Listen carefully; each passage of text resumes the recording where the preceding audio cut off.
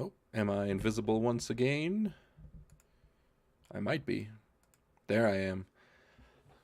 Okay. Oh, big stretch. Welcome to today. So, we are here.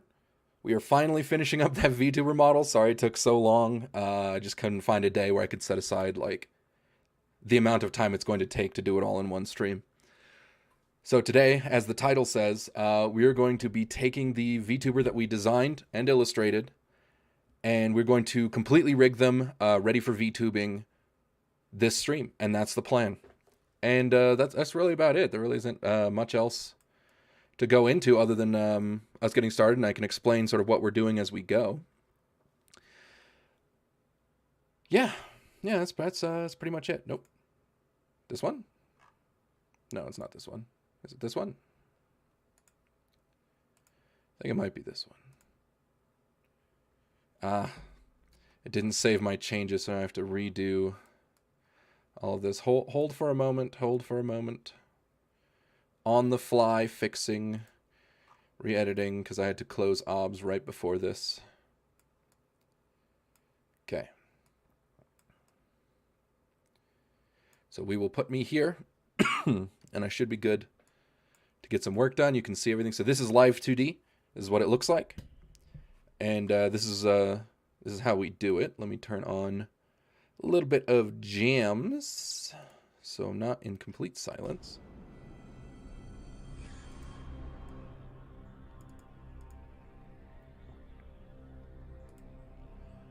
That should be a little bit better. Stick it down to there. Okay. Yeah, so the very first thing you gotta do is you get Live 2D, whether you're on trial or you pay for it or whatever. I would recommend, if you're just planning to get started VTubing and you're following this tutorial, you drew it, you illustrated it, might as well just get the free trial, because I don't know if you're going to be VTubing creating as a career or if you're just going to be a VTuber. Either way, I'd recommend starting out, because you can easily do your first model within the 40-day time limit. So you can do at least one in that time, and then you'll know whether it's, for you or not. So, first thing you got to do is you got to open, and you got to select that Photoshop document, that PSD that you saved. Remember, I did mine in Krita, so you don't even need to use specifically Photoshop in order to save a PSD to import into Live 2D. So, you go ahead and click that, you hit open, and then it'll load the file in, and then bam, well, wouldn't you look at it? That's the Fox girl we made. So, easy peasy. And you may notice, so up here is pretty much where all of our folders and files and layers and everything is. What this box up here is telling you is the order. So, like, see, if I turn on this iris, what I can do is, let me move it here. Oh, okay, so it's in front of. That's what this 500 means. If I were to change the number here from, like, 500, or even, you don't have to change the numbers necessarily. All the numbers mean is ahead or below. So if it was like 501, it would always be in front, no matter where it is in this. But if all the numbers are the same, it'll just treat it as in like a vertical thing, the same way your art program will. So if I were to move this suddenly below the head, you may notice, oh, it's behind everything now.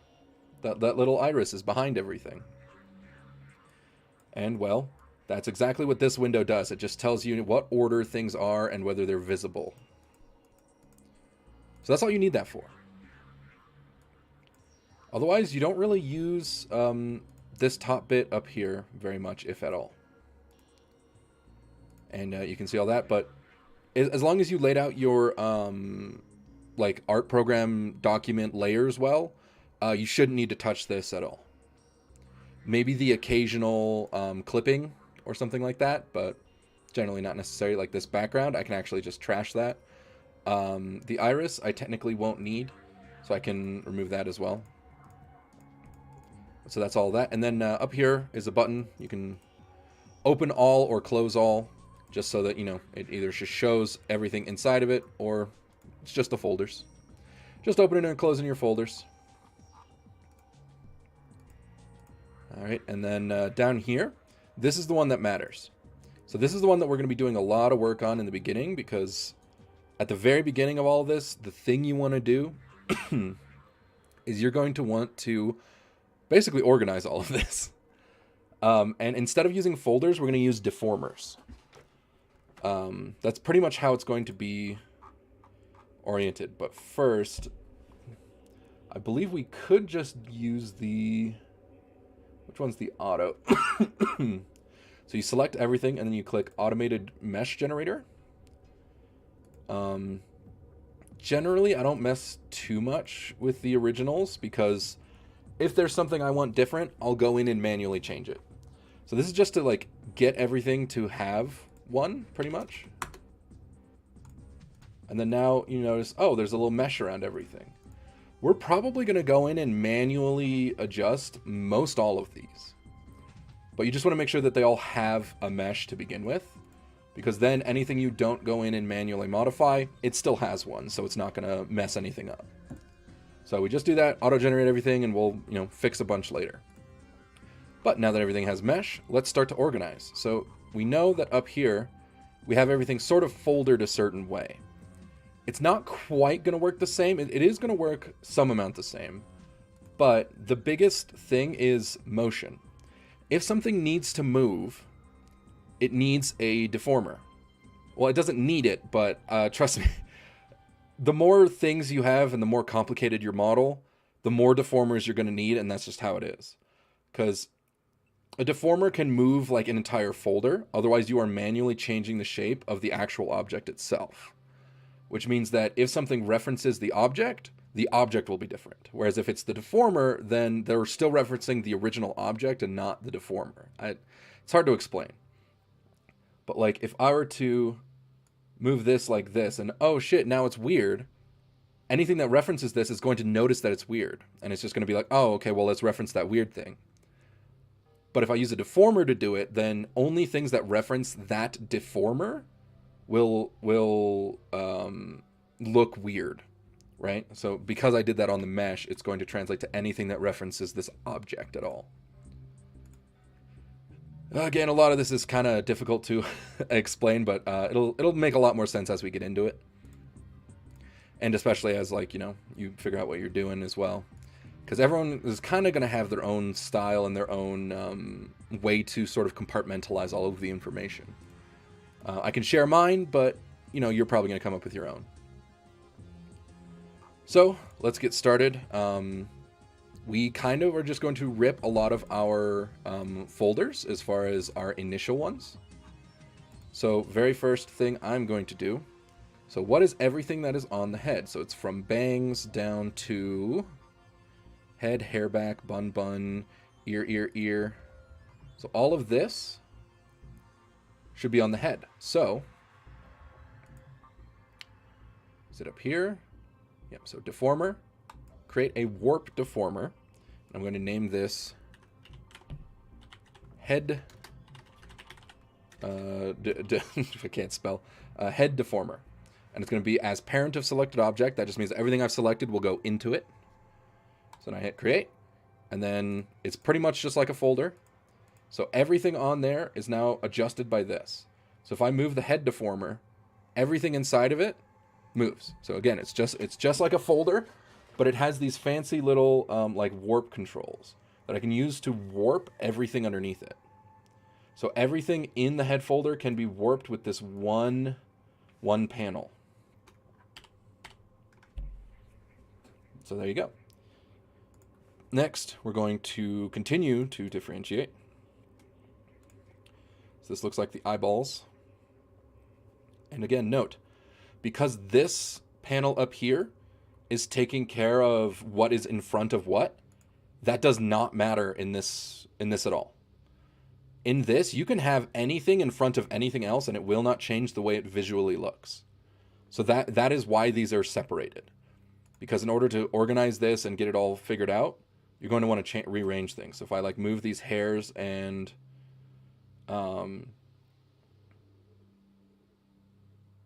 if I move the hair stuff below like all of this, it's not going to change anything, but it doesn't matter that much. So let me select all of the eyes, new deformer, Actually, I'm going to separate these by left eye and right eye, because when your head turns, the eyes do not stay the same shape. So we'll need to be able to adjust them individually. So we will do one warp deformer for left eye deformer. And you don't technically have to name them deformer, but it makes it easier on my brain to keep track of, so that's what I do. So then we have the right eye, and we name it right eye deformer. Create. Alright, so now we have a deformer for each eye, which is great. Then, got our hair still. So the tongue, top lip, so the mouth bag, all of this is kind of going to be its own thing. So the tongue, all of the mouth obviously goes into a mouth deformer. Right, makes sense. Pretty simple. And then within that, I typically... So there's bottom lip, top lip, tongue, bottom jaw, mouth bag. So I generally keep the... actually, we should be fine to leave it as it is for now, actually. So we'll just do mouth deformer, left and right eye. The nose, we will probably actually just leave as its own thing. I'm going to actually modify the nose parameter just to keep this a little bit cleaner. That's a personal thing. You can also make one for the nose, doesn't matter. The head, we are actually going to affect manually. We are going to redo the entire mesh on this. Why don't we do that now, actually? So up here, this is edit mesh manually, up at the top. So then we're going to go over here, select the eraser, and I'm just going to erase all of that. Because what you want to do for the head specifically is kind of its own unique thing. So you're just going to start... Yeah, you switch back over to the plus, by the way.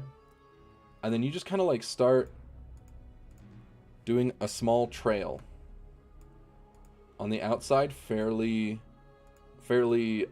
short spacing.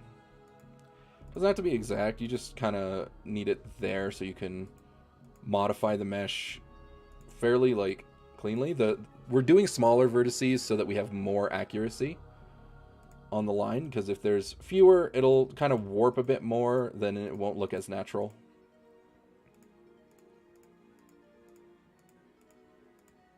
So yeah, just do small intervals, just a line around the perimeter. If you want to go back and move them around, you absolutely can.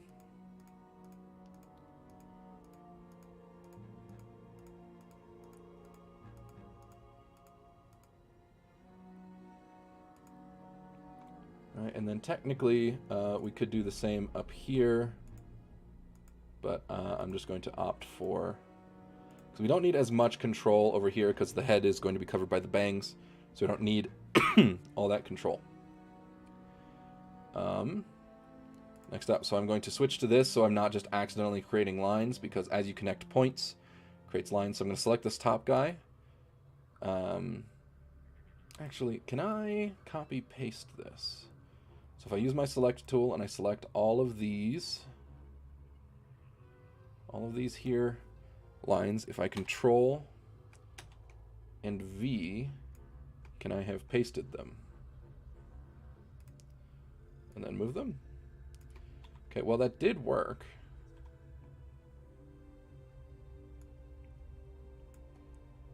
Okay, so I can control V, so I have an accurate number of these vertices.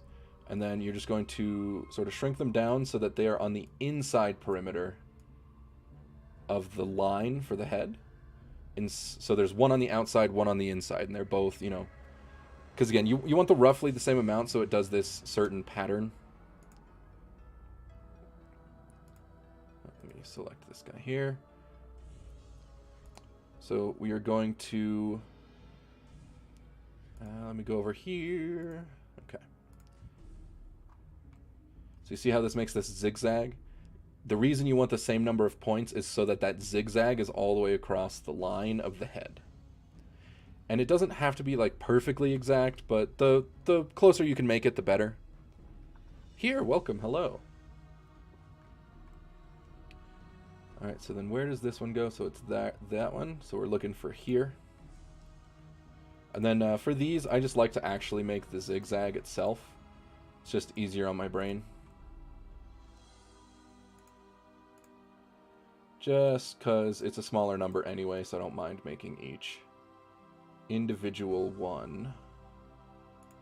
Okay. Then we're going to go back to this one. And then we are going to pretty much go straight down. And we're going to do it a whole bunch. The reason for this is because if you can see them, all of these lines that are going over, that is all of these points connecting to the nearest other point. So if they're all connecting to like one up here, that's going to create a lot of really bad warps and weird shapes. It's not going to matter too much as long as it's like a flat color, but it's just nicer and easier to do that. So now that we have that figured out, let me finish fixing the line here. So I did the zigzag manually up here. Bit that figured out, and then once you have it all sealed up, you can go up to here and there's this auto connect button. So if you hit auto connect, it fills in all the lines that are there. Now we could modify this a bit. You see how like up here it got a little bit wonky, and it's not really probably that big of a deal. Like I mentioned, up here is not going to matter as much as, you know, the edges or like this part. But since this is also a flat color, it's not going to matter too much, so we're not going to worry about it. Unless you bake in shading on your face, which I don't recommend. That's when it really matters that all of this is sort of filled out properly. But as it stands, you don't need that. So that's what we're going to do, and we have finished the mesh for the head. So that's what it'll look like. It's got this big zigzag all the way around the line, and then a bunch of points just sort of to be there. Kind of just like as a middle point line, so you can sort of tell where the middle of the head is. It's crooked, but again, it's not going to matter if it's a little bit off, since I'm not going to be modifying it too much. So that is the head mesh.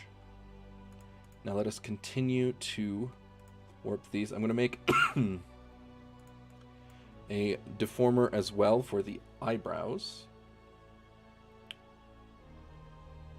Let's see, what would be better? Yeah, it'd still probably be best to be a warp deformer. We'll get into rotation deformer as soon as we get to that one, because that also exists. So this is eyebrows deformer, and see, we made the eyebrows their own because they need to move in tandem. See, that's the other reason for deformers. Again, they work like folders. So if you want to move multiple things at the same time, they need to be in a deformer together. And you can put deformers inside of deformers. So you notice how, oh, well, these eyebrows can move independently. So I can move them like here. But if I move the head, the eyebrows are still in the same position within the head. So that is the reason we're doing deformers. It's to make anything that needs to move independently of something else requires its own deformer. So let's move. So this is the right ear. So we will actually make, good time. So the ears, we don't necessarily need them to be a warp deformer to move like this, because we could do a rotation deformer, which would mean that they just sort of move in and out. Obviously, this is not where we'd want the deformer to go. So we'd have to do this, which is the button to manually place a deformer. So we just put a deformer here for this, and then we should be able to try. Oh, I'm still on clicked on that. There's the mouse button, and then so now this ear can move just like this, and that's all it needs, right? You can see how well this range of motion is just for a simple rotation. Anything that can be done with a rotation deformer, I would recommend. It just simplifies the entire process if you can make the X thing with a rotation deformer instead of a warp deformer. I feel like it makes your model lag less personally, but it could be placebo. I don't know. But you see good range of motion here. So we technically only need this since we're also going to be using warp deformer for physics. So anything that dangles or is going to move idly. So if you look at mine, those bells, the tag, technically my hair, but I turned off my hair because I think it was a little bit too taxing on my computer. So that's why my hair doesn't move. So anything like that requires its own deformer. So anything that is going to naturally move even when you stop. See how I stopped moving, but they kept going? Anything that is physics will also need a deformer. So anything that moves independently requires a deformer for every single layer that exists. And that's pretty much how it goes. If you want to cut corners, you can do what I mentioned where you just modify the actual object itself, but you just have to be very careful and mindful. You just have to remember each one that you've done that for, that you did make a deformer. Making a deformer is safer, even if it's like, oh, well, I don't need to modify them all at once. I'll just do them all manually. Please feel free. But as it stands, pretty much the entire first, I don't know, long-ass time of you importing your thing is just organizing, making parameters, and adding these deformers. That's really all it is. And then so for here, the hair danglies, I am actually going to do a... So let's go with left hair dangle, because I want the hair pieces to dangle independently. So they could move identically, but if you put them on the same deformer, their motion is going to be identical. So if they move exactly the same, I think I want like slight variation. It'll make it feel more human, make it feel alive. So it's what I mentioned with sympathetic motion. Adding the dangly bits. So left hair dangle, make its own deformer just for it. And actually, so I think here's a good instance of paying attention to what I'm doing. So I'm going to make one, but notice how this is very long, and I want it to have a lot of basically like the pendulum motion. You see how my like bell has like 3 or 4 different like axes it can like turn and spin on. I want it to have a good amount of those. So what I'm going to do, number of divisions, I'm just going to up that. So I'm going to go with, I don't remember which one is vertical, which one's horizontal, but we'll just say 10.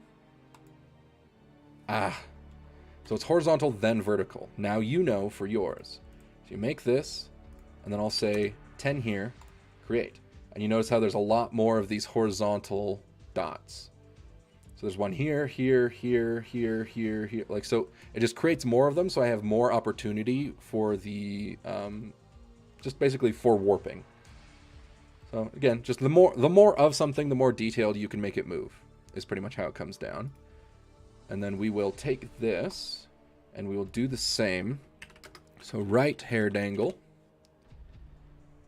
10, and we will create that one as well, and that is there. So now those are both there. Now can I rename this deformer, please? Thank you. And then this here, the inspector panel, is sort of where you find all the details. You know, like, oh, it's 100% opacity. What's its name? What's its ID? All that kind of stuff. So you'll reference that occasionally, but you just need to know that it exists and where it is. So we are going to rename this one to left hair dangle. So we got left hair dangle and right hair dangle. And then those are their own thing. They're going to be in the head. And that's fine. So next up, the buns are also going to move on their own. They're going to bounce. They're going to be a physics object. Therefore, they need their own deformer.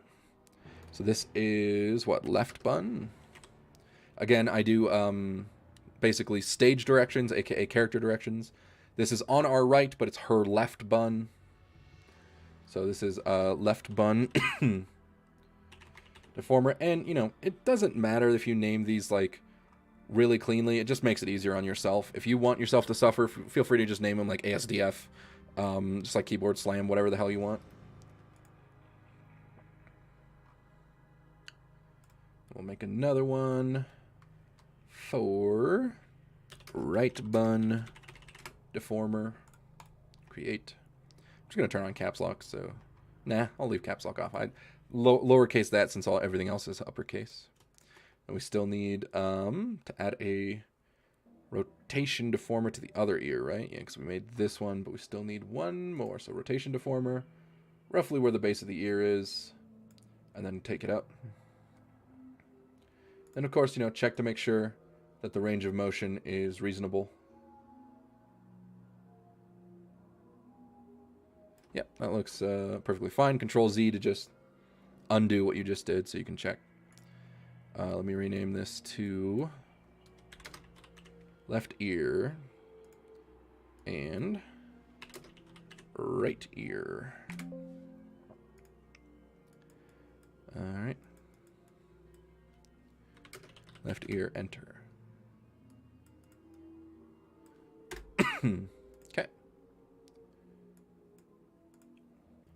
So a lot of the head is getting done. The mouth deformer will go more in depth into as we work more on the mouth.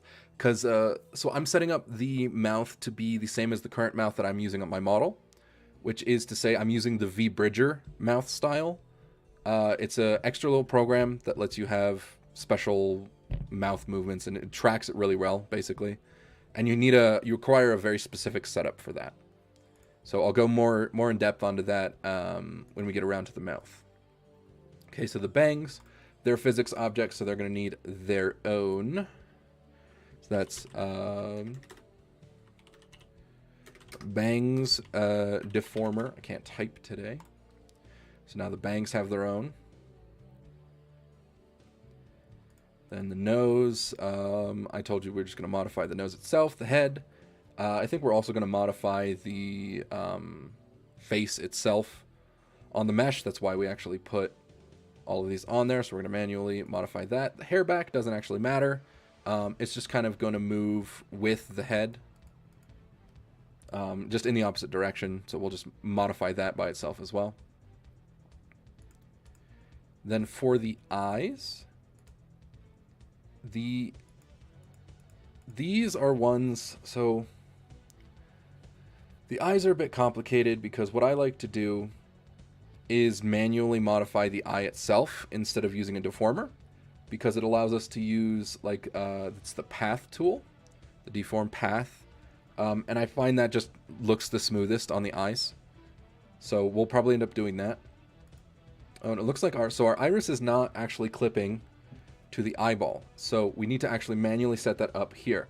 So if your iris is like this, where it's just kind of sticking out, but you want it to clip so nothing can show up outside of the eye white, what you'll do is you'll select the eyeball, the part that it's going to clip to, and you'll look for this ID. So Art Mesh 5, we can actually rename it to just left eyeball. Oh, right, we can't have a space. So it would just be left eyeball. So then we can copy that, go over to our iris, and then see where it says clipping ID. Scroll, there we go. Clipping ID right here.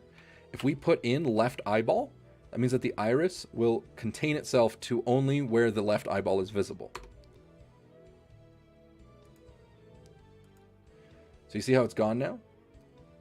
And then if I move the iris at all, it doesn't go past anywhere that the eyeball is. See that? So it's up here. Whoa, but it's not visible. It's only visible in the eyeball. Control Z just so it returns to its original position. And we will do the same for this one. So we will rename this one right eyeball. Then we're going to copy that ID. We're going to paste it in the clipping ID of the other iris. And then there it is. So now those eyes are contained within the eyes, basically. So that makes it a lot easier for us down the line. Now.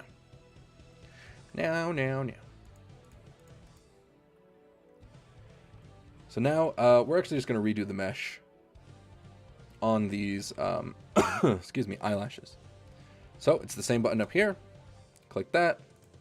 Yeah, I'm just going to erase everything that was there. And we're going to start fresh. So you're going to want to follow your trail. So there's a point here. I'm going to make a point. I'm going to go through the middle. creating a few of these. Then we're going to go just at the past. Then we're going to make this like little triangle shape that makes a little diamond on the end. So I'm going to do actually the same thing over on this side. So you do this, and you make like a little diamond shape. Okay. So then you just make one in between each. This is going to make that same little triangle pattern we showed earlier. And then it connects. So you see how when you zoom in, it made that little triangle shape pattern. That's what you're looking for. So you're going to do one in between each dot. If it makes it easier for you, you can just draw the triangle pattern itself.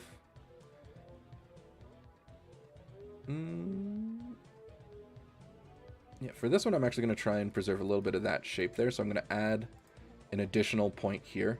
So when I hit auto connect, there's still the triangles everywhere. So it's all triangles. Now you may notice, oh wait, but this has this eyeshadow thing up here. Absolutely correct. So we're just going to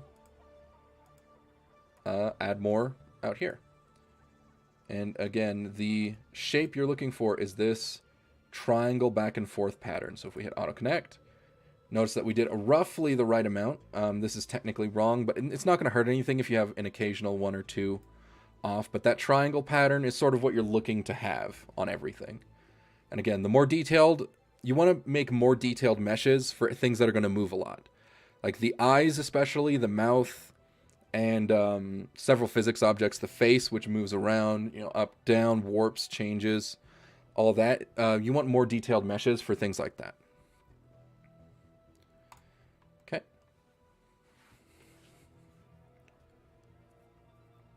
So that's how you do that one. And then the bottom lash, we're going to be doing the same thing.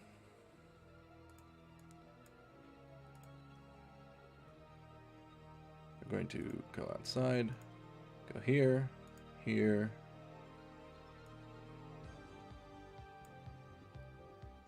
here.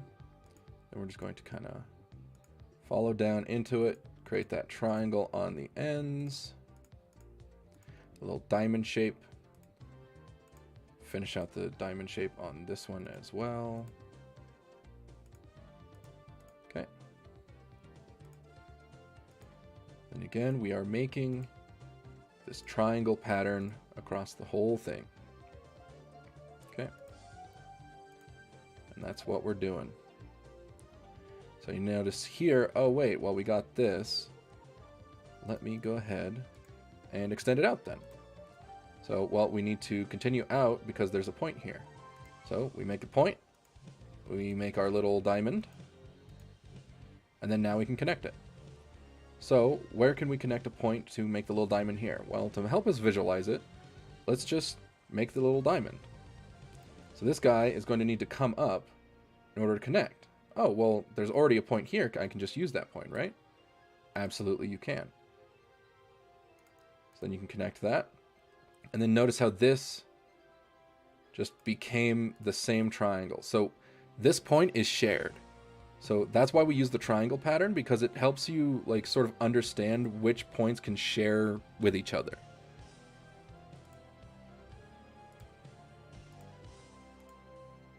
Okay. Let me do that, and then that's auto-connected. And then there it is. And try to make them relatively even on spacing. Not strictly necessary, but it can help a lot.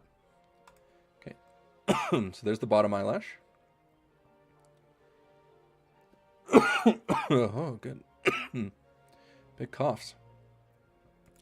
Okay, so then our eyeball. So let's take a look at our eyeball. Well, this is a bunch of hodgepodge of nonsense. And since the eyeball is something that is going to need to close as we close the lids, we're going to shrink this shape to match that, meaning it's going to need to be able to warp quite well. So we're going to just do something simple. We're just going to go down the middle of it, because what happens when you close your eye? Well, it shrinks. You know, like it just becomes a line. So if we just go straight down the middle of this, oh. Radio Free Zerg is in this playlist. Hold on, let me skip that one. It's a little bit too much talking while I'm talking. Then we'll, you know, make our little diamond. And then this is going to need to shrink into a slit, basically, because that's what your eye does. At least visually. Obviously, your eyeball is still there underneath it, but you're also not a 2D drawing, so, you know, you win some, you lose some. All right, and then we're actually going to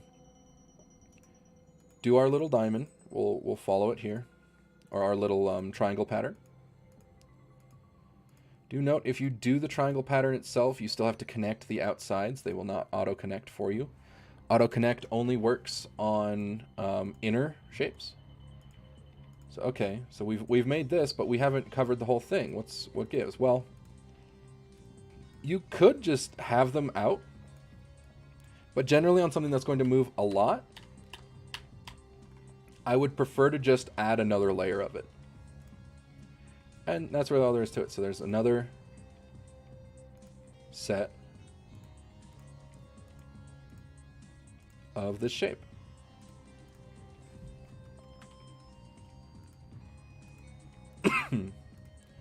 And that's just how I personally like to do it. You can absolutely not have to do that if you don't want to. I just like to... like to have that extra little bit of flexibility. So then we auto-connect, we get the triangles. And technically this one can connect to this one. So then it's technically a little bit more detailed than it needs to be. Again, there's no shading on this. But there's that. And then the eye light, it's not really going to move that much, or warp very much. So we shouldn't need to change that. The iris, the way I like to do the iris, so what I would recommend... Oh... I should actually... So, you should wait to clip until after you've finished all of the meshes. Because it does still show like that. There you go. So if we turn off our clipping, we can just turn it back on right after. So we can see the full thing. What I like to do, because... So the way your eyeball and iris actually move visually is so it's kind of like a satellite dish, if that makes sense. It's not actually rounded out, it's the opposite. So it catches light in reverse, and the only way I can think of to say it is like a satellite dish would. So the pupil moves in the opposite direction of the actual eye movement. So we just need to be able to isolate the pupil a little bit. We don't need it much. So the way I like to do the iris is I'll just do a big old... octagon. 1, 2, 3, 4. Sorry, it's not technically an octagon, I don't think. But it's like roughly. Again, the shape doesn't need to be perfect. It mostly just needs to go around everything. So that we can make our little diamond pattern. Or triangle pattern. Not diamond is on the edges of something when it comes out. We make our little triangle pattern on the edge.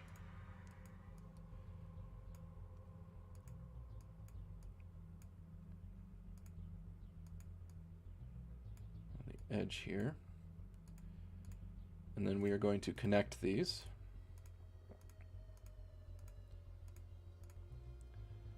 Then what I like to do, deselect everything so I can make a brand new point. So this character, because they're sunflower based, actually has an abnormally large pupil.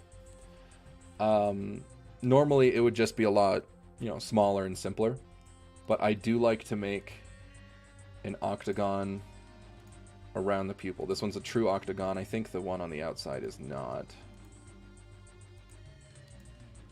But so make that and then orient it so that it fits better. All the way around, pupil sort of thing. I like to make the edges a bit straighter. I might need to go more than an octagon just because of how big this is.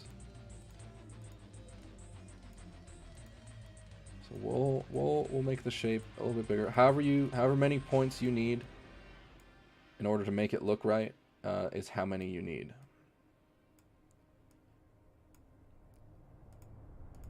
And again, just try not to create little stray points. It'll take some getting used to.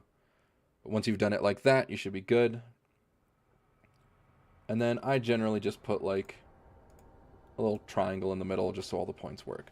Because all that matters is that you've isolated the pupil itself. The actual image on the pupil doesn't matter nearly as much. So if we auto-connect, does this look about right? Well, we've got our triangle shapes. Got a little wonky here, but everywhere else is pretty much the triangle shape. So that should be okay. I'll just move these a little bit farther away from it then. So this looks pretty reasonable. Again, we just want to be able to isolate the pupil itself, and then we will return it to the clipping mask. So right eyeball, we'll put that back in the clipping ID so that it's hidden again. And then you guessed it, we're doing it on the other eye too. All that same stuff. And it's very important, so if you're going to spend time on anything, might as well be your eyeballs. Because the eyes are the window into the soul, you know? Okay. And try to keep the numbers roughly the same between like how many points you made here and on the other eye. Just makes the motion look pretty much similar. Doesn't have to be exact, but just keep it relatively close.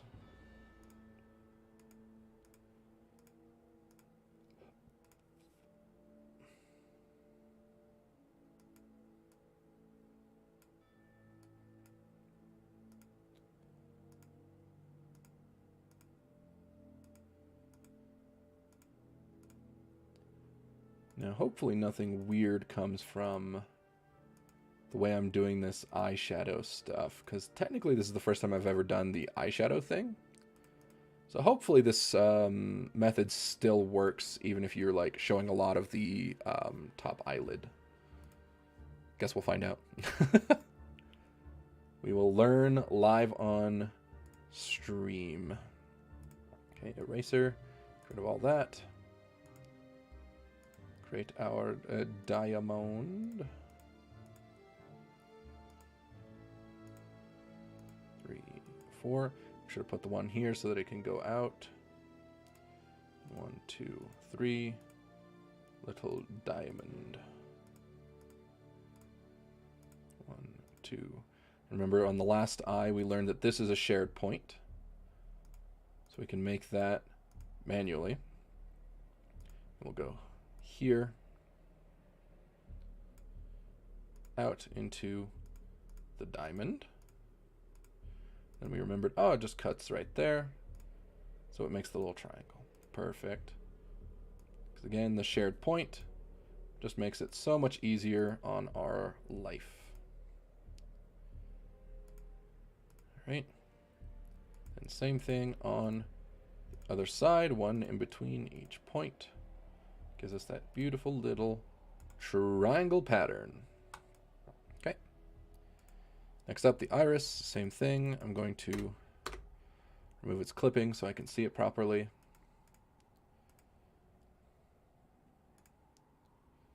Okay, so for it, we ended up going with like this kind of a shape, if I recall.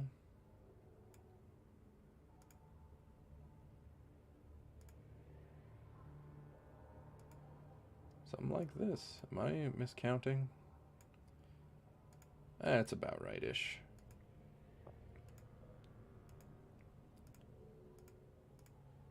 So roughly that many. And again, our triangle pattern going on the inside.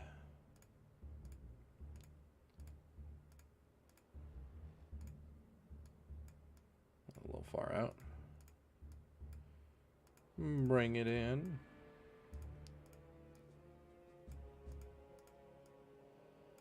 There's that, and then we will connect all of these. That worked just fine. Deselect everything so I can make a fresh new point. Oh, I'll actually connect those real quick, then do that. So I did an octagon with extra bits, if I recall. So something like this.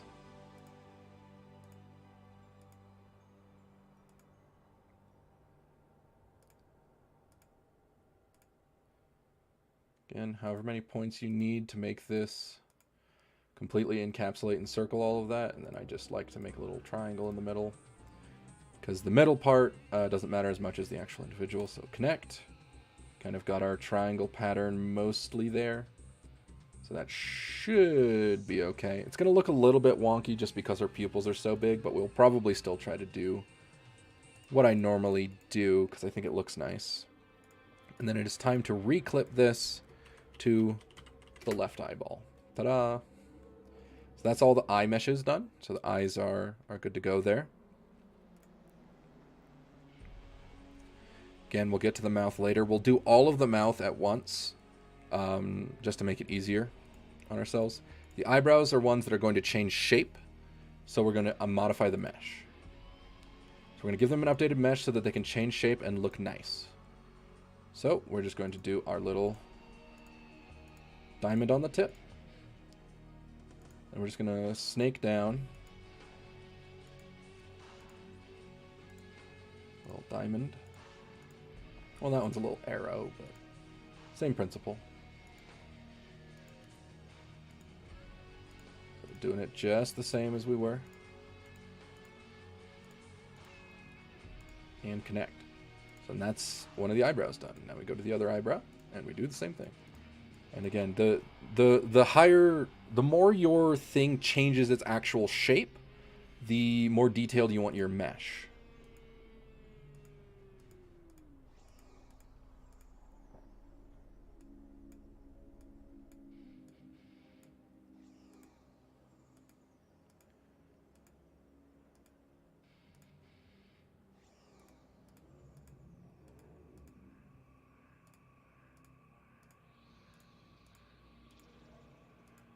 There we go. Bada bing, bada boom. Auto connect and check mark. Okay, so that's the eyebrows because they're going to change from like, you know, up, down, you know, wibbly wobbly.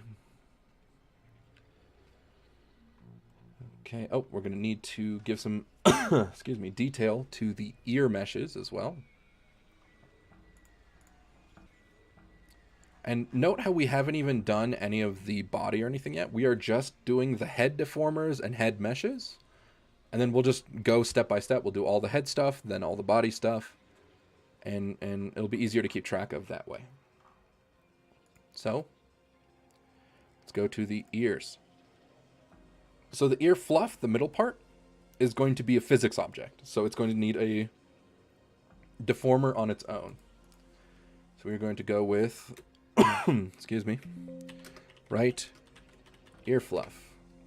And then that is a new deformer. And we're going to do the same on the left.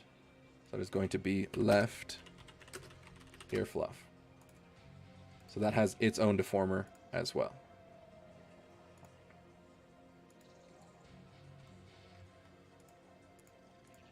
And so you notice how this is a rotation deformer that has a warp deformer inside of it. You can layer them however you want. They're just kind of their own folders. So we got our eyebrows. We'll do the mouth later. The bangs need their own deformer because, again, they're going to be physics. The buns have their own. The dangles have their own. The ear fluff has its own within this folder. That is the rotation deformer. Same thing here on the right ear. The eyebrows have their own deformer so they can move identically. They have stronger meshes as well so that they can change their shape. The eyeballs have better meshes so that we can more directly modify them. Let's see. So the head has its own, so we can modify that. The nose. Since we're going to manually modify the nose, the actual mesh itself, we need a more detailed mesh. So we are simply going to go very, very simple. Gonna make ourselves the little triangle pattern.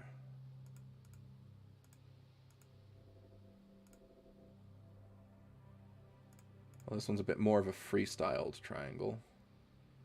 Yeah, because like these guys are actually not necessary. That's what I thought. I'll hit the -1 and then we'll get rid of that.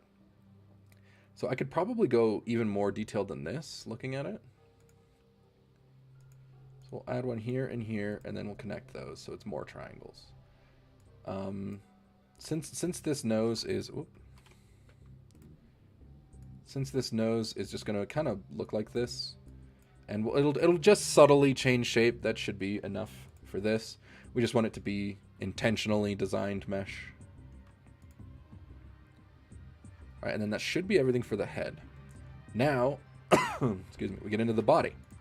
So remember, so we have all of these petals as their own thing. Well,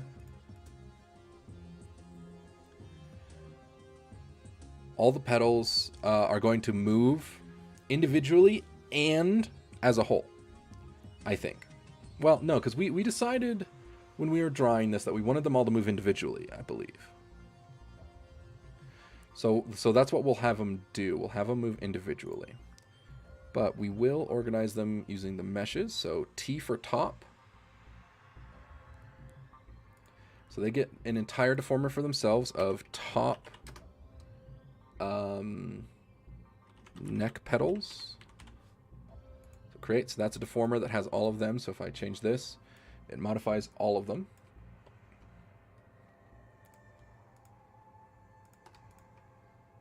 And then we have a deformer for bottom neck petals. So then there's another deformer for that. So if we touch that, we're modifying only the bottom ones. And because we wanted to have this look really nice, we're going to have to make sure that all of these have reasonable meshes. This one actually turned out pretty okay. Because if you look at it, so you notice how we have our triangle pattern around pretty much exactly where the lines are?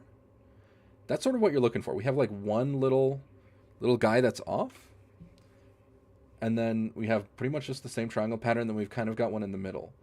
So I'm actually going to leave this mostly intact. I'm just going to move this so it's more aligned with what the actual middle of it would be. So we'll do that there. We'll make a new one here. Modify that. And then move this one up here. And probably redo this little down part over here.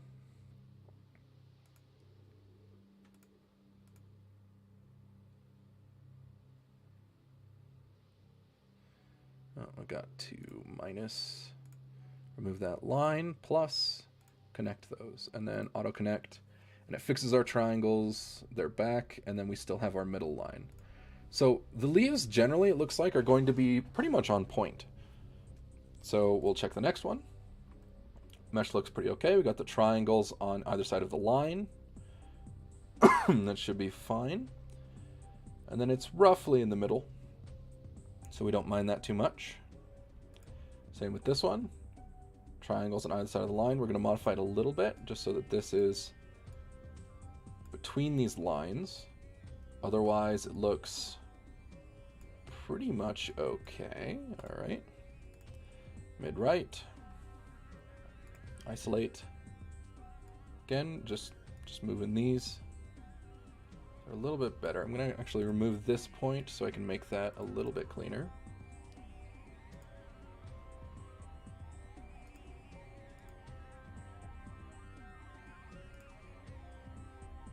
Okay. And if I auto-connect, how does that look? Looks okay. I think we can use another set of lines in the middle. So we will remove these middle ones, actually, so that we can add a new set of lines and then connect those. Just a very minor one on that one. Most of these are going to be fine. I'm just a little bit particular. It looks fine. We got the triangles on the lines. And on excuse me. And then on this one, a little bit messy here, so we'll probably clean that up. Yeah, this one actually looks kind of messy, so we're going to clean some of this up.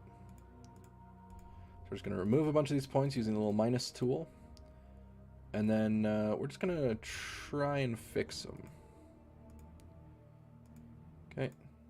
So we're going to make our little triangles.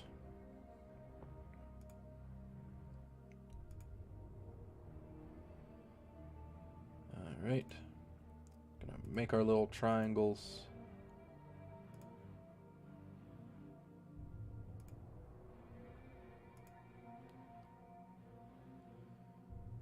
And then if we make a new one here, and here.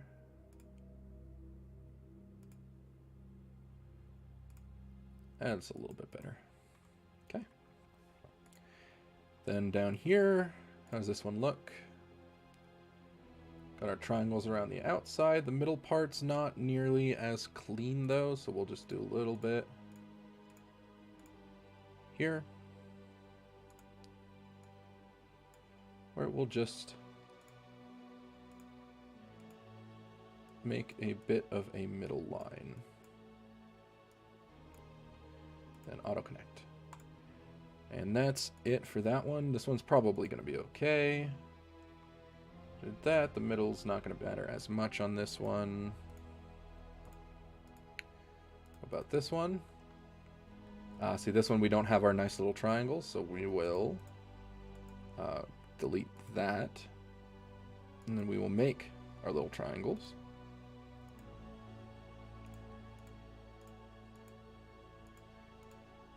Make our little triangles all manually.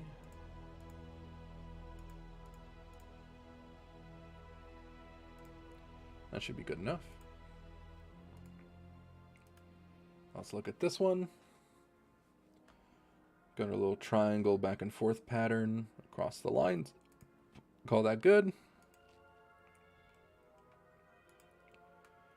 Got our little triangle pattern across the lines. Should be fine. We'll just move this one an eensy bit. Just rotate it around the little leaf bit. Makes it easier to move. That should be fine. Next one. Got a little bit wonky. All around on this one. I don't want to manually redo it, so we'll just move. We'll remove the middle ones. And we'll try to space these out a little bit more evenly. Again, we're going to rotate around the leaf entrance for that one. Okay. Making our little triangles. Lots of little triangle making. Very, very simple, very clean, kind of relaxing. And then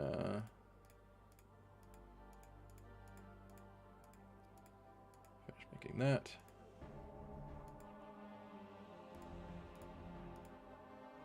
We will probably just stick a couple of middle lines there and then connect.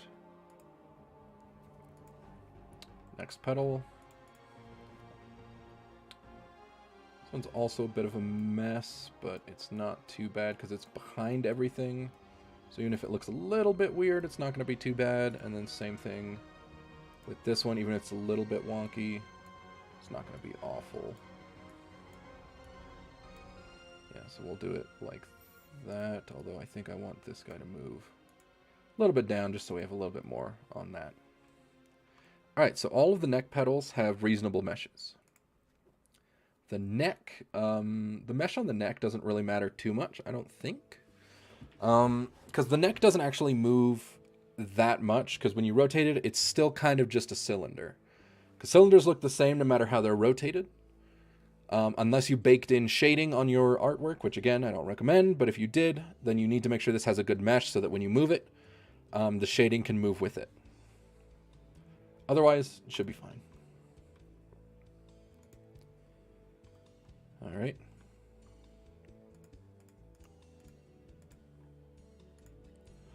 All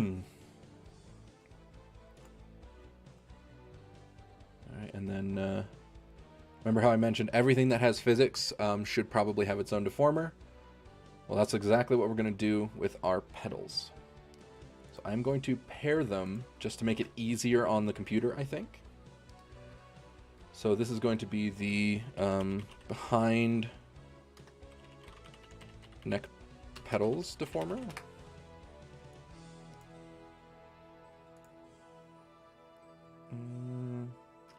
No, it's probably still a good idea. Alright, no shortcuts. We'll just do right behind pedal deformer. And then we'll just do a deformer for each one. Because to be fair, this neck little bit is probably going to be the thing that moves the most on this particular model. So if that's how we want to do it, then we should probably go whole hog. Okay, so left behind pedal. Then we've got back far right, create, back far left, back far left, back right, back right, create, extra. Okay. Extra pedal deformer. Got the bottom front. Bottom front. And again, the exact names don't really matter that much. You can even just leave it as like warp deformer of neck pedals. As long as they have unique names, so you don't get confused later. So, bottom left. Then we still have the top ones to do. Okay, so this is top, back right. This is top, back left. Top, back left. Top, mid right. Top, mid left.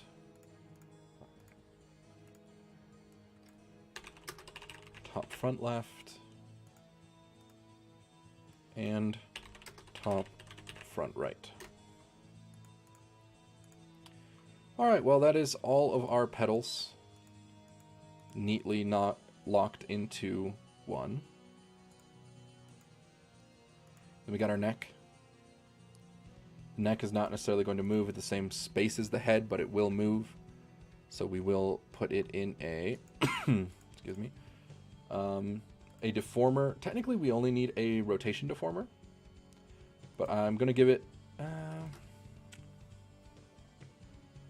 Because if something doesn't actually need to change shape, you don't need a warp deformer for it. You can just use a rotation deformer, because rotation is... Basically, it rotates from a point, and then also it can move just physically. They can both move physically, but the rotation, I think, is less severe on like CPU usage or stuff. I think. I don't know all of the exact specifics, but I think we will do a warp deformer anyway, just because when you tilt your head, it looks kind of nicer if your neck changes shape. So I'll go with neck deformer. All right, so the neck is now one as well. So now we have the leaf bra. So the leaf bra is going to move like a good amount, because if you got titties and you want titty physics, you're going to want to make sure you got some strong meshes on those. So we're going to look a little bit wonky up here. So we'll fix a little bit up here. Otherwise, it actually looks pretty good. So again, we're just... fixing that stuff up here. We're making the diamond at the tip. The diamond always goes through the tip. And if we auto connect, that returns. Then how's the rest looking? The rest looks pretty okay. So that one looks like it should be fine. And then this side, got a little wonky up there again. So we'll redo up there. Otherwise, looks pretty okay.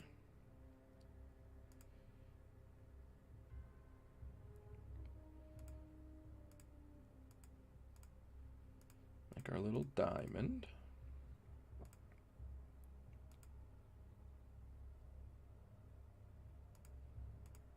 That's what it was. There was one other line that I was leaving there. Okay.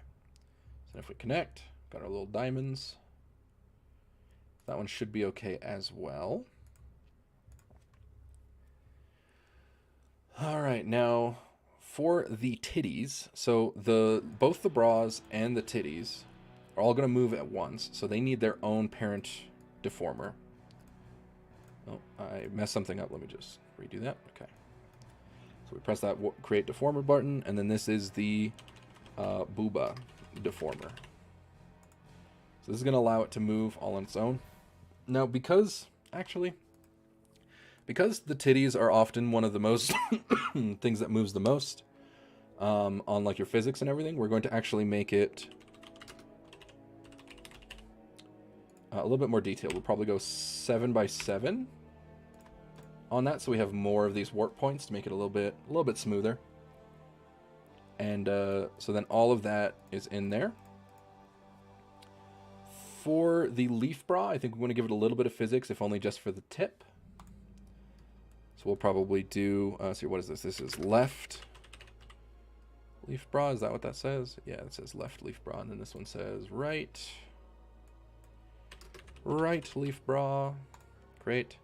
So those are also within the booba deformer. So anything we modify here will also change in the overall.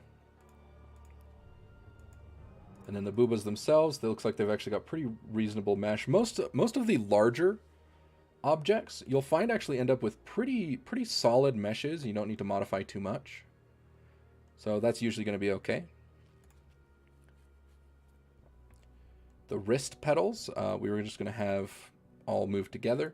So just one warp deformer should be fine. So right wrist pedal. Oh, we can go back to 5.5 now. So right wrist pedal and then right roots.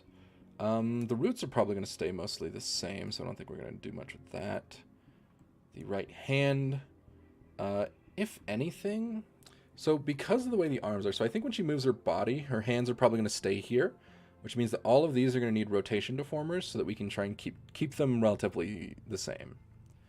So we're going to give this one actually a rotation deformer right at, so again, look at your wrist, look at where it spins and turns, lift up your hand, and then just try to put it right about there to about the middle knuckle. And then that can give it like a relatively realistic turning axis. Because if you look at your hand, that's roughly where it'll turn. And again, always whenever you make a rotation deformer, just briefly check to make sure you got the right placement. So that looks fine. Should be good. And then that is the right hand arm rotator. We'll rename it. Right hand. All right, and then we got the right roots. So I think that the roots, the wrist pedal, both go with the right forearm into a rotation deformer. We go from our elbow to our wrist. And again, always test to make sure. Oh, let me reselect it. Make sure that it moves. And notice how, since we put the roots in the same one as the forearm, the roots will move with the arm. The wrist pedal is not in there, so we'll have to go up, grab our wrist pedal, and drag it into the arms. Well, you'll want to do that while it's at its neutral position, while you're not testing it. Okay, so now we select this. We test again. Notice how it's moving with it now. Okay, so it does rotate at a reasonable enough angle, I think. So I think that should be just fine. So then the roots, the forearm, and the wrist pedals all belong in there. The wrist pedals have their own deformer because, again, they're a physics object. So they have one that's going to move a little bit. And then on the whole, they all move together. Excuse me, let me rename this one to right, excuse me, forearm. All right, and then we have these straps here.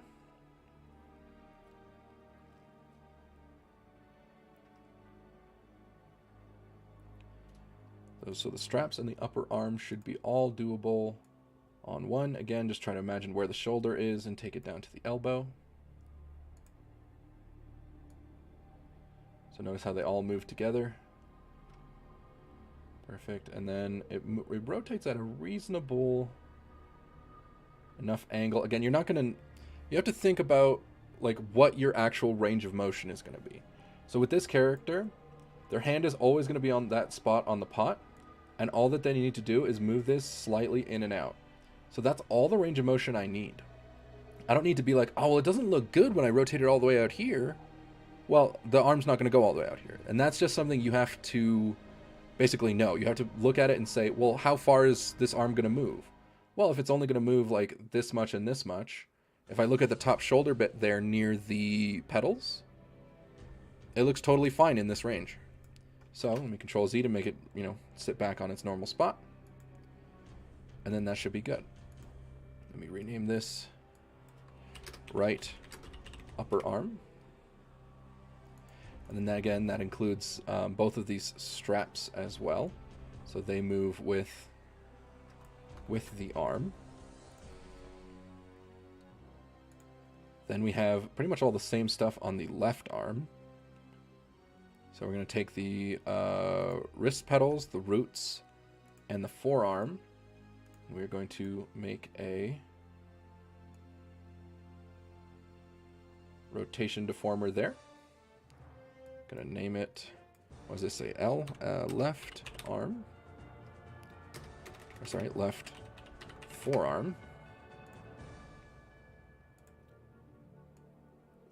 And then notice how it all goes with itself. Again, the range of motion is going to be pretty small. Something like that. So that'll look just fine. Then we need to make sure the wrist pedals have their own warp deformer for physics reasons. Left wrist pedals. Create. Okay. So we've got that. Now the left hand is also receiving its own rotation deformer once again, going from about the wrist to about the knuckle of the middle finger. Gives it proper rotation, because that's, again, just look at your hand. Look at where it rotates. If you look at sort of what's always a straight line while you move it, that's pretty much the same.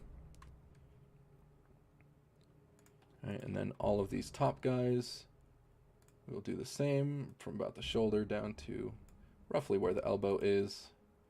Test out our range of motion.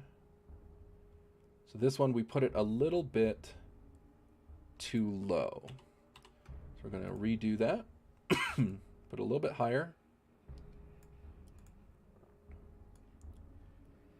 So it looks a little bit better for the range of motion. A little bit wonky on the shoulder bit there, but we can always fix that in post if needed. But otherwise it looks relatively okay. All right, and then so that is the arms have their deformers. And then, of course, so does the titties. Now I'm going to actually create another deformer. So I'm going to select the torso band, everything we just did for the boobas and leaf bands. And anything else, we'll leave the arms as their own separate thing. So it should be just those, and then we'll make a new warp deformer. We'll call this, well, yeah, we'll do a warp deformer. We'll call it torso.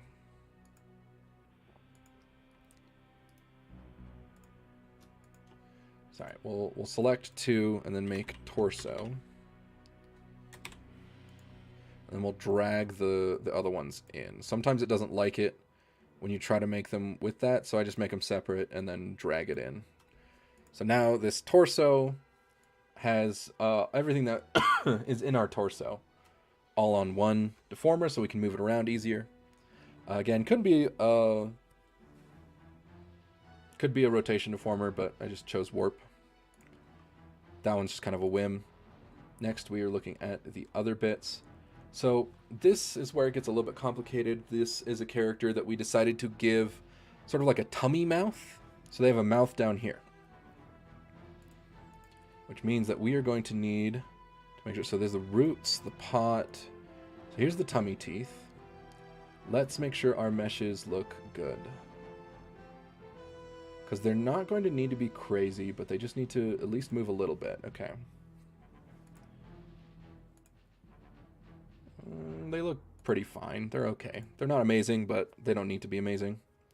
This part, however, is going to need to be amazing, because this part is going to need to warp and bend, I believe. Again, new to this one, so we'll be learning this on the fly. So we're actually let's just leave these then, and then we'll come back to them and see if we need to adapt or change anything. For now, because they're going to move, we're just going to make new deformers. So this is left tummy lip. Still very cursed terminology we're using here. So 5, 5. We'll do 7, 7. That's fine. So left tummy lip, deformer. Right tummy lip. Okay, so the tummy lips have their own little deformers. We'll actually put the teeth, so left teeth can go into the left tummy lip. So this deformer will modify both of them. So you see how it's moving the teeth and the other part. So if we, I think it's this one, yeah. We do this, and we can move both of them simultaneously. So that'll make our lives a little bit easier. Of course, Control Z, make sure everything, because you don't want to be modifying anything until we've basically completely organized this. Anything you modify beforehand will fuck up everything. Now, if you've gone pretty far and you realize, oh shit, well, luckily, you can, where is it? Reset, yeah, temporary deform. No, edit form. You can revert it to its original shape. So if you do modify something and you didn't realize it and you come back later and you're like, oh shit, it's messed up. What can I do? You need to go up to modeling, edit form, and hit revert to original. That will make it whatever the shape was when you loaded it in, before any modifications. Okay. Then right tummy teeth can go into the same deformer as right tummy lip.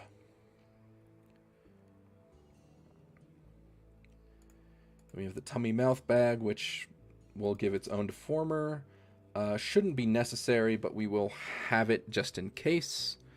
Okay, so tummy mouth bag deformer. Playing pretty fast and loose. And then the tail, we're going to want to make sure, because again, the whole reason we straightened this part of the tail out in the illustration was so that we can make it move a lot more in this, so we're going to need to give it very detailed mesh. So we're actually just going to completely erase that so that we can start it fresh. So on each tip, we're going to zoom in so we can actually place things. On each tip, we're going to make our little diamond. And then a trail down to about where it goes. On each tip, we're going to make our little diamond.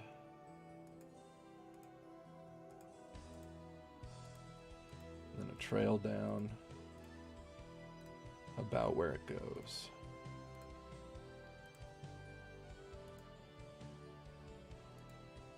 Each tip, our little diamond. And a trail down where it goes.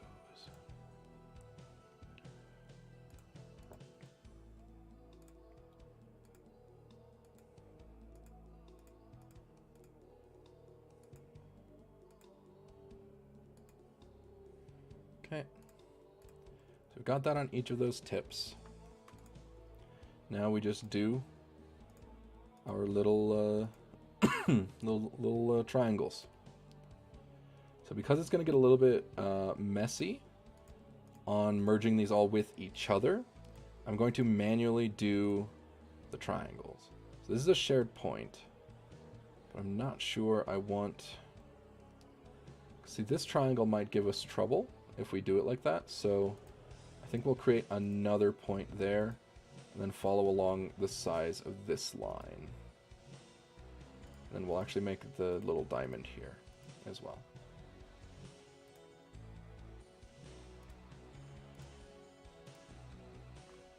Oh, forget that last little bit. So make the diamond like this. We can add another point. We'll just add another point there as well. So this is where it gets a little bit like, you know, complicated geometry, whatever nonsense. But you don't have to follow it like exactly. You just want to make sure that the rough style of shapes you're creating are, again, those little triangles, little diamonds, and then the rest should flow just fine. So if I hit auto connect, so it filled those little parts with exactly what we were looking for it to do. So this one will follow the inside line, but the number that we'll use is enough to make these the triangles. Okay, so that number should work out just fine. Like that, and then like this. So that should make it, let me auto connect. Yep, so that made this part those same little triangles. We, of course, keep on keeping on. We do the same again. Shared point here, which means that I think I want to move this part up there. So our little triangle is going to look like this, which should be okay. I'll make another one just to match with that number, then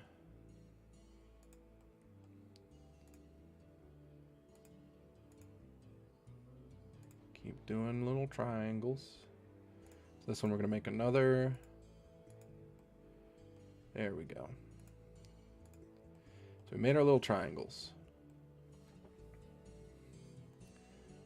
Got a little bit wonky in a couple parts, but should still be fine. We can actually just move a couple of these up so that it's a little bit more room. And then that should be fine. Move this guy down a bit, move that guy up a bit. Just even it out a bit.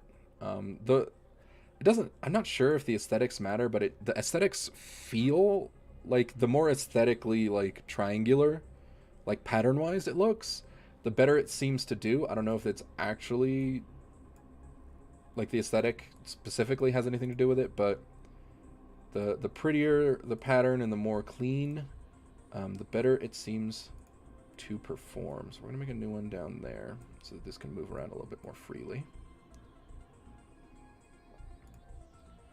And let's try to fill this out so we can make sure we're getting our triangle pattern. That goes to there, to there, to here. And this can connect there, that can connect there. Okay. So then this guy would go down here.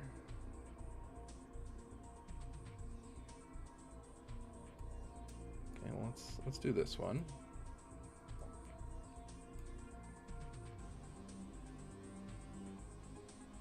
Oh, I see what I did. Okay. So trying.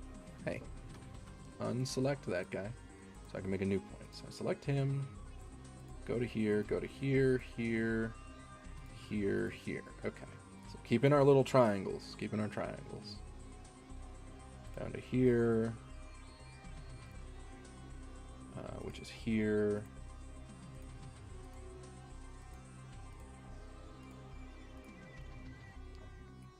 Keep on making these little triangles. Little triangles. Little triangles here. Little triangles there. Everywhere, little triangle, triangle. Okay. Seal the outside. I think I have made the tip. Alright, so since the tip is going to be a little bit wobbly, it's very important to make sure that is good to go. Yeah. Then we just want to make sure we keep this running along the whole way down. And Again, not trying to create any extra lines, so we'll deselect, then we'll continue the triangles. Because this is going to need to move a lot. So it needs a robust mesh, capable of handling all of the moving it shall be doing.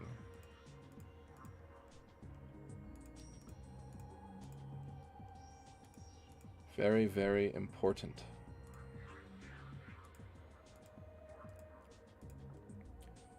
And go down this side the same way.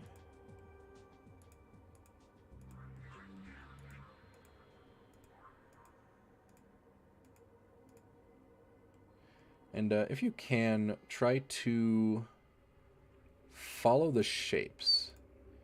So you see how we're like down here a bit? So it kind of goes in. Just try to follow that shape a little bit. You just kind of want to mimic the line that's out here. Oh. Just a little bit will help you down the line. Then we fill in our triangles along the lines.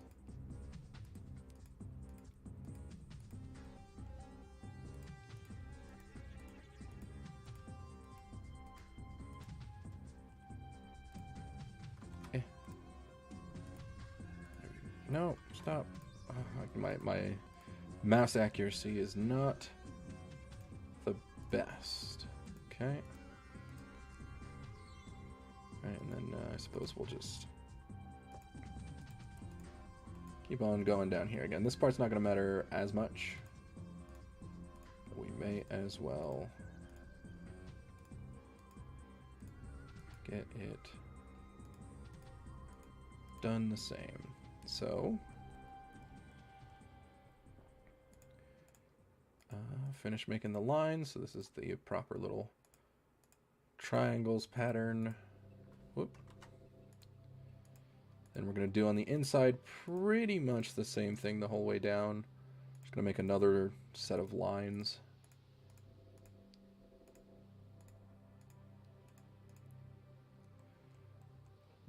Okay, so we have... oh, excuse me. We have this set here that we will try to continue down. Yeah, so this set is going to make triangles over with the right side as it continues down. So we'll try to keep the numbers within range of that.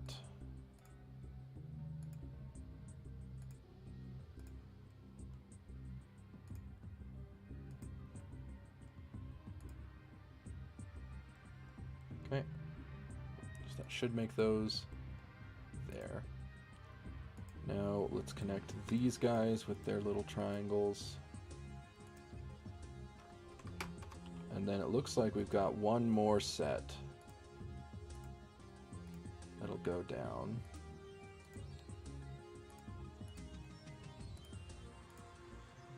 With it.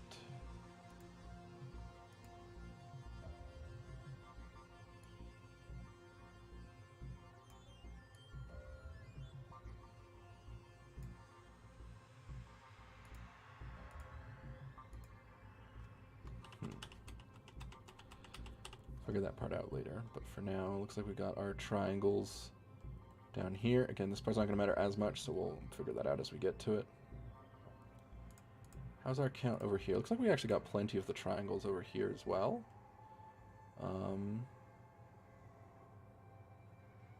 I see, yeah. So we did a lot more on this side than we did on that side, so it's going to be a little bit hard. We'll have a couple of these triple lines, but it shouldn't matter too much as long as they're in the middle. Let's try to auto-connect for now and see how it looks. I think we want to add an extra line down over here. So we'll take this triple one and we'll add it there.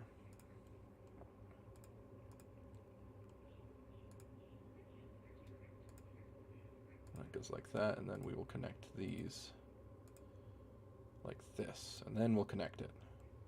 It looks a bit better. I feel like this could use better one there, and then connect that. And a little bit here and there off, but we got the tip, which matters, and then we got our lines around the outside. It's a little bit like the face, where it's like detailed line, and then the rest is kind of okay. Now we also have the base of the tail, which is not going to move as much, but should still be a little bit better than it was. So we'll go a little bit looser, but still the same general idea. We're going to make our little triangles.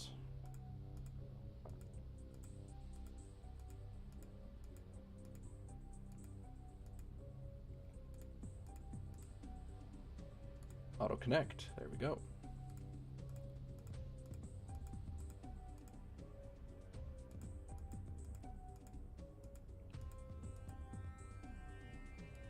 And you just want to try and follow the rough shape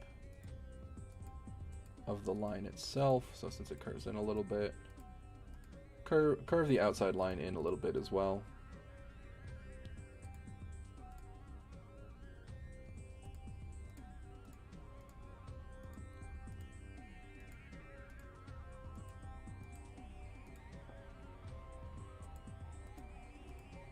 There we go. So that should be triangles, auto connect. Yep. Make sure these guys match up. Sure do. Make our little triangles.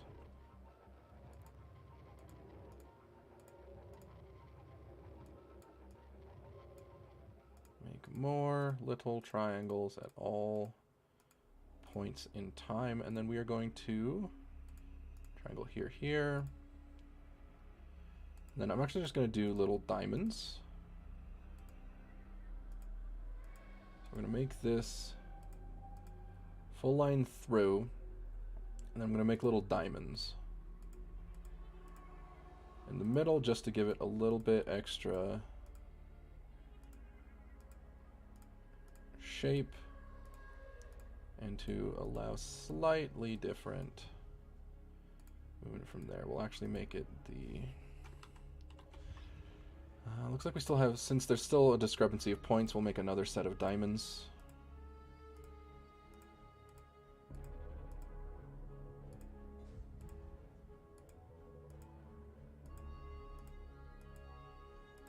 That should help it a bit from being too clogged on like one point is connected to like 10 things. And then if we auto connect, that looks pretty okay. All right, so the tail tip is going to move on its own. So it needs tail tip a deformer. Good job, that's right. Smart thinking. And it's the same, so that's tail base. Create. Then what we're actually going to do as well, we're going to make a rotation deformer that contains both of those. So we're going to make it, and then we are going to drag tail tip and tail base into it. So they're both in there. So if we were to take this and rotate this, the entire tail will move. So that is a rotation with both of these individual warps on the inside of it. Perfectly doable. Then we have our pot. The pot's not going to actually move really much itself other than just like rotationally. So what we can do is we can just make it a rotation deformer. That's the back of the pot. That's the roots that are in the pot. So we'll just select all of that, and then we will make a rotation deformer. Yeah, we'll just say from the bottom of it. How would that look? Something like that? Yeah, that'd be fine. Okay.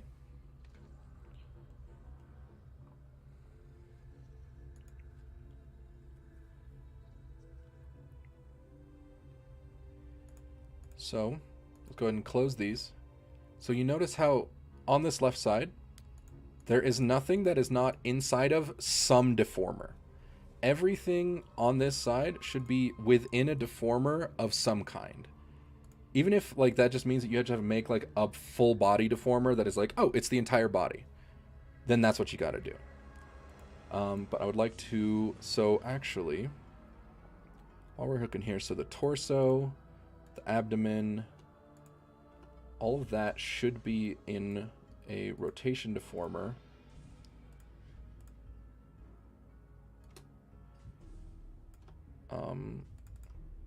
Called, well, actually, torso would be right.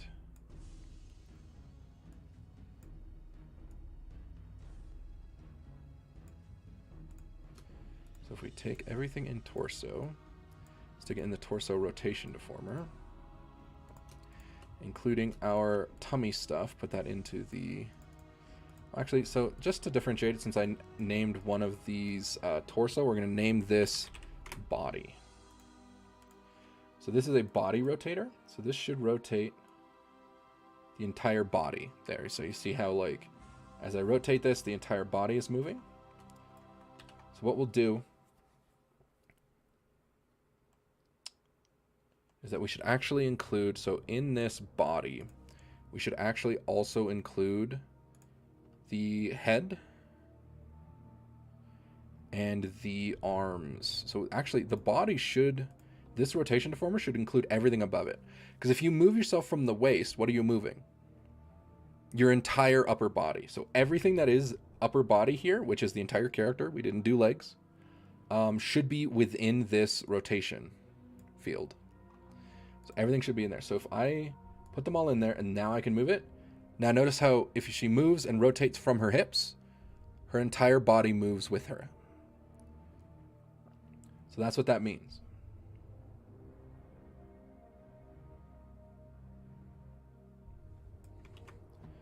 So putting it all in there is exactly what we want to do.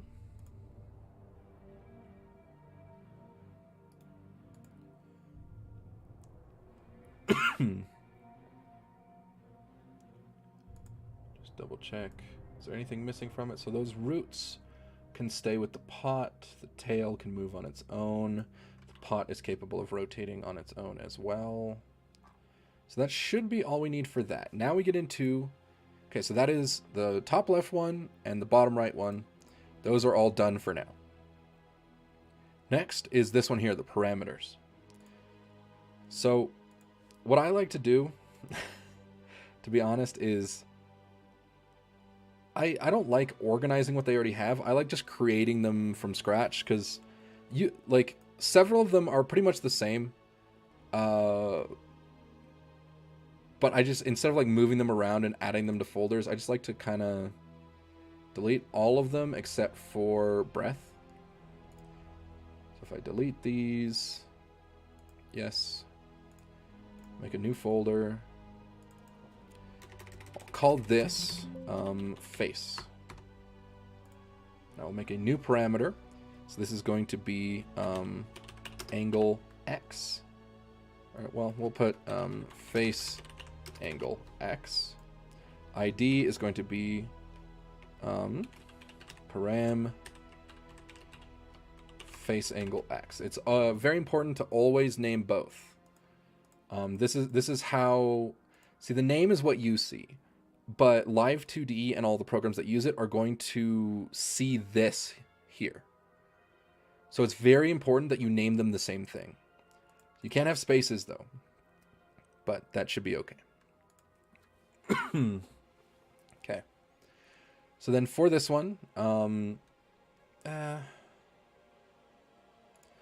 know what, just to make it easier for everyone, I actually am going to, so if you want to follow along, go ahead and start from here, and we'll just modify this here. So if I select this, I'm just going to rename it to add face angle X, because that's the way I like to keep track of it. So face angle X should still be fine. Face angle Y, face angle Y, face angle Z, face angle Z. All right, then we're gonna make our new folder, title it face. So those go in there. Bam, those are in the folder. Next, so this is why I don't really like organizing. So the next three you're looking for are down here where they're body. I technically also just write this as the face where it's... So there's the face angle, which is what direction your head is facing. It's like the angle. And then there's the face position, which is what they call the body X, Y, and Z. But I just like to think of it as where your head is, whether it's like up high, down low, to the left, or to the right. Where it's the actual position of the head, which is where you move your body. So that's how they keep track of it. But we'll do face position. This is, and again, you don't have to name them exactly what I'm naming them, but you do need to name them whatever you're going to remember. So face position X.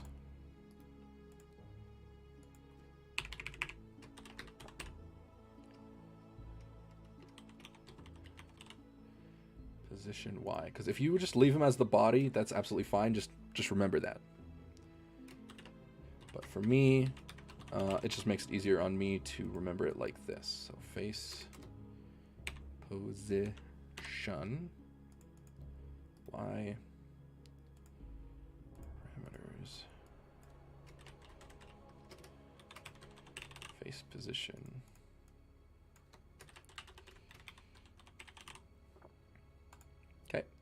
So that's all the ones in the face folder. I'm going to close that for now briefly. So next we're going to do the eye folder. Eyes. So for them, they have it broken up by left and right. And it's not wrong. So it's going to be, because you should be able to close one eye at a time. So, because you can wink. You can wink. They're not always going to close at the same. It gives you more freedom. So keeping it like that. But, so it's 0, 0.5, and 1. So it's between 0 and 1. That's what this is. So it's either 0, as in it's closed, or 1, as in it's open. But we're going to add an extra one, which is for this little thing that you can do. So if you open your eyes super wide,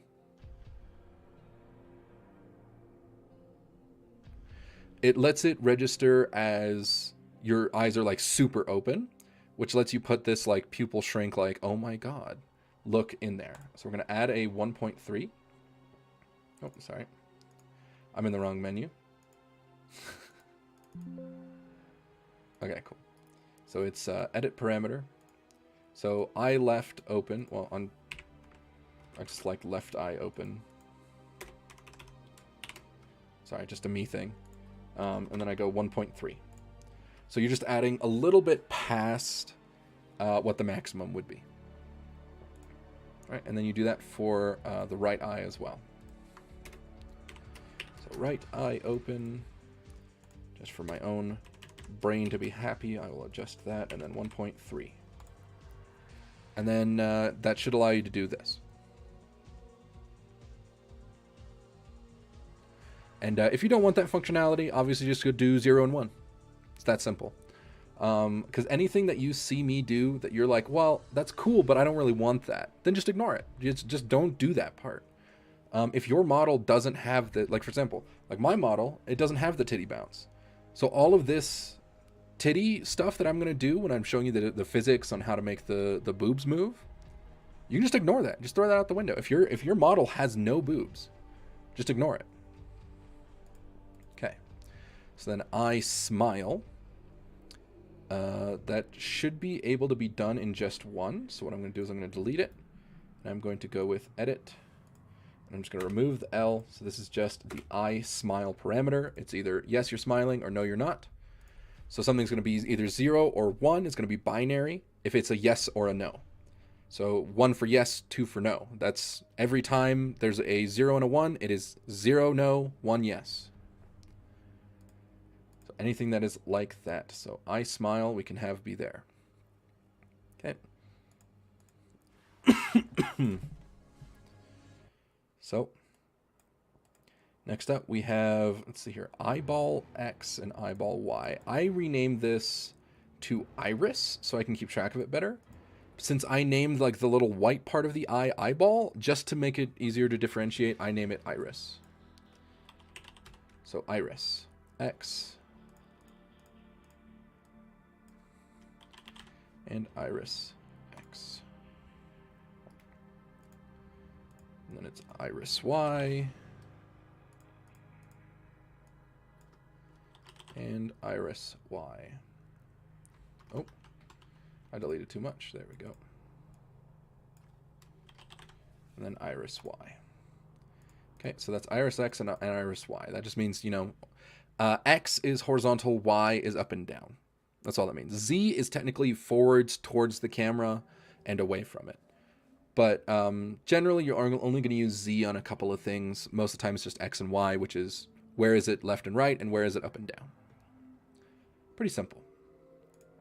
So the eyebrows. So the iris XY is its own thing. And then, yeah, so they don't have it in here naturally, but there's one other thing I like to do on the eyeballs, which is squint. So if you can see how, so this is me squinting and unsquinting.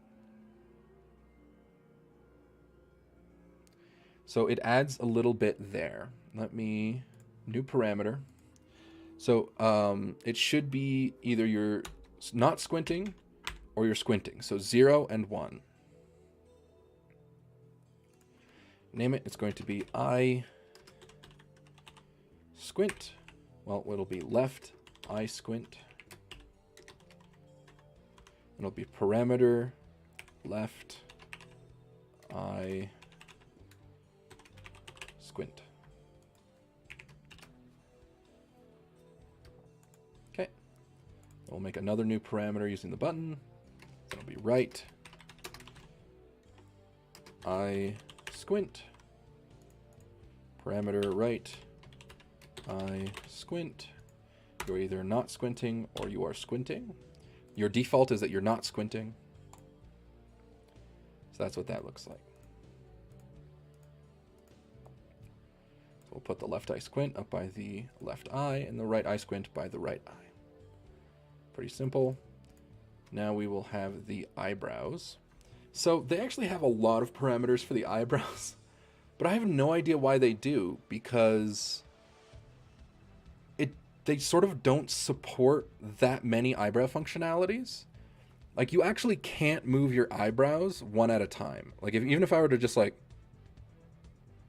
right now I have my right eyebrow up and my left eyebrow down, but it's not registering on the feed. So it has all these extra parameters for it, but it won't let you do them individually. And I don't know if it's just a VTube Studio thing or whatever, but you can basically just simplify this because of that. You can still, since we set the eyebrows up to, we can change the mesh individually. You can do things like what I have here, where I have my mouth moving to one side. It lets one eyebrow drop farther down than the other. And that's something that I had to manually do and implement as a part of the mouth parameter for that, just because the eyebrow functionality is actually just like not really supported. So I don't know why they offer you all of these. So I'm actually just going to straight up delete them. And we are going to make some new eyebrow forms. So there was 8 parameters for your eyebrows. But you know what's crazy? You can do exactly what you're allowed to do with 3. And that's it. You just need 3 eyebrow parameters instead of their 8, and you get the exact same functionality. You see what I mean by, like, they just don't support, like, the things that register your face, they just don't support as much as Live 2D makes you think it would. So you just need 3.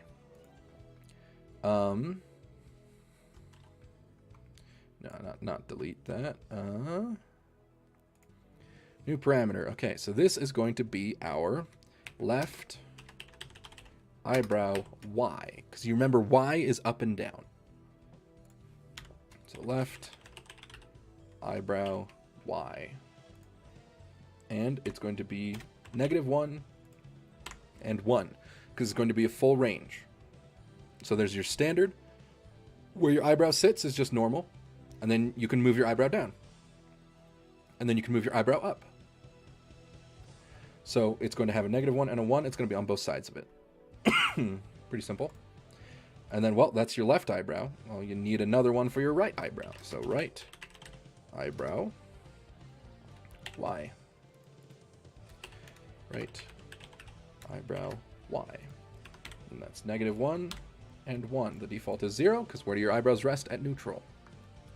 So then there's those for the eyebrows, and then there's one other eyebrow parameter you need, which is eyebrow inner up. So eyebrow inner up. So this is either on or it's not. Well, yeah, I would say it's either on or it's not. So default, it's going to be off. So this is if you were to, so you know how when you like get a sad face or whatever, the very closest part of your eyebrows that touch, point up. So if I do like, let's see if I can make my model do it easily. So you see how they just like curved up a little bit on my eyebrows, and I look kind of sad now. That is what this parameter does. So this parameter just takes those little bit of eyebrows and it just pushes them upwards, which completely changes the shape. So you notice how now that they're pointing up, I look very sad. But as soon as they're not, they can be sort of in the same height place and it doesn't look any different. So these three parameters, left eyebrow, right eyebrow, Y, and then inner eyebrow up, is all you need to achieve the exact same functionality that they give you 8 parameters for. So it's just like a waste of your time and space.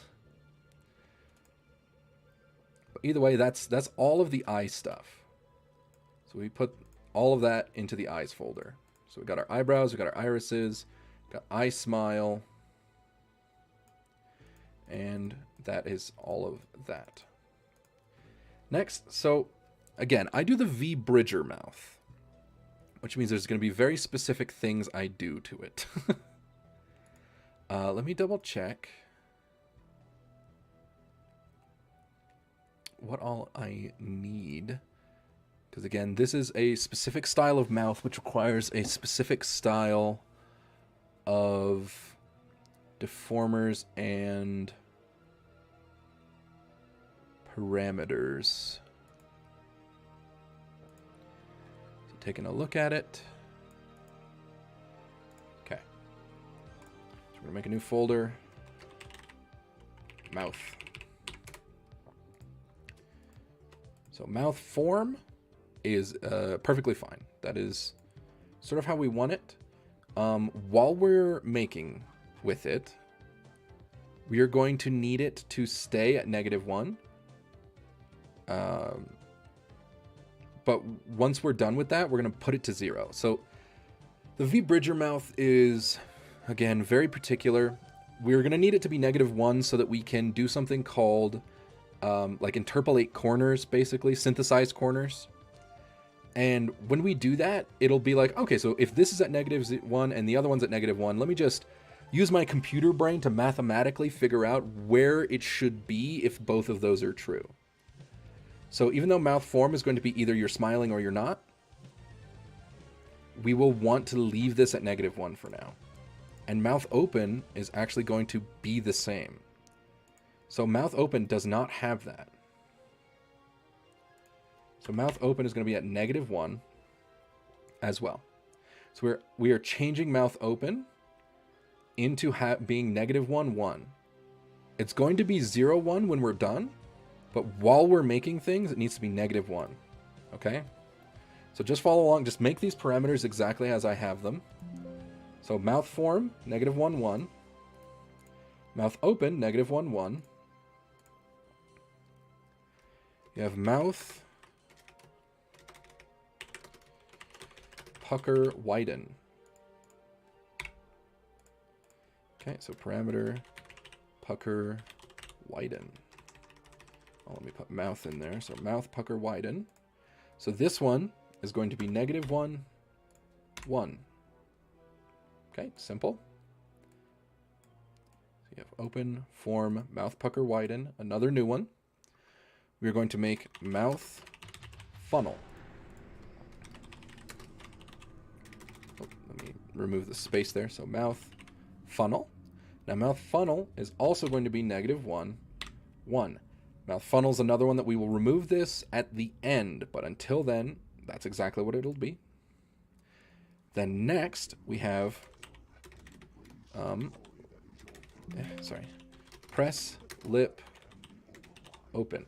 So this is technically, the way that this is written is specifically press lip open. So lip is the middle, which is the default. So it's going to be lip open on this side and lip pressed on this side. So that's why this one is oriented in this exact way.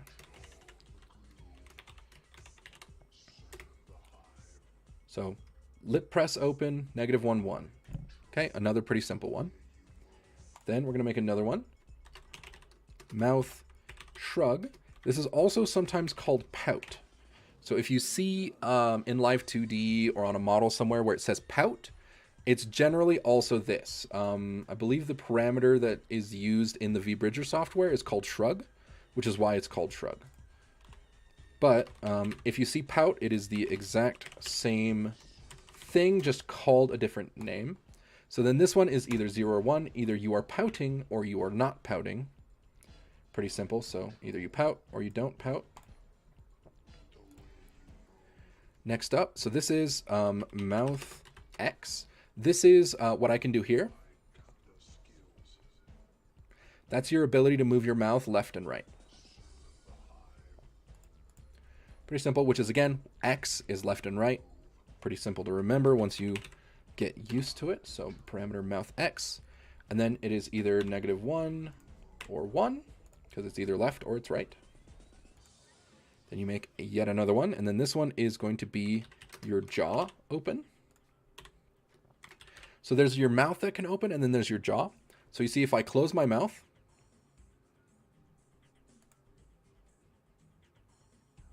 see how my mouth moves even though my lips are still closed? That is a parameter that we are setting here.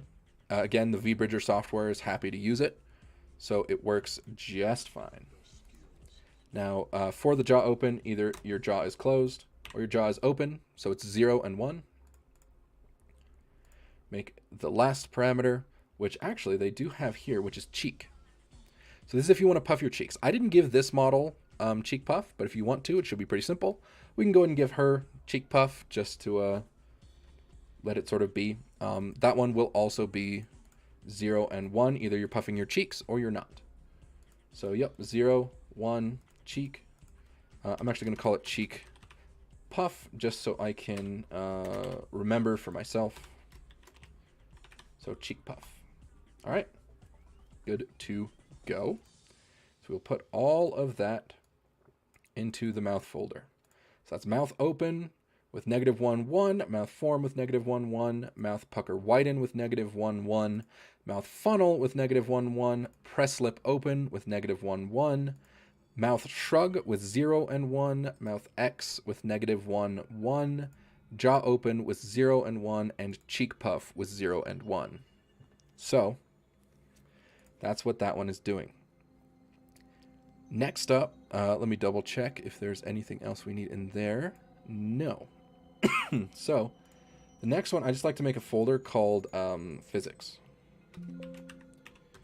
So this is just all the things that are going to just generally move, even, again, when you stop moving. This is your sympathetic movement. So breathing, that's something that happens even if you're not moving.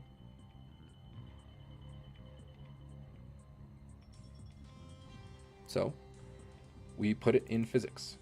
So hair move front, side, and back.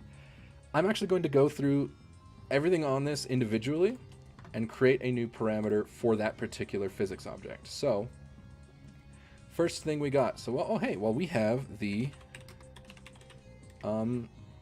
ear floof. Well, we got left ear floof. So left ear floof. Okay, we're gonna go with -1 and 1 just to make it easier on the computer. Okay, well then we got our right ear as well, so then that's right ear floof. Right ear floof. I'm going to go -1 and 1. So most all the physics I generally put as -1, 1. I know some people like to do the -30, 30, but it just feels like a little bit too much. I'd rather just have more things moving than one thing moving too much, if that makes sense. Obviously, like some things are going to want to move more. Like my tag doesn't move as much as my bells, for example. It's just one of those things, but generally I think it's, I assume it probably just uses more of your computing space. If you have higher numbers like that, it has to calculate more in-betweens. Okay, so the ear floofs are going to be physics bits. As the ear moves, those are going to bounce a little bit.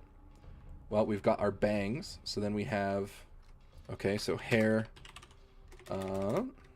bangs, that's going to move.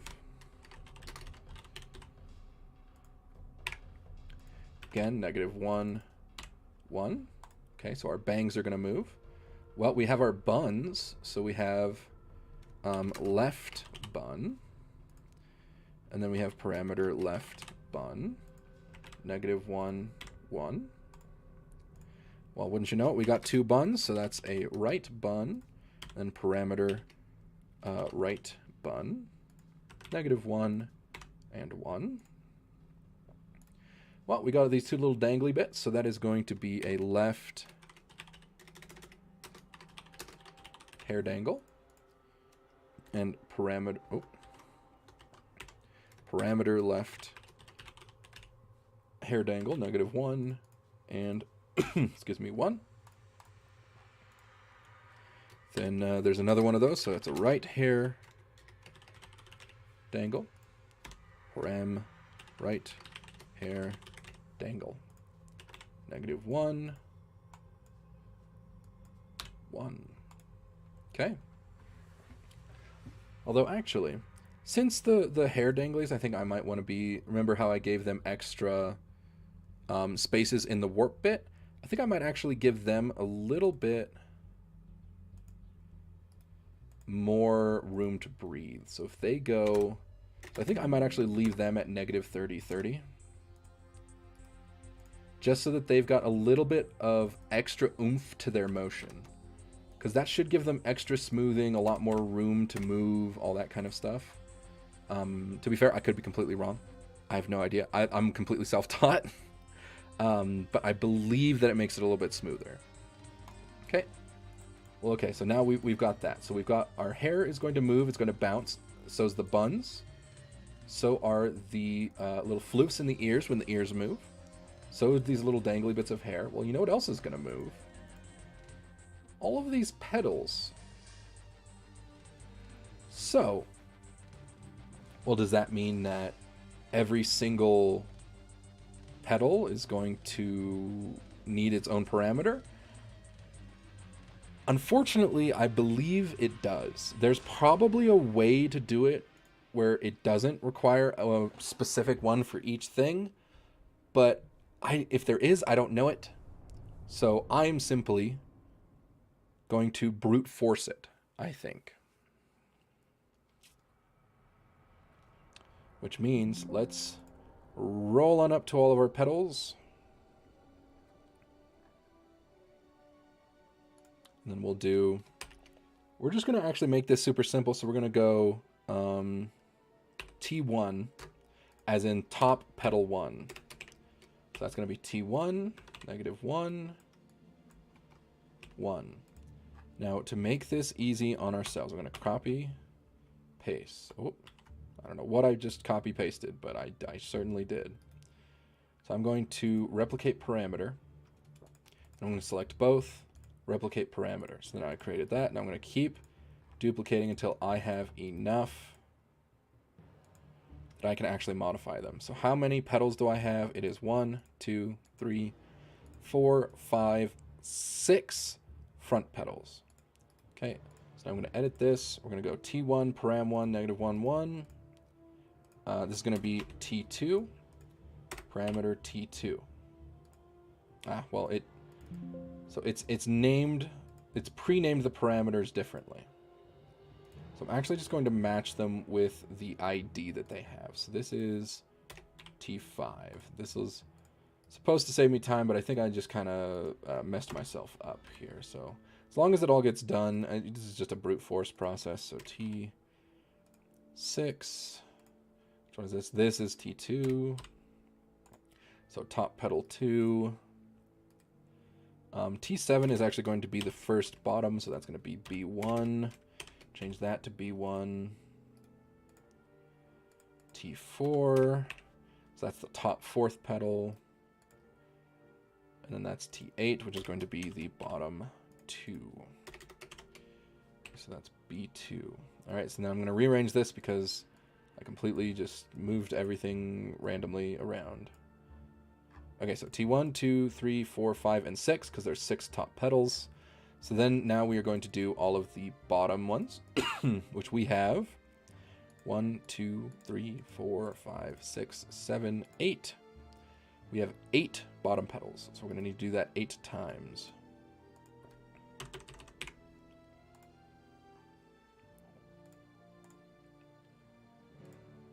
So we're going to replicate again, replicate, replicate, replicate, replicate, replicate.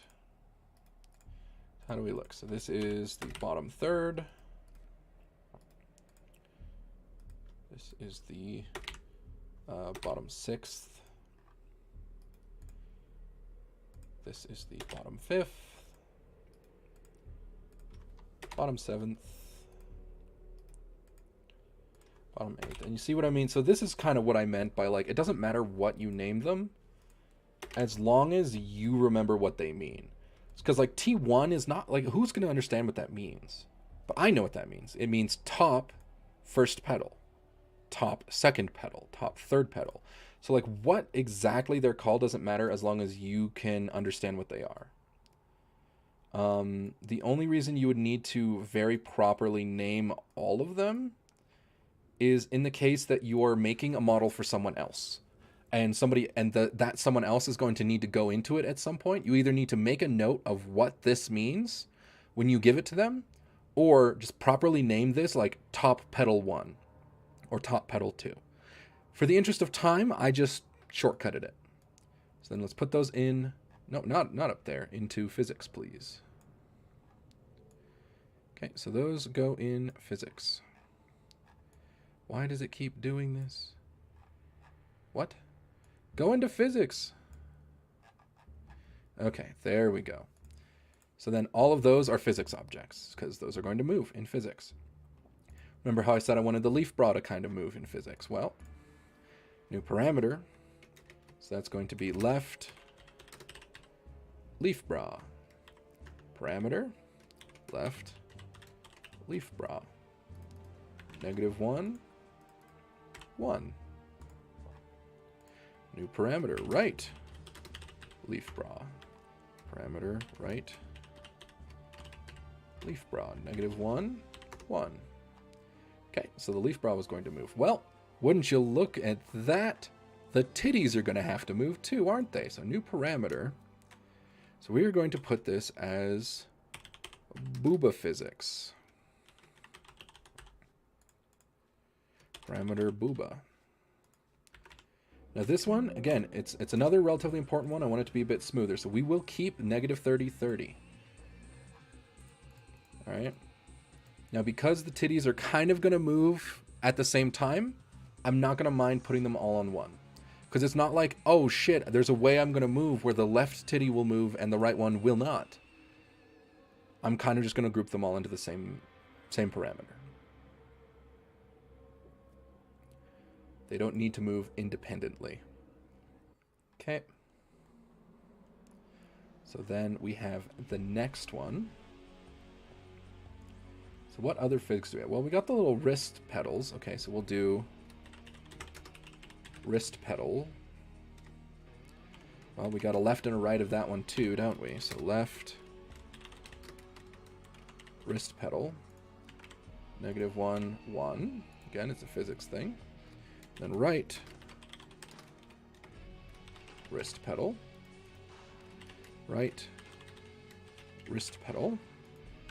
-1, 1. Okay, well, what else do we have? Well, oh, hey, wouldn't you look at that? It's the tail. So we have the tail.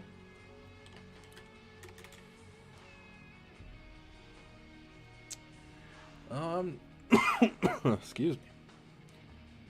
Yeah, so we'll do tail generally.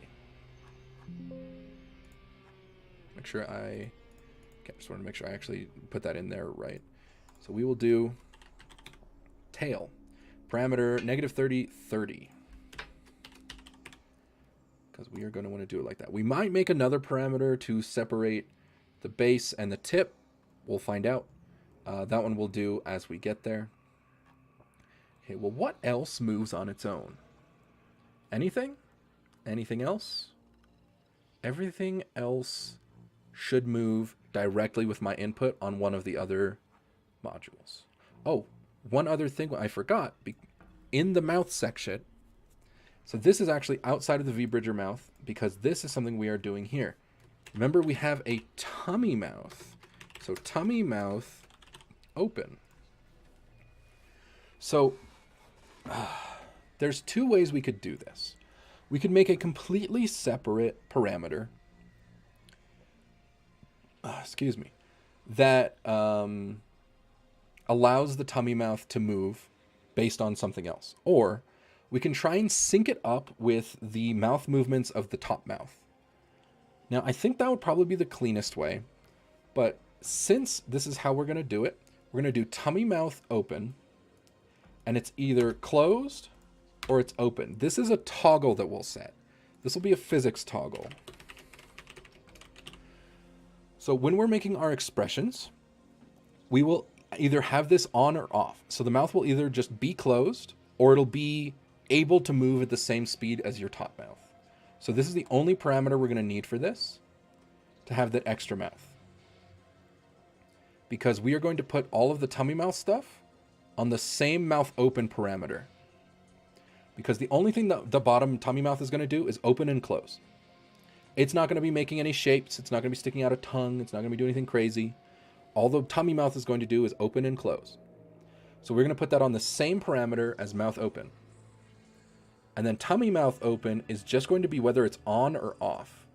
So that mouth has an on switch and an off switch, whether it is actually moving or if it is stationary. And you'll just be able to toggle that on and off. So when it's off, these keyframes will be silent. When it's on, these keyframes will be active. We'll get more into that when we actually do it, but we should have one parameter here for this tummy mouth. And that should be it. So I'm going to quickly save this in case of, I don't know, crash or something goes nuts. Still naming it Sunfox. We'll rename this from PSD to Live 2D. And then we'll just save it in that same folder. Okay.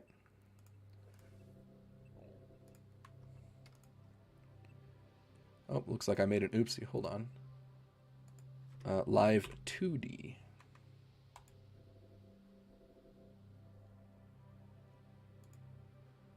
Wait, what? Now I added a 0? Hold on. There we go. All right, third try to save a file to my computer. Am I a tech whiz or what? Okay. So now we have all of our parameters.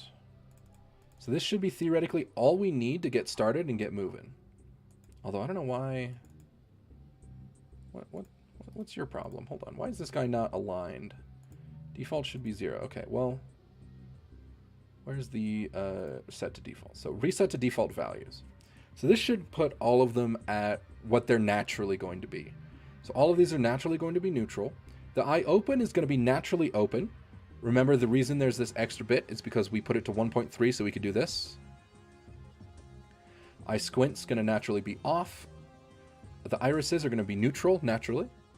Your eye smile is going to be off at first. Your eyes are just going to be not smiling until you are smiling. Your eyebrows are going to be neutral. They're not going to be up or down. Your eyebrow inner is not going to be active yet. Your mouth open, form, pucker, widen, funnel, lip open, and mouth X are all going to be neutral at first. You're not going to be pouting as a default. Your jaw is going to be closed at default. Your cheek puff is going to be closed at default. Your tummy mouth open is also going to be closed at default. Your breathing should probably start at 0. It'll go up and down. We'll get to that. And then all of your physics should be neutral. Breathing is its own parameter. That is its own physics thing. We'll get to that.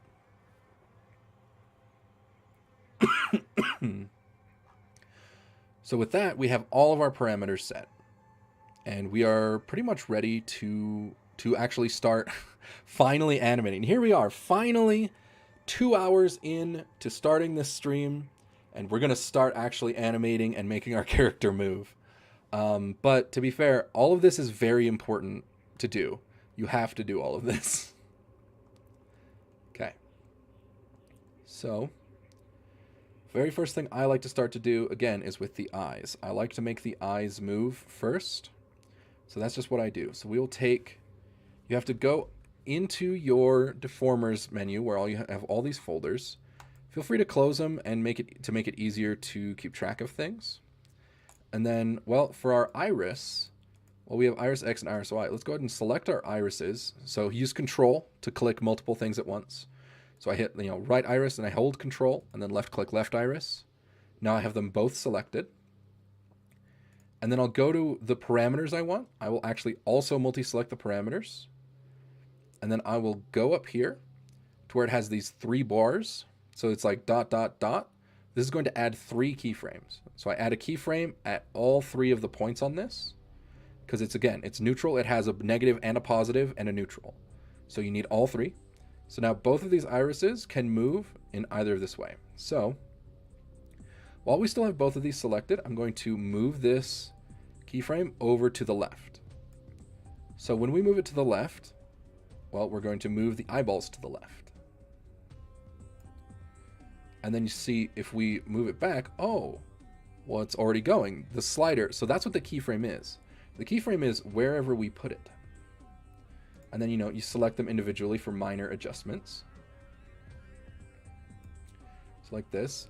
And because eyeballs are round, they have this little quirk where this is actually going towards the side of your eye. So if you have a sphere and you have a picture on it, and you turn the sphere, the picture is going to warp. So I generally also warp the eyeballs a little bit. And then, you double check that the motion looks okay. So unfortunately, I actually think that this eye needs to go a little bit farther up still. You just make sure that the motion looks pretty all right. I'll adjust the top lip, or the top of the eyelid, to sort of allow more of that to look through. But I think that'll be okay. So then we will go to the other side. Select both of them again. And then move them both over. And then I'll select them individually and do that little squish. That little bit of squish. So now she should be able to look from side to side. Let me deselect. And you can take a look. So I actually completely fucked up the one eye because I tried to do a height change.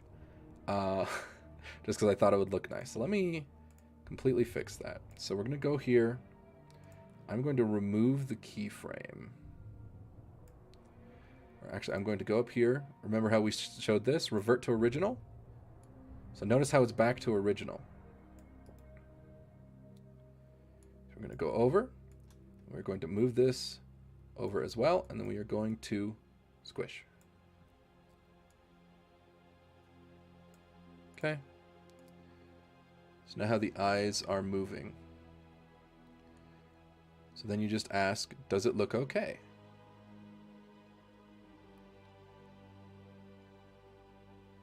And it does, but they don't actually look that even. I wonder if this is a trick of my eyeballs. But either way, it looks kind of like they're doing it. Okay, well now let's select our eyeballs. And let's go iris down. Because again, remember, Y is up and down. So iris down.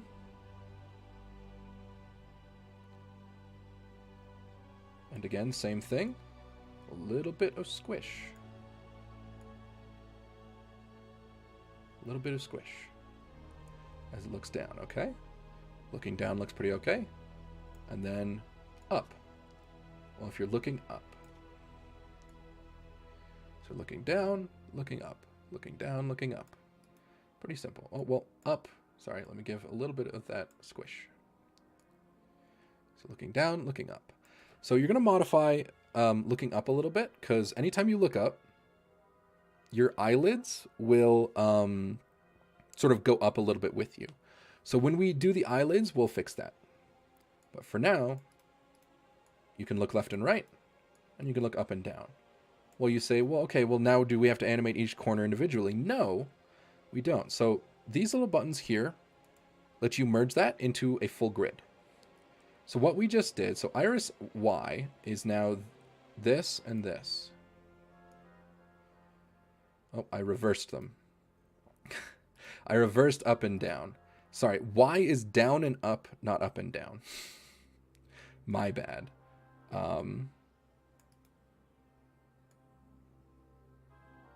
Should still probably work fine. You can just select invert parameter in... so if I just hit... what is it? I think I can do reflect. So it's down and up. So reflect just kind of mirrors everything. So it should be up and down now. So it's up, down, left, and right. So you know, so you can, okay, so you can do that. Oh, and then you have this handy little grid. You can move your mouse on, and then it'll show you. But notice what happens when we go to the corners. Well, they return to center because we haven't done, you know, we haven't manually made a frame where it is both down and left. So we have not made this keyframe. Okay, well then, what do we got to do? Well, with both of these selected and both of these selected, we go up here, we select parameter, synthesize corners. The shortcut is Control 4. And when you hit Control 4, it'll ask you, what do you want to synthesize? Well, I want to synthesize iris X and Y, because that's what I'm working on. And the selected objects, which we have selected L and R iris. So we'll hit OK. And then magically,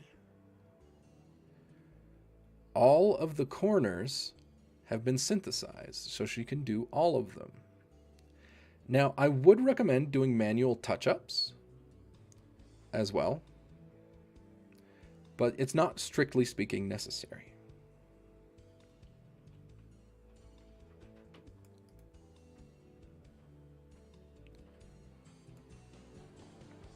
So there's the eyeballs.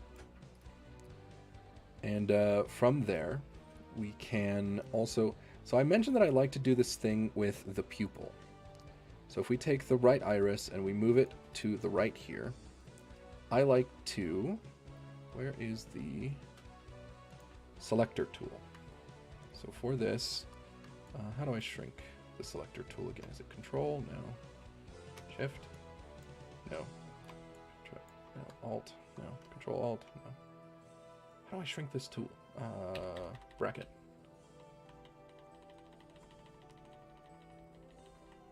No. Oh, I don't remember how to shrink the tool. Oh god. Embarrassing. So it is shift and drag to fill multiple areas, shift control drag to delete, B and drag to change the brush size. There it is. So I can drag this to become smaller. So I can select just these middle parts with the pupil and then move them inward a little bit. Because remember, it's the eyeball or the iris is like a satellite dish where it can move from one side to the other. So now it's like this. Okay, perfect. So, oh wait, am I gonna have to redo all the corners again? Well, I can also just resynthesize the corners. There's nothing wrong with that. Okay. So then let's go to this side. We have the exact same ones still selected. So we will just move them in again. And it moves in and moves in. Same thing with going up top here. Oh, and To make it easier so you don't have to like go, oh, well, this is like slightly off. If you right click one of the yellow squares or circles, it'll take you to that exact keyframe. So you don't have to like magically like get it done every time. Just a little quality of life thing. So up, down, and then what we're going to do, we're going to go to parameter synthesize corners, and we're going to do it again. So now this eye has that same thing going on, but it doesn't quite look right. So I think I'm going to unsynthesize so that it still looks normal, and I'm just going to manually pull it in.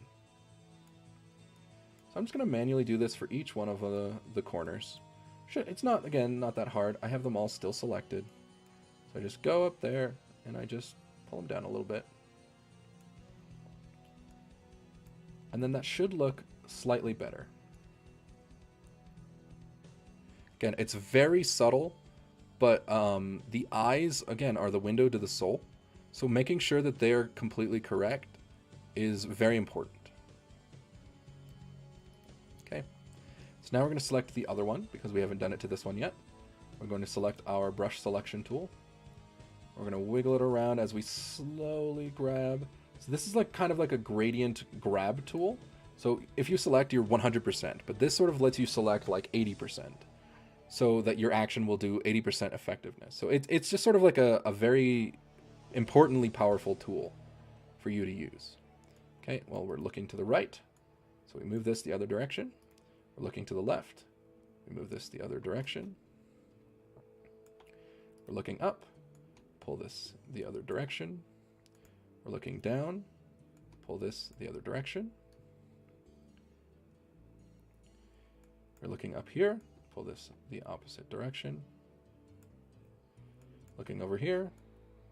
Pull this the other direction. Pull that this direction. Pull this direction. And again, very, very subtle, but it should help sell the idea that these are 3D eyeballs. So again, you see how very subtle it is, but it is very helpful. I find it looks really, really nice.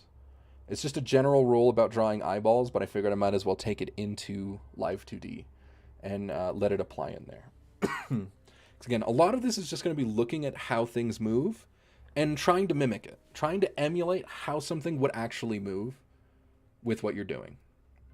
Okay, so with that, our eyeballs can look around. Our irises are looking. They're moving around and they're looking around. And then so we can just undo that and then just leave them, but I'll just leave them on because I have no reason not to. Yeah, we'll do that. And then now we'll get to eye open. So when you open or close your eye, what all changes? What shifts? Well, what shifts is your top eyelid, your bottom eyelid, and the visibility of the eyeball.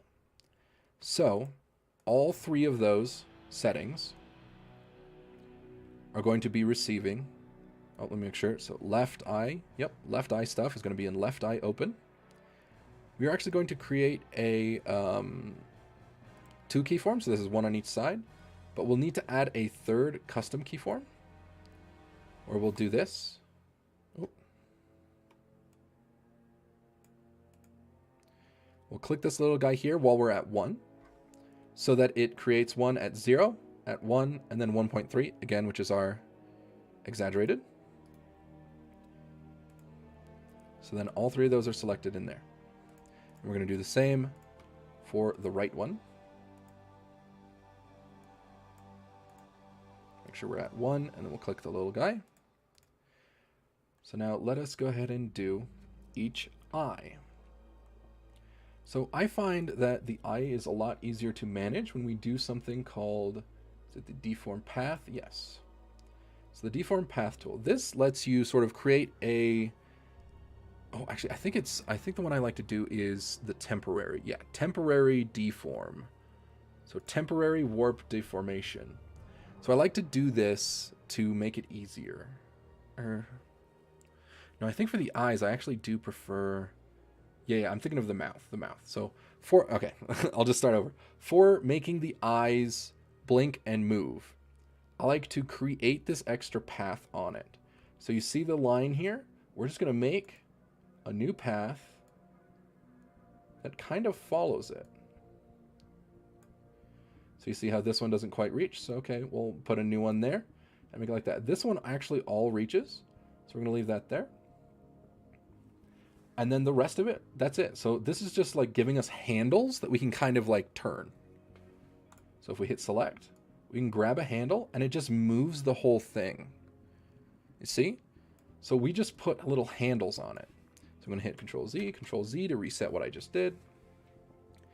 And then we are on left eye open, holding the left eye top lash. So if we move it to left eye closed, which is again 0, then what we're going to do is move it down as if it were closed. It's as simple as that. Because when your eye closes, it all kind of goes down. Then we're going to do the same with the bottom lash. I'm going to add handles for us to use. I'm trying to remember how I like to do this top guy here. I think this top guy I like to manually mesh down. So we'll probably end up doing that. But, so notice how now when we move this across, it moves very eloquently into that section.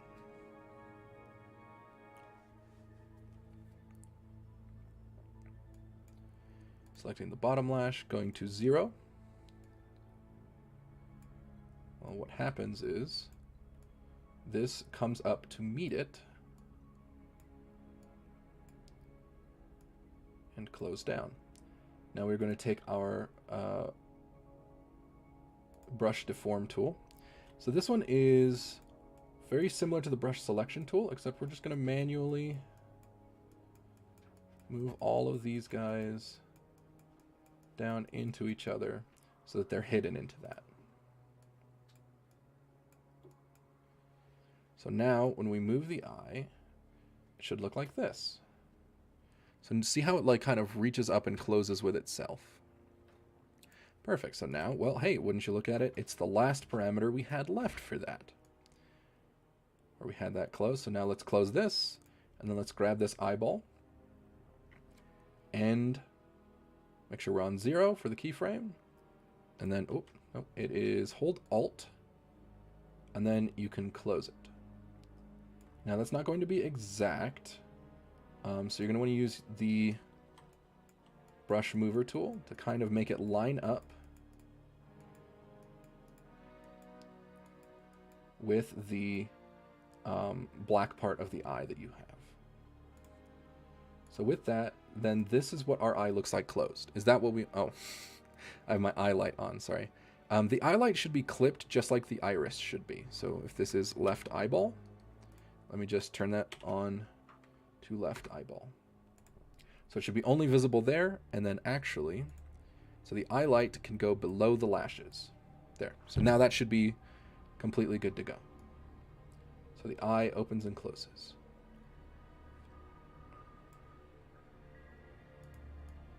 Still above the iris, though. Okay. So now our eyeball can open and close. Isn't that great? Isn't that cool? Now, we could just leave it at that, but I kind of think that that's not how the eyeshadow would look. So what I'm going to do is, with the eye closed, I'm going to increase it to where I think it should probably be.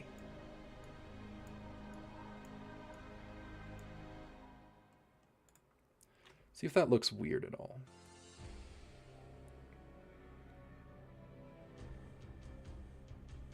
So it doesn't look terrible.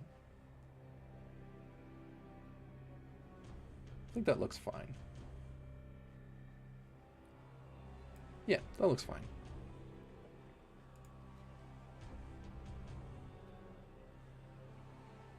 Okay. Here we go.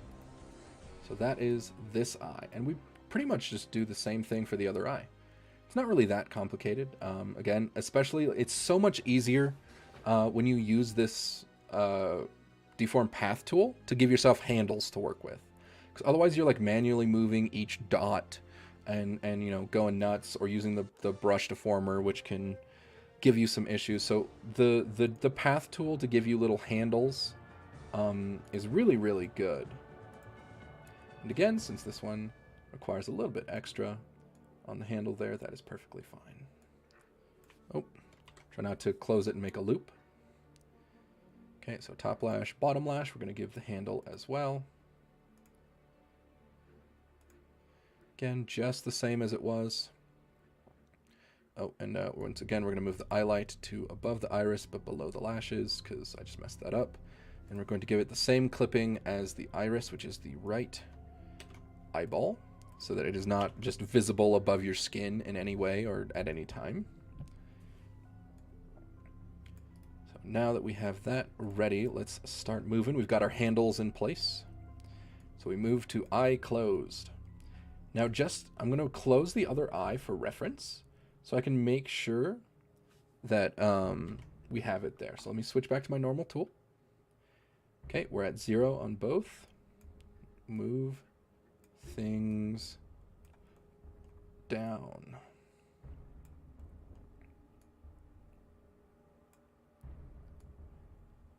So let's see if we have it like this.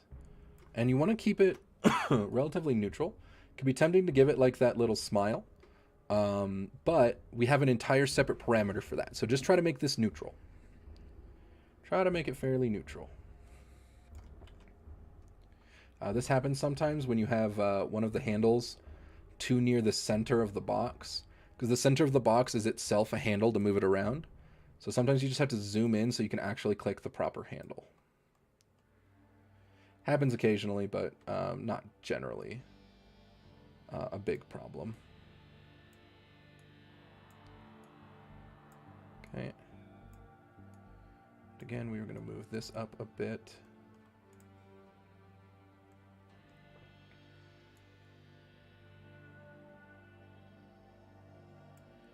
So I kind of messed up these guys a bit.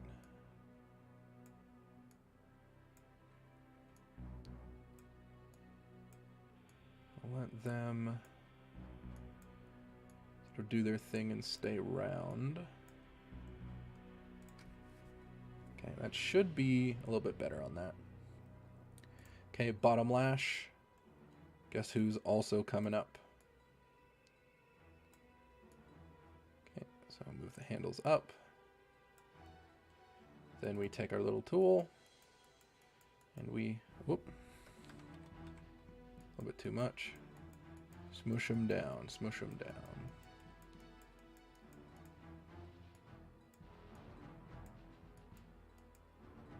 Smoosh them down, smoosh them down. And then, you know, of course, always click off to remove the tool so you can make sure that it's moving properly. Yeah, so I went a little bit too hard. To be fair, I think there actually might be a way to copy paste the motion, but I'll just do it manually. It's not that big of a deal. Again, so I gave this a little bit too much of a smile. Keep it fairly neutral. Neutral as you can. So that it goes up like that. Yep, that looks about pretty close to right. Looks pretty good. And then we will take the right eyeball, and we will do the same thing we did before, which is hold Alt and close it. But it's not quite exactly where we want it. So we move it down.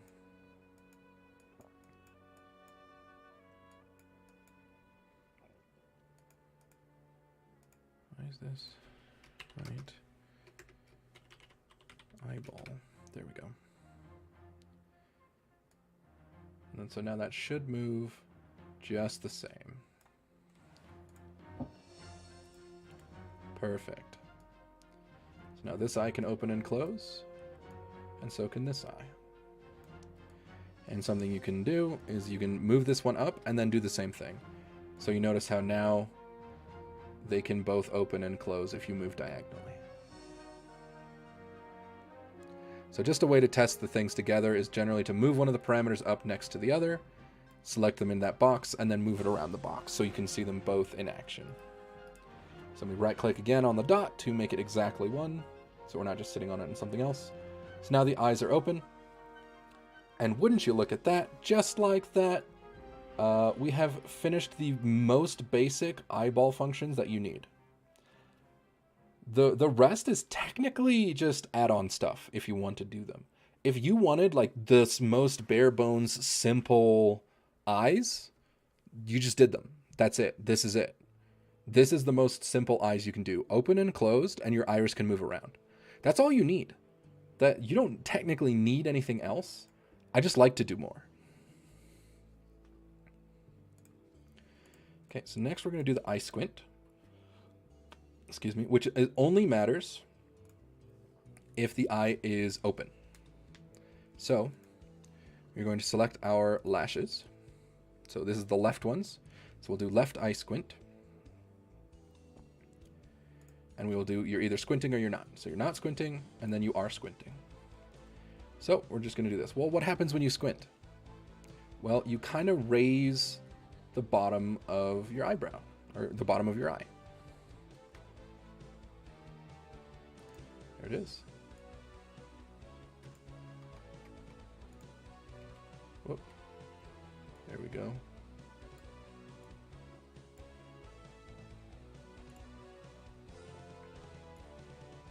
Oh, not that one. So this is you, and then this is you squinting. Well, actually, so let's put another handle on here. So we can get this one all nice and figured out. I'm holding multiple things. Okay, so let's put another handle up here.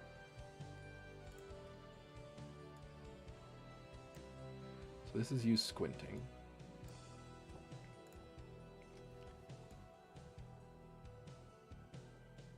So you can squint. It's a very subtle thing, but again, squinting is generally pretty subtle as far as movements go. Okay, so your left eye will squint a little, and in response, your eyeball is going to need to move a little bit. So we're also going to give this to our little eyeball. So we're going to give it the one keyframe on each parameter. Then we're going to move it over, and we're going to move it up a little bit,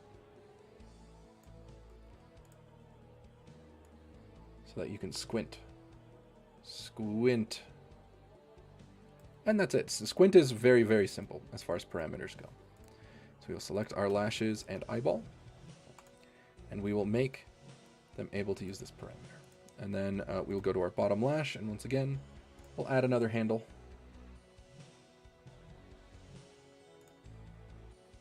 Up here just so we can properly put in the squint. So let's make the left eye squint so we can make sure to try and match it. I went in, and then up a little bit. That one stayed the same.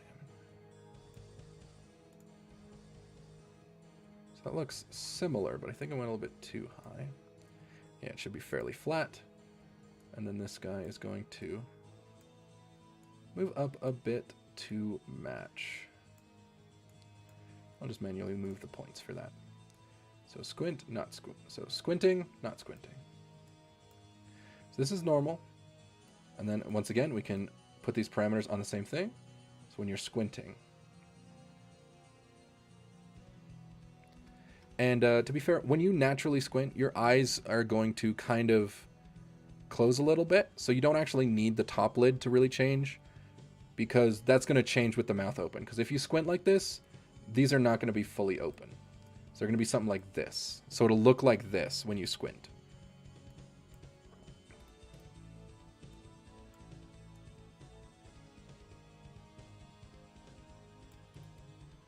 Okay. So that will be just fine. And then probably the final thing I like to do before we move on a little bit more. Oh no, there's still the eye smile as well. Let me just actually move that up top so I can keep track of it better. Actually, there's fine. So let's go to left eye open. We select our left iris. And I'm going to put a parameter on both sides. And again, make sure we're on 1, add an extra parameter. Because the iris is not going to really change at all based on where it is. So you see, notice how, oh, okay, well, we're over here. Well, the eye can open and close no matter where the iris is. That's absolutely fine. And the same is true for this iris. Now, what we're going to do is we're going to move it to out here. And I'm actually going to, I should have done this earlier. I'm going to add a iris deformer.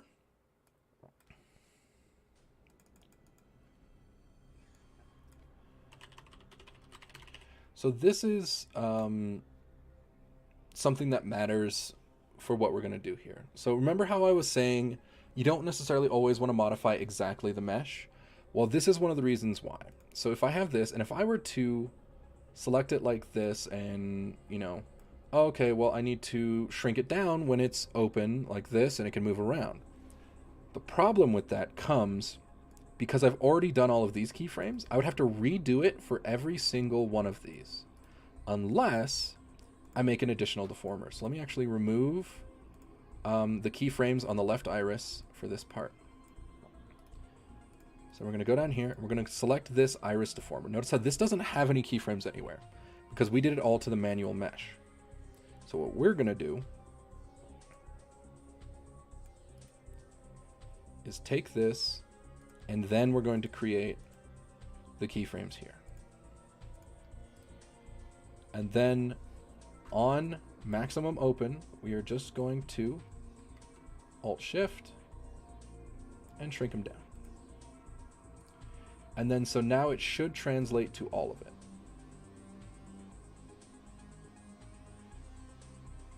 So notice how it can still move around on the sides, but it is now shrunk. So that is the purpose behind this, is that it doesn't ruin any of the previous motion, but it does allow you to do something in addition. So if I do this for this side as well, iris deformer, and then I go to the right eye, then I add keyframes here and 1 on 1, then I go all the way to 1.3, and I go Alt-Shift, and I shrink it down. Now suddenly we're able to do it like this. So you can have your eyes wide open looking at stuff. Now, note, because the iris is smaller, it doesn't actually quite fit everywhere you want it to in the end. So what you could do here, see the up and the down look relatively okay. But what I want to do is when the eye is at this maximum openness, it would be weird if just the pupil shrank, right? So I'm actually going to use my little handles, and I'm going to increase the size of the eye. So not only does that, she also widens her eyes, which also means that on the eyeball, as it approaches this top side, we need to increase the size of the eyeball to match. So then it looks like this. And then I'm going to do the same for this eyeball over here. So I'm going to move it up. And we're going to grab the eye and increase the size.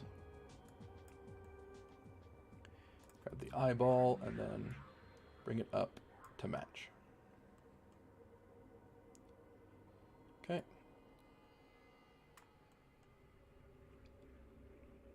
Looks like these irises are about the same size, so that worked out pretty okay.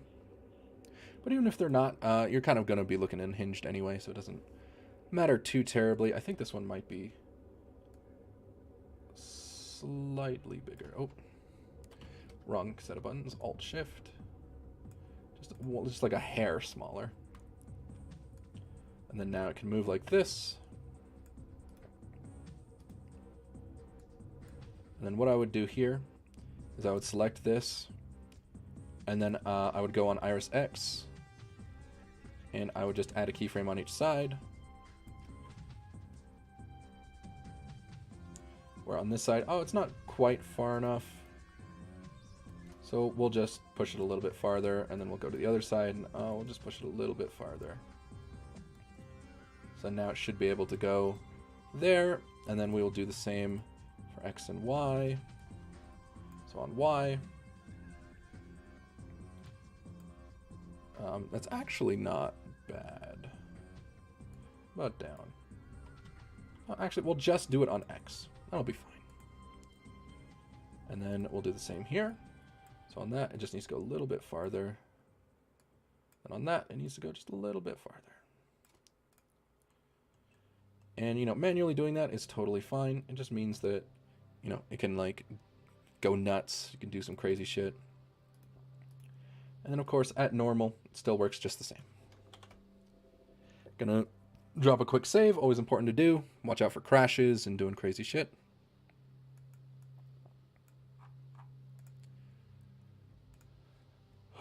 Okay. Drink some water. Always important to hydrate.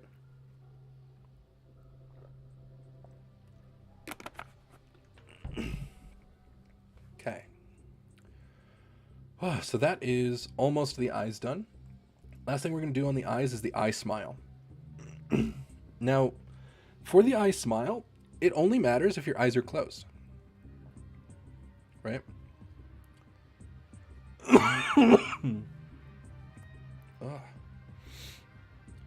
Which means that Jesus, I'm dying, don't mind me. So you're going to select all of your eyelashes. You're going to close your eyes. Then you're going to go down to eye smile and add a keyframe for on off. Right? That's the double keyframe button here. And then you are simply going to make it. Well, actually, you also need your eyeballs because those, remember, those are hidden underneath. So you need all of them, and you'll just keep them all selected, and you'll just push up a little bit to create the illusion of that little bit of extra smile. Oh, I put this on the wrong end, so reflect. Oh, sorry, let me, so we hit select, you'll reselect everything that's on there. I'll hit reflect, so that it's smile and not smile. So if it's smiling and not smiling, smiling, not smiling. Did I not? Why did the left eyeball behave in this way? Hold on. Okay. So then that's just a little bit extra, or just makes it look like it's smiling. Why this eyeball? I swear to God. That's why. Let's move you up like this.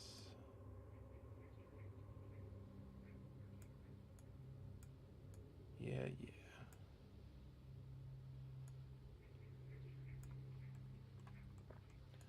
See, that isn't... Oh, Jesus Christ. Punch the mic. And that is an example of a bad mesh coming back to bite me in the ass. So I technically should have made the eyeball meshes a little bit stronger. That's my bad. But you can see, so this is... So we're making it smile a little bit. The little eye smile, which is perfectly great. Super simple. You could make it look better, but generally not crazy. But that is everything in the eyeballs.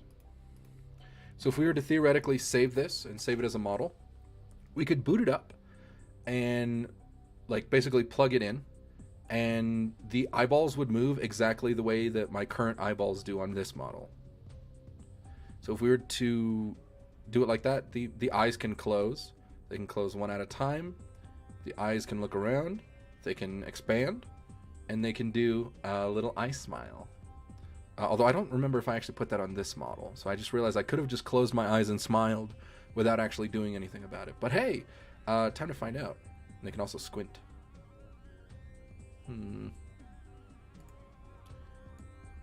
but that is good to go. So next we'll just we'll do the eyebrows.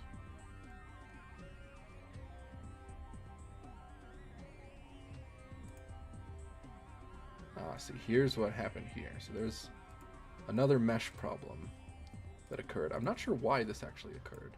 So if you notice a little bit of clipping there, it's probably just that the mesh cut it off for some reason. Because this is an auto-generated mesh, and normally when they're auto-generated, they'll just cover the whole thing. So I don't know why this one this one didn't. It just like cut off that strand for no reason. But you know, just something to be careful of. Always double check all your meshes. Generally, it's a good idea to manually do every single mesh, but I'm good. Okay, so I'm actually going to turn the bangs off while I'm doing this so I can kind of see it a bit better. Alright, damn, 5-head over here. So now we are going to go down. Where did we put our eyebrows? Eyebrow deformer, okay. So we're going to select our left eyebrow for our left eyebrow Y, and we will put it 3 on it. Again, up, down, and inner. So up will be out at 1 positive, and we will simply move it. Pretty simple. And then for eyebrow down, we'll move it down. We'll also rotate it a little bit. Because generally they don't technically just go straight up and down. Generally your eyebrows, you know, they're attached to skin, which can only stretch so far. So they generally will move a little bit. And that's going to be it for that. And then we take our right eyebrow, and then we select our right eyebrow Y, and we add our 3 parameters. Then we go up. And let's try to match roughly where this one is. And then we go down, and we'll try to match roughly where this one is.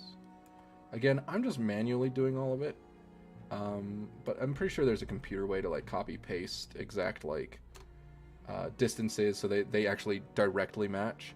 But I'm like decent enough at eyeballing it that I don't really care. It's just faster to do it this way. Okay, so they can both move up and down. Again, feel free to do this so you can test them out. And you know, you can do one up and one down, despite most programs not being okay with that. So okay, so yep, they can move up and down, and they're generally about the same, which is what we are looking for.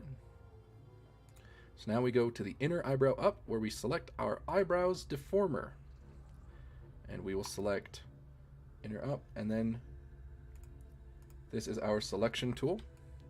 We'll increase its size till it's about here.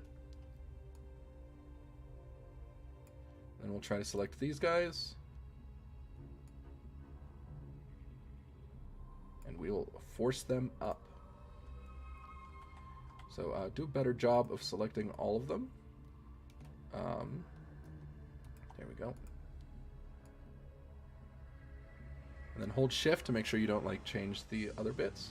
So it's just the verticality.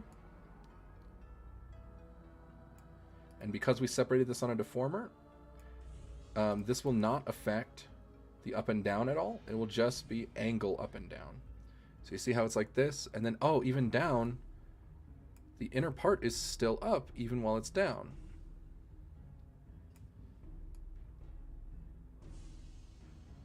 So if it's up, it's still in. If it's down, it's like that. Now, let me turn the bangs back on to see if I went too high. So if we're both up, and the inner bit is up, you kind of just lose the eyebrows. So we might say that's a little bit too far. So what if, so let's reselect our eyebrows. And let's move them down just a little bit.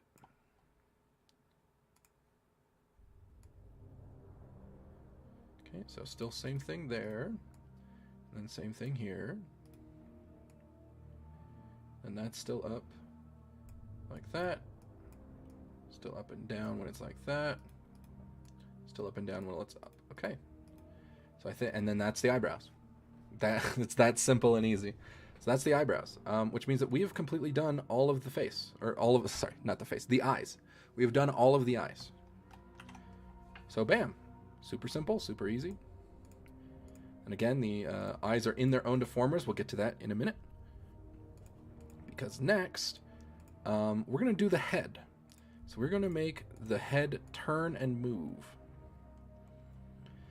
So this part can get a bit complicated, especially with the setup we have going here, where she's in a pot, and her arms are going to be in the same place on the pot no matter where she moves. We're going to actually probably do a lot more than you normally would.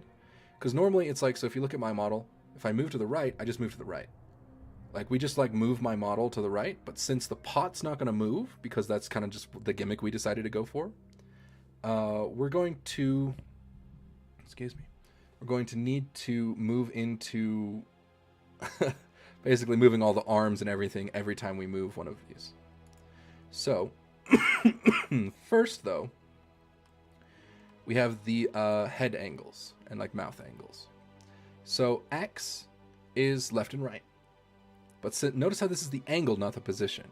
So this is the angle of your head, aka, so front on is like facing forward, right? So if you turn your head left, it angles. So my current model, I actually just decided not to push it that far, just because with the horns and the perspective, it would get weird. But you can turn your head a good amount. And so all the way to the left would obviously be profile, where the head would look, you know, you could only see one eye, half the mouth, the nose. We're not going to go that far. Generally, as a good idea in Vtuber models, you don't want to go past maybe three-quarter face, and that's just to keep it looking nice. Because otherwise things are going to start changing what they're in front of and behind. And that can get pretty annoying to manually do. So first, we're going to select the head, which is, well, kind of the first thing that's going to move.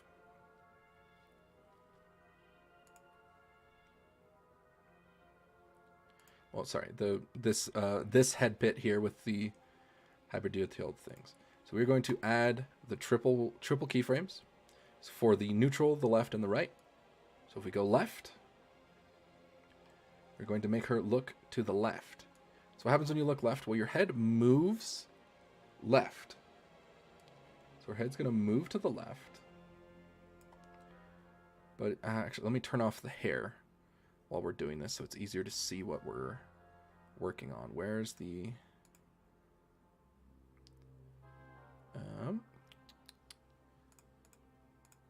there we go. Those are not visible. So her head is going to turn. And again, if you're going three-quarter, you can kind of line up the part of your neck roughly with where your jaw is going to be. So that lines up roughly like that. And then one of the other things, if you look at a head when it turns, you have eye sockets, which are pulled in. So those are going to pull in. So roughly where your eyes are is going to pull in as you turn your head more. So you see how that looks? See how that works?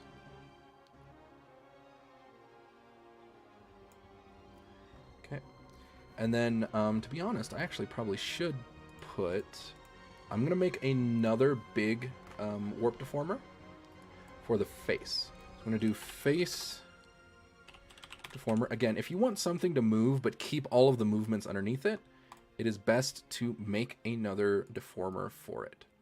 So we'll make the face deformer, which is everything that's on the face, including the face and the eyes and the mouth. So all of this will move whenever I adjust this deformer here. Oh, actually, I did the thing. So mouth, eyebrows. So select all of it, then make one for face deformer.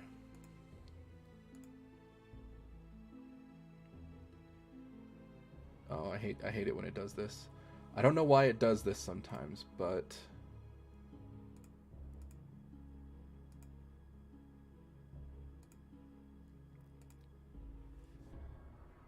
I forget how to manually make it. Shoot.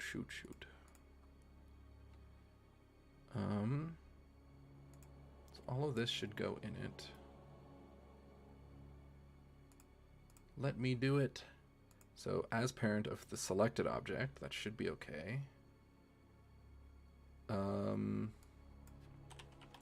Face deformer? Create. Okay, why did it, like, exclusively top lash? Hello? Okay, let me select just these deformers and then do it. Let me see if that's the cause. So face deformer. Create. An object with the same parent deformer selected. What the fuck? See, this is what I don't understand. That should be okay. I do just the deformers.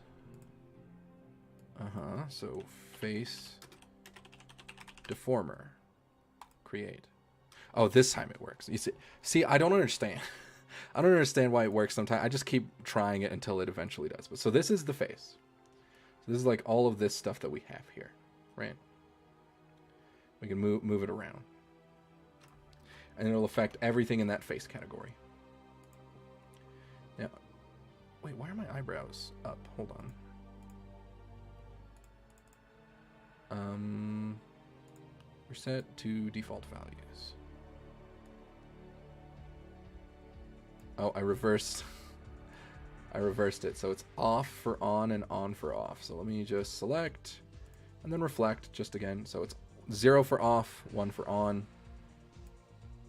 Just a little minor hiccup because I was wondering, I was like, wait, why is she sad? Okay, sorry, back to what we were doing. So we made a face deformer so that we can create another triple key here. Because as this moves over, so too will the face move. Let me put the nose in the face. So too will the face move. And notably, the face will deform.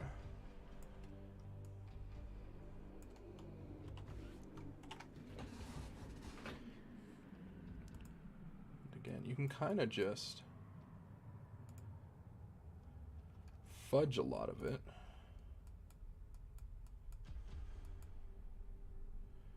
So the nose needs to move more. But to be fair, we can just manually move the nose.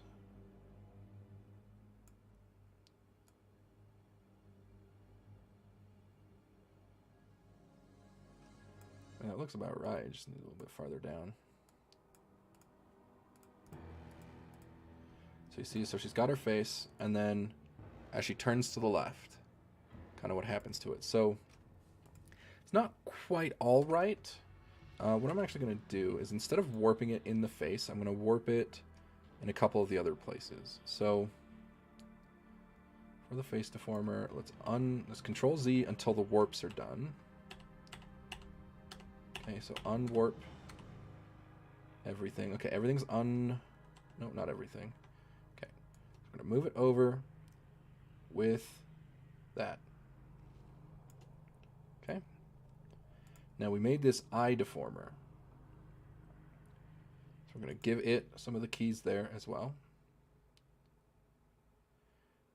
And we're going to make the eye that is a little bit farther in smaller. Because that's what happens to your eyeball. When your head turns away, that eye is now getting farther away from you. And then nose, we were going to manually do the nose.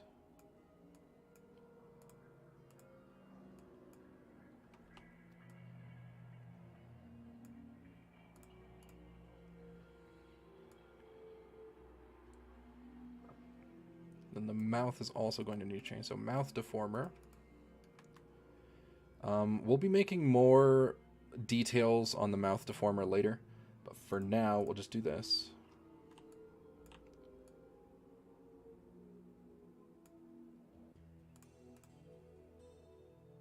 So it kind of moves like that. So she goes from looking straight on to... so you see what happened here. So notice how this is still deformed even though I've returned this to 0. What happened was I didn't make keyframes. So I just modified this, and because there's no keyframes, it's just like, oh, this is just how you want it. It's not like you want it specifically during face angle. You just want it like this. And I don't. So I need to undo that, set keyframes, and then redo it.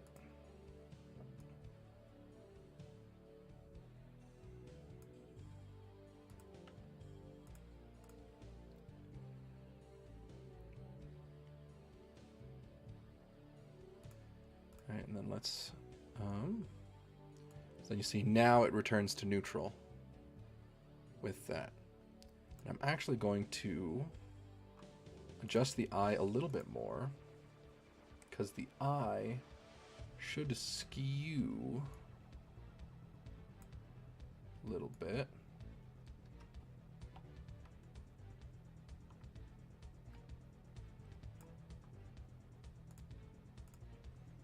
And where's this eyeball?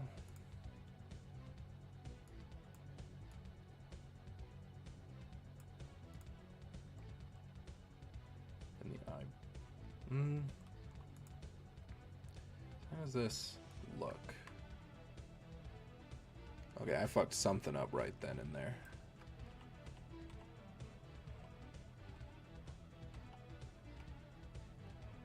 Alright, let's try that one more time.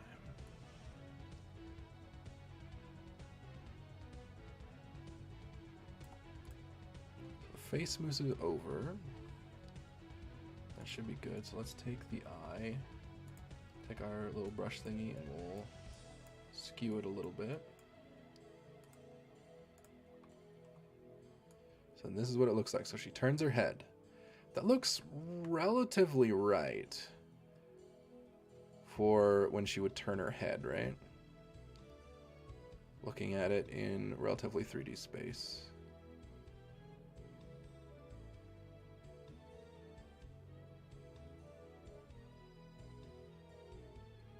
I think the nose needs to move more.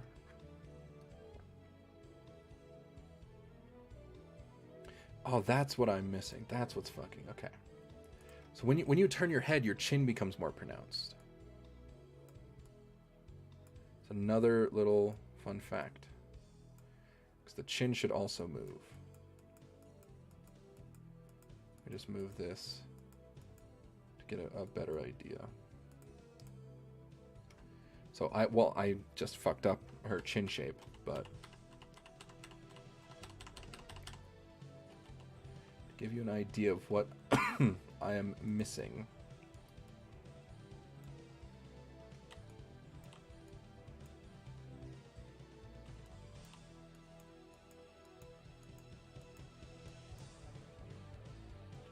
It is the chin.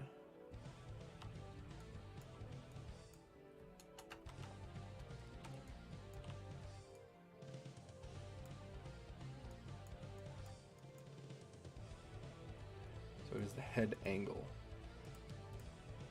All right, how's this? That, see, that looks a little bit better. Let's take a look, yeah. So now we just need to modify only a little bit more. Well, let's quickly just move these guys over to align a little bit more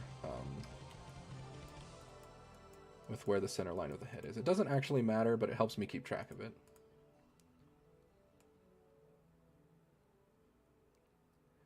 Yeah, so you see now the chin seems to follow that center line a lot better.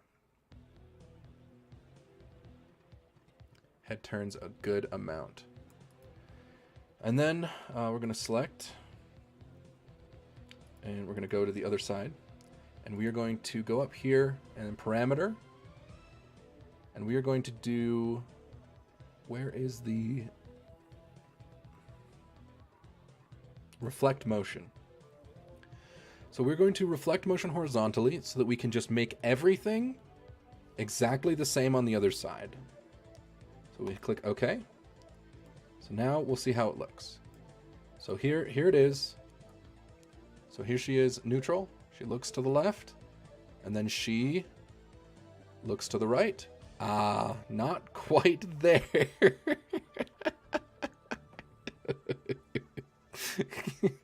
Sorry, just her face looks so funny like this. Okay. Oh god, it's so funny.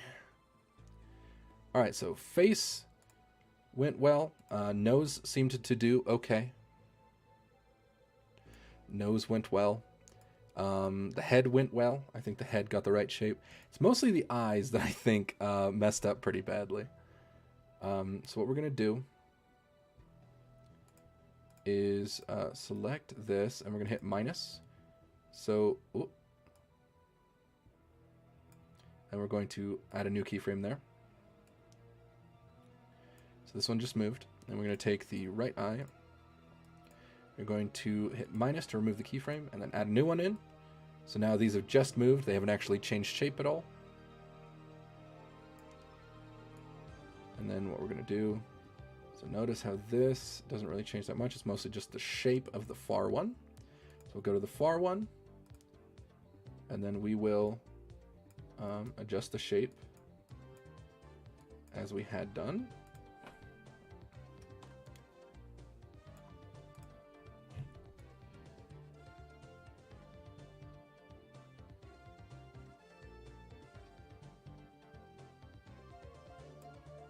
We gotta move this eye over now.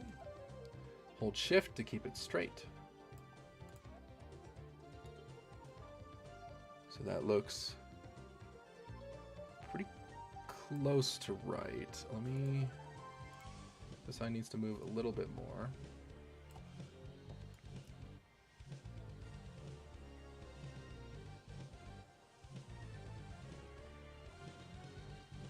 Yellow went a little bit too hard on the shape there. Let me deselect. I think that looks pretty okay. She's turning her head back and forth. Yeah, because it looks like the mouth also took the motion pretty well.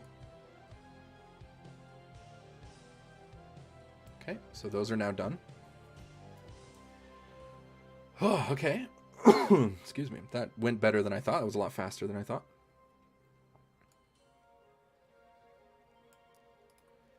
Now we need to move our head up and down. So what happens when you move your head up? Well, if you look at my model, you notice that my chin kind of flattens.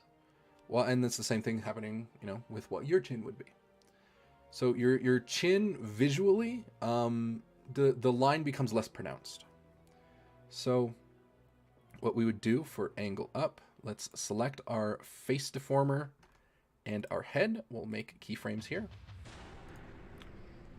So what's going to happen to the head when we look up? Well, it's going to go up slightly, obviously, and then it's going to soften this bit here. And that's going to give the illusion of looking up.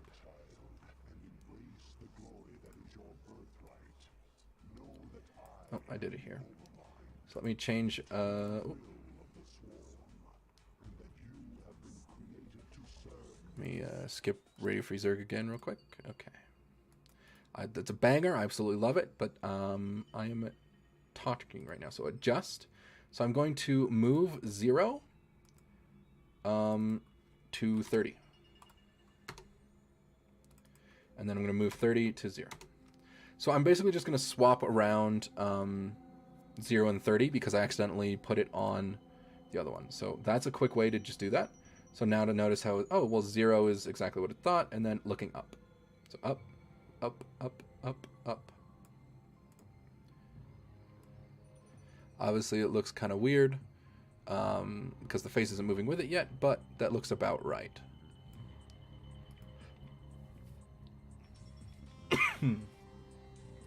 Although just for the sake of making it easier on our eyes, we'll also move these middle bits up so we can kind of get a better feel for it. So you can kind of understand what's happening, right? Then we're going to select the face, which we also gave in this parameter. Then we're going to move it up some amount there, and then we are going to use the select tool. Select a lot of the middle guys, and we're going to move some of the middle ones up. Just a tad. Because when you look up, the angle of things on your face changes. So even if you're smiling, if you start looking up, it'll kind of flatten and become fairly neutral in mouth expression.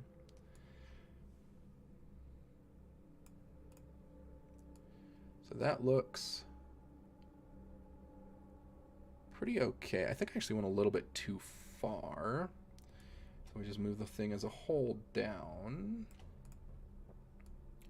Just a hair. Oh, just a little bit more.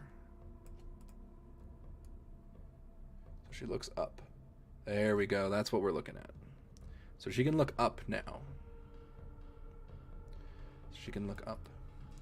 And then we can take... so now she needs to look down. So if we look down, what happens? Well, we're not going to be looking really that far down because it's just not something we're going to need to do. But generally, your jaw sort of just goes down and stays mostly the same shape. It becomes a little bit sharper, but most of the change is going to be in the face as opposed to the like head shape, if that makes sense. So we're going to look down. So we're just going to move it down a bit. Again, just to help our brains keep track a little bit better, we're going to move these down.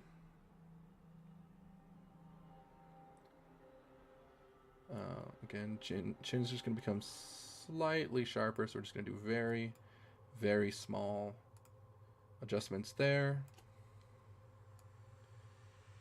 So our head looks like it's looking down. Let's make sure. Okay. And then we select our face, and then it moves down. How far are we moving down? About that much. So we will correspond by moving down a similar amount, and then same thing with the angle up. You're going to select the middle parts of the face and move them ever so slightly downward at like that kind of an angle.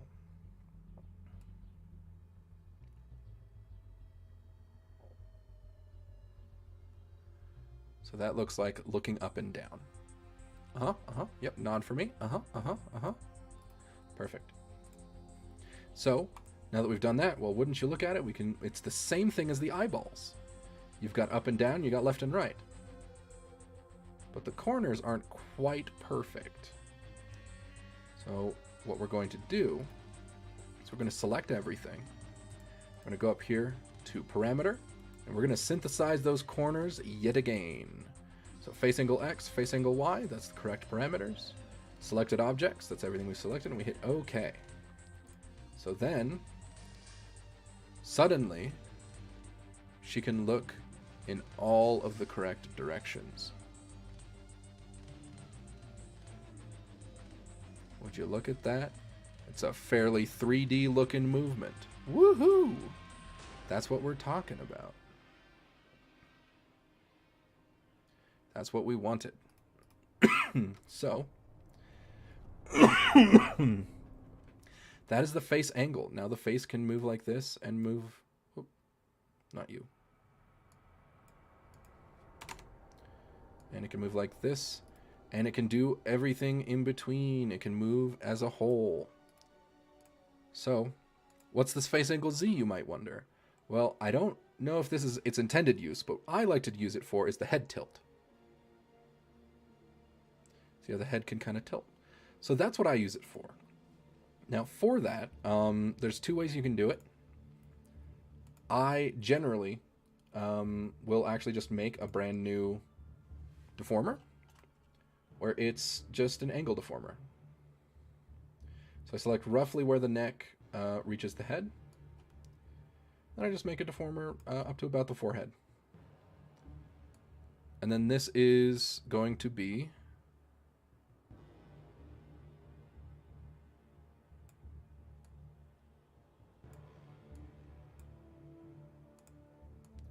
I put the entire head deformer into it so that when I move it, I move the whole head.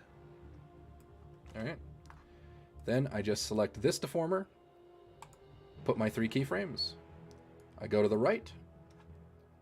I tilt it to the right. And then notice how I have that little word box that says, oh, it's 10 degrees.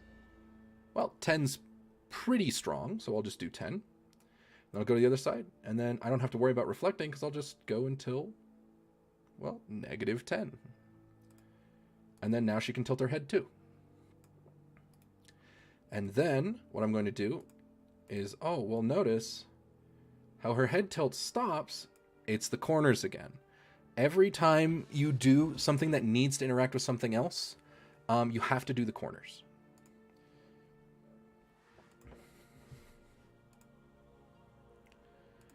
So, excuse me. So now she can be looking up and left, and then I can tilt her head. And then, okay, well, she can be looking down and left, and then I can tilt her head. So it'll all look just fine as long as these parameters are separate.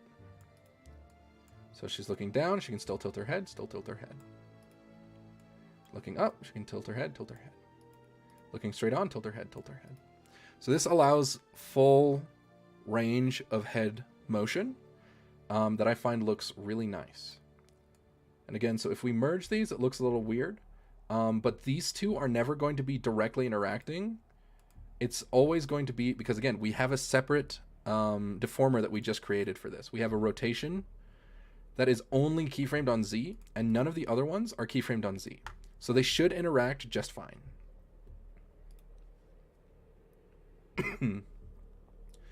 So then that is the face angles. And again, now she can look in all the directions.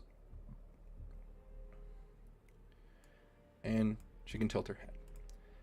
Oh, actually, before I finish these, there's more than just her face that moves, huh? She has a whole ass head. So we are not done with face angle X and Y yet. She has hair. I just need to turn it back on. So first we'll select the hair back. Then we'll select both parameters and we'll give them keyframes on each. Okay, so if she's looking to this, how's this hair going to react?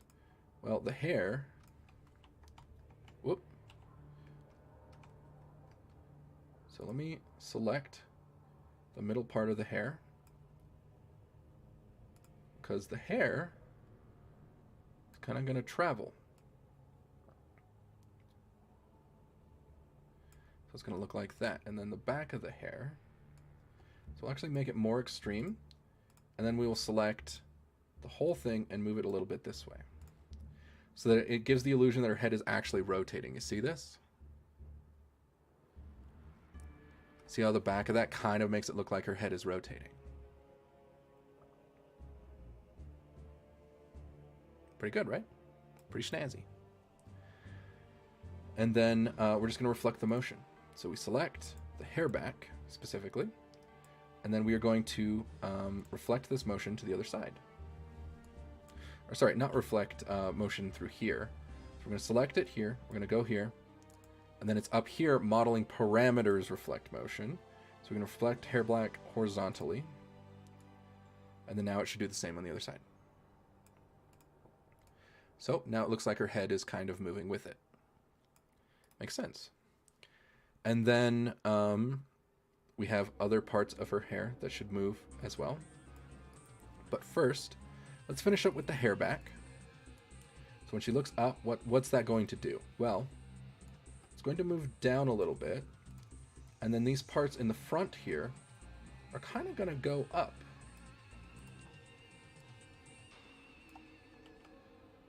Let me try selecting that again. So the parts here in the front are going to go up.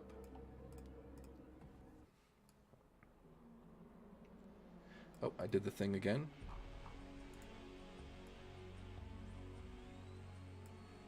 So let me adjust.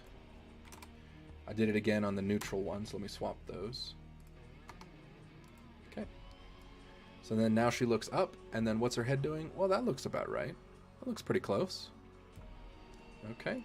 And then if she looks down, what happens? Well, all these middle parts here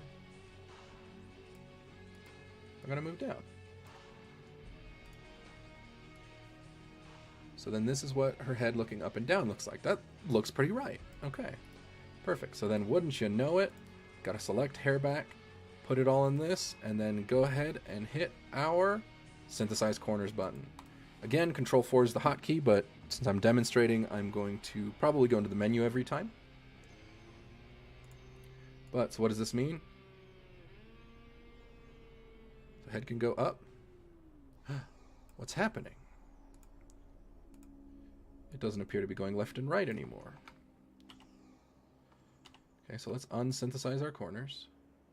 Well, what happened to the thing we did earlier? Does it... Oh, well, wouldn't you know it? I think I accidentally deleted it at some point. Alright, well... that's fine. We'll just quickly do it again. So remember, if she looked this direction, the hair moved like this.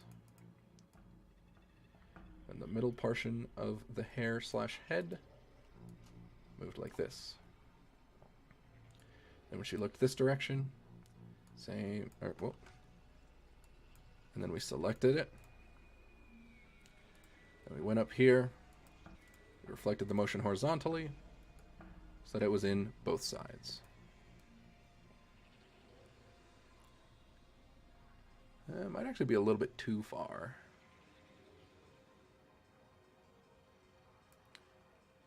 I think that's a little bit too far of the head move, so we'll actually just take this and we'll just try to line it up a lot closer.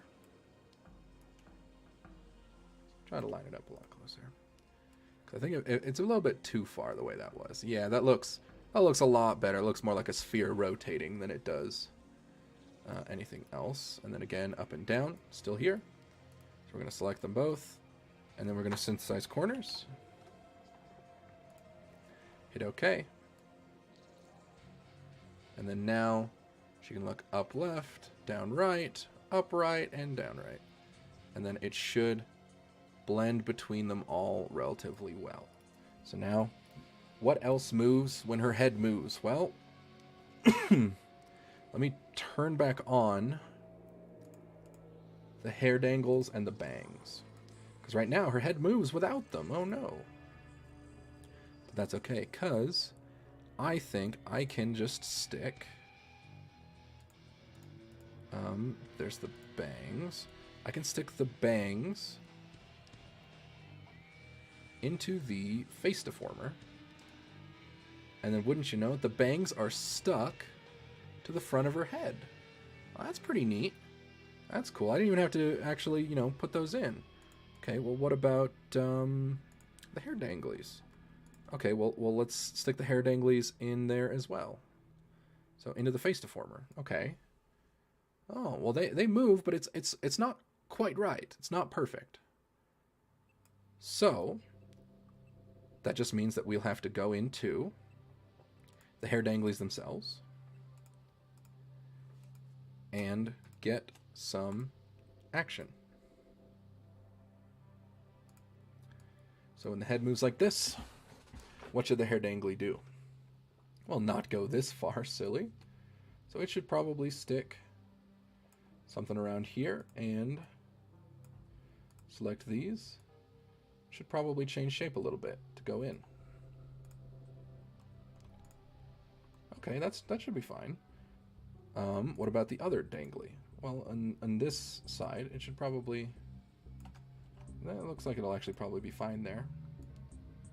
So when she moves her head, it seems to stick a little bit closer to her head. Looks fine. Ooh, although I think we want her eyeballs to appear over that. So we'll go up here to where all the angles go. We'll move her hair danglies underneath her eyeballs. We still want them above the face, so we'll just move them under the eyes. So now the eyes are visible over the top, but the rest is not. Okay, well, let's do the same for the other side. So that one was fine, and then this one we needed to move in a bit, and then adjust the shape so that it looked fairly okay from both sides. Oh no. Wouldn't you look at that? I didn't give it the keyframes. So it messed up everywhere else.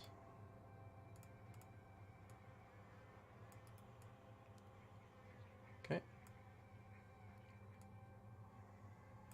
So let's just back out and redo it with keyframes appropriately there. Alright, so now she can turn her head and her bangs follow. Ain't that neat? Okay, or well, her little hair danglies follow. That's pretty good stuff. That's neat. And then up and down.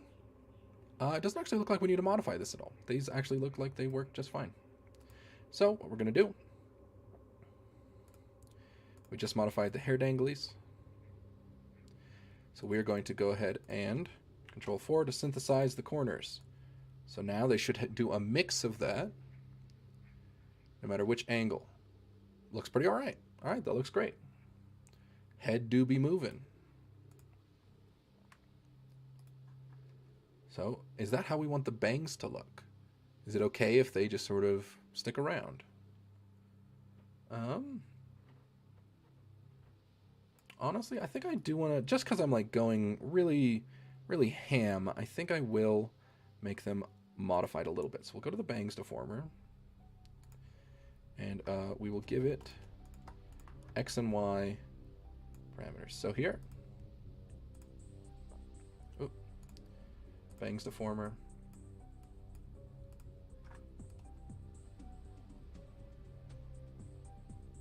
We'll do something like that. Real simple, real cute. Nothing crazy.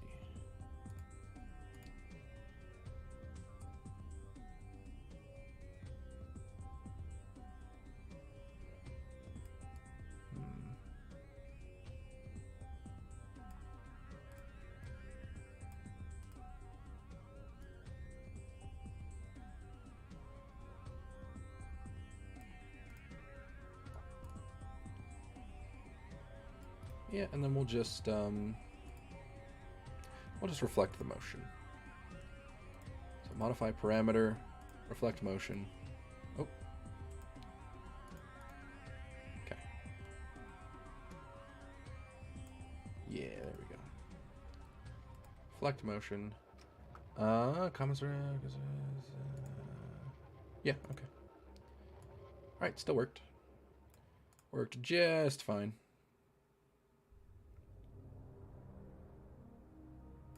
Yep, that'll be a-okay. Then again, as per usual, we'll double check up and down. I think it looks absolutely fine. So we will simply select it and synthesize the corners we got, just to make absolutely sure everything moves like it should. Okay, next. Ears. The ears. The ears. The things on her head that are ears. Okay. So, let's say she looks to the right. What needs to happen to this ear back here? Well, it's just going to need to move a little bit.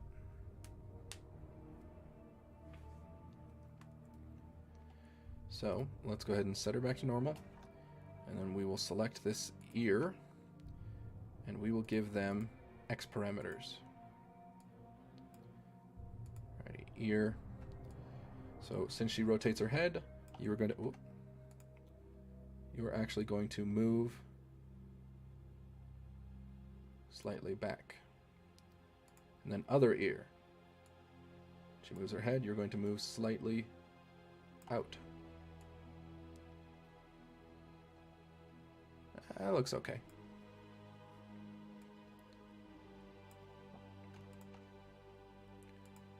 Then we are going to reflect motion. So it should just work perfectly fine.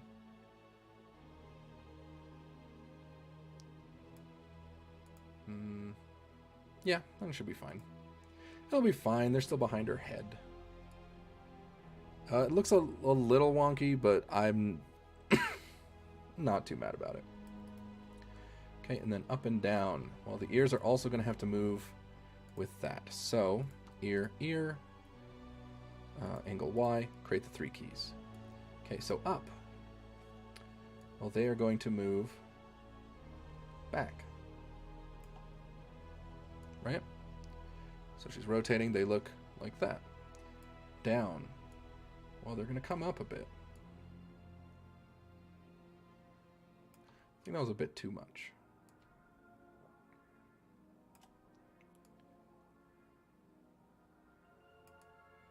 I think that was a bit too much again.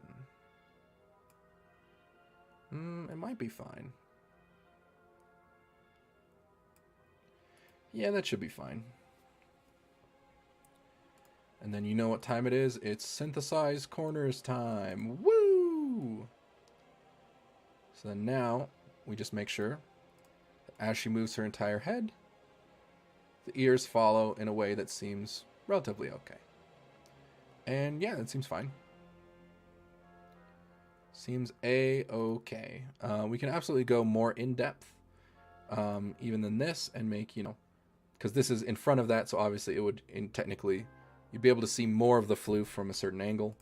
But I'm not going to worry about that right now. The next thing we want to do is the buns. Take a water break, drink some water. Always water.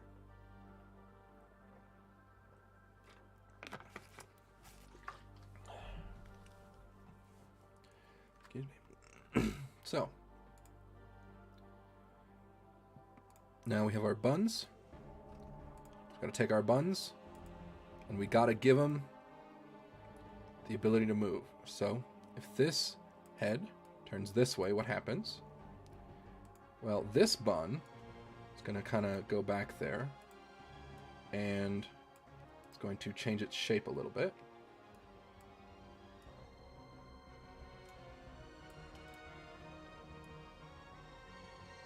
Yeah, so it's going to kind of rotate back there. What's this bun going to do? Well, when she turns her head like that, this bun is technically going to get a little bit bigger.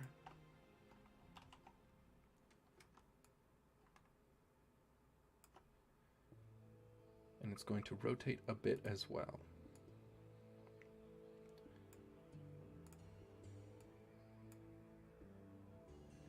And then on the whole, it will also move a bit.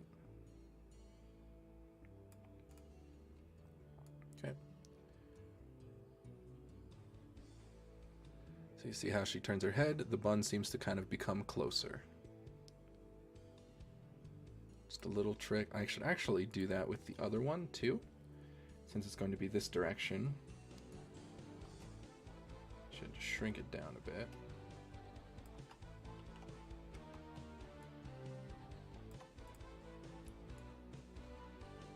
So it looks kind of like it's going away. And if we were to select them, let's see if it actually allows me to reflect this motion properly. So, so the shrink and enlarge are on opposite. So we're just going to undo that, and we're going to do it manually. Okay. So what happens to this bun? Well, it gets slightly larger. It turns more towards us, which means that we are modifying. There's the center bit.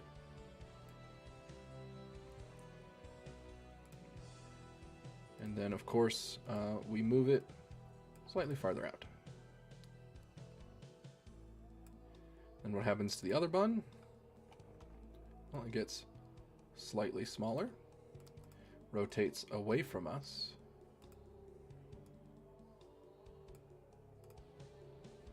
and moves in.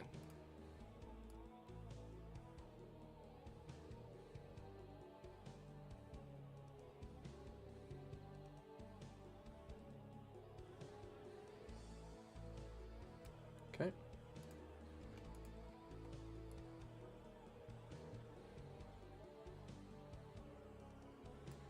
So it seems that the sizes have reverted somewhat from the other side, so we will also redo the sizing back here.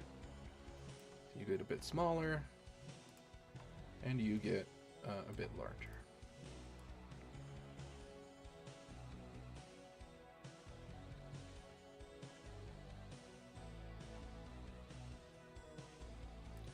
Perfect.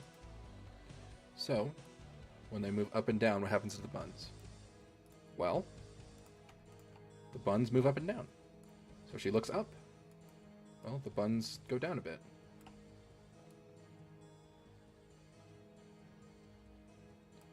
Okay.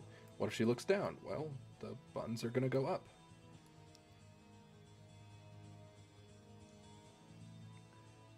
See how that works? Pretty simple. And then bum, bum, bum, bum, synthesize the corners. And now she can do both.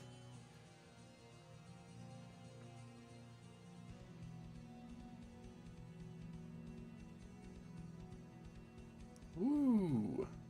Honestly, I kind of made the size changes too much, but I don't actually mind it that much. Kind of exaggerates the movement, and I'm all about that. All right, and then head tilt. And remember, because the head tilt is on a different parameter, it shouldn't interact with this really badly in any way. So good.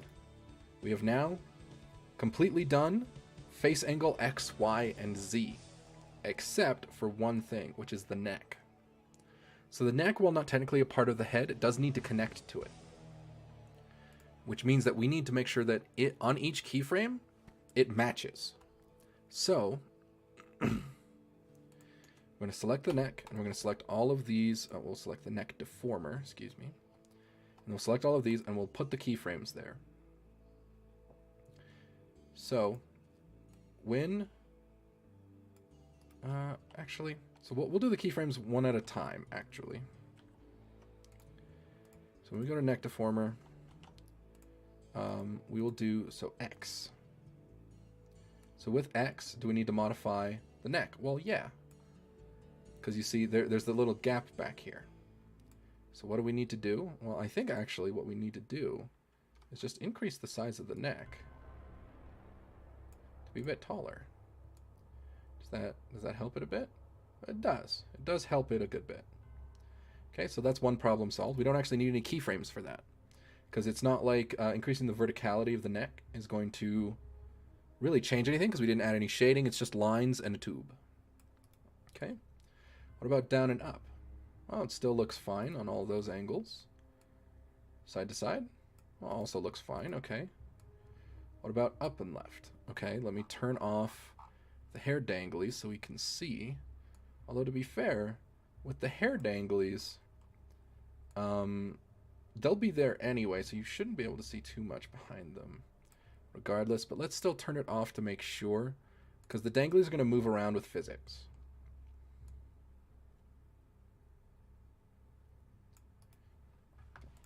So what happens to your neck when you look in various directions? So when you look up, what happens to your neck? Not too much as far as the cylinder is concerned, because her neck is a cylinder, not like mine, which is kind of triangular. So when you look down, what happens? Well, your neck kind of widens a bit. So, I mean, we could just do that, just for kicks. Hold Alt to make sure that it expands from the center, and that'll be absolutely fine. So then it could increase a little bit when she looks down. She looks up. I mean, technically, it could decrease in size, so we could do very, very subtle adjustments. We don't want anything crazy. So she looks to the right, what happens? When you look to the right, what happens to your neck? Well, it kind of stretches. So if we wanted to make it like this, it would look kind of like it's stretching.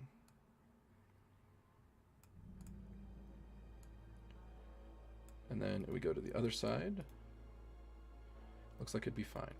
So it looks like we didn't actually need much in the way of keyframes, just on Y. So for the neck, we gave ourselves a little bit of the squish and stretch on the neck when she looks up and down. Otherwise, she looks perfectly normal.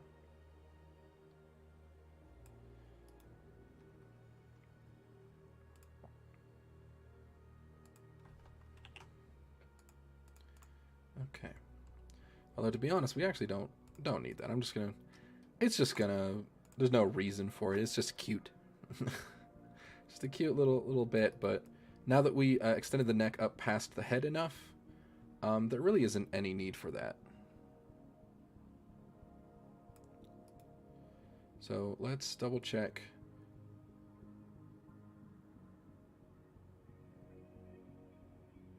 Yeah, that looks fine. Alright, so now face position. This is where we start to get into some shit. So for face position X, this is left and right. So what do? We select this. Well, if we go to the left, what happens is the head moves to the left. Okay.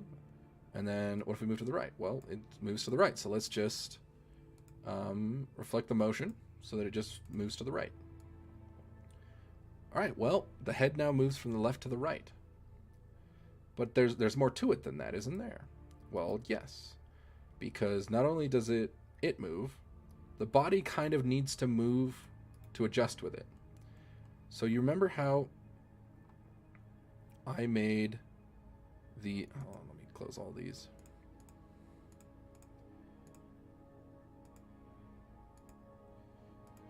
Didn't I make a giant rotator for everything?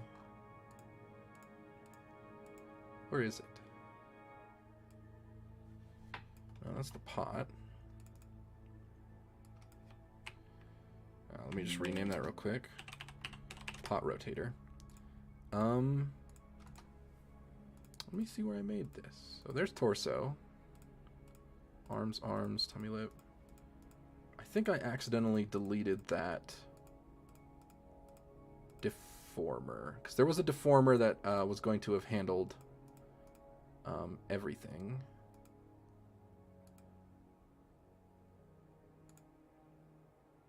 So we just got to make it again. No big deal. So everything that was going to be included in it was the torso, tummy lip, tummy mouth bag. The tail was not going to be included. Okay. So let us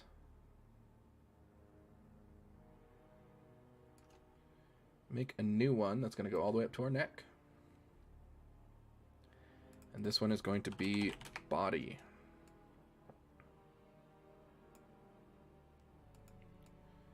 Okay, so torso goes in body, tummy lip goes in body, tummy lip goes in body, tummy mouth bag goes in body. So it all rotates in body. All of the body. Well, I think I actually want to include more. So we will take all of the arms and the neck and the pedals. That is all also a part of the body, if you notice. So now the entire body moves. Okay, so all of that is now fit into the body. Now we're going to take the body and we are going to add keyframes for it. So when the head moves, we're just going to rotate the body to move with it.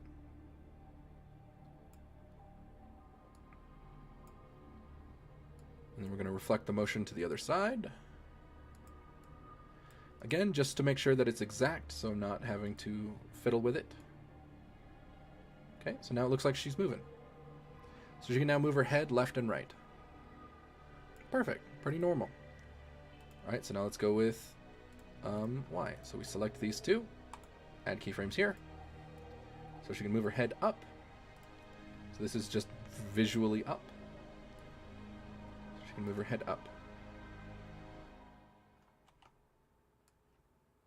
She doesn't need to be able to move very far up. I don't think the up parameter really needs that much.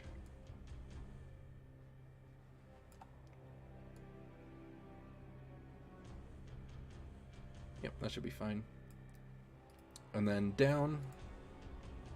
Down, you can kind of go a good amount down just to make up for the fact that you're not going to be doing too much up. So then on down, we will move her body down. So then you know she can move up and down. Oh, up and up. Ah, I did the thing again. Okay, so this is going to become 0, and then this is going to become -10. Okay, we'll just flip those around. Okay, so up. Shit! Well, now I gotta flip it for the head. Okay. So adjust. You're gonna become 10 and -10. Okay.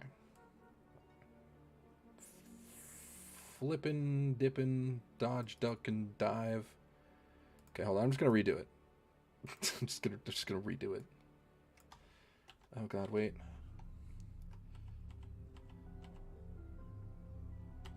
To reset it to neutral to do it. Okay. So left and right. So I've made the keyframes. Remember, up is the positive integer. Because that's what messed me up. So up, we're going to move her head up slightly. And then we're going to move her body up slightly. Okay, then we go down, and we go down to the negative integer, where we now move her head down a fair amount, and then we move her body down a fair amount. So now she can go up and down a little bit. Then we're going to synthesize the corners. Parameter synthesize corners. So we're going to take X and Y. We don't want face angle Z. We're face position X and face position Y. So now she can move around. Look at that. Look at her move around in the pot. Look at her. She's wiggling. So she can wiggle around in the pot.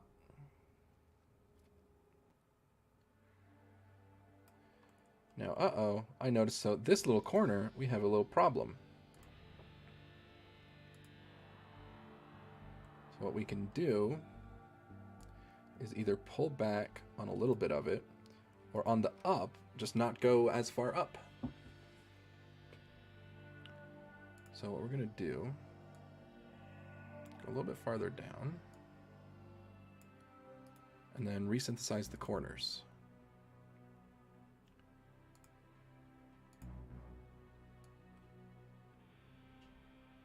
That's a little bit better. It's not going to be nearly as noticeable.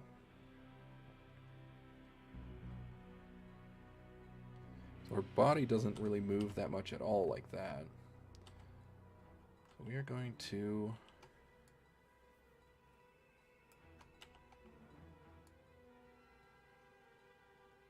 it looks better that way. We'll just probably move the pot, I think.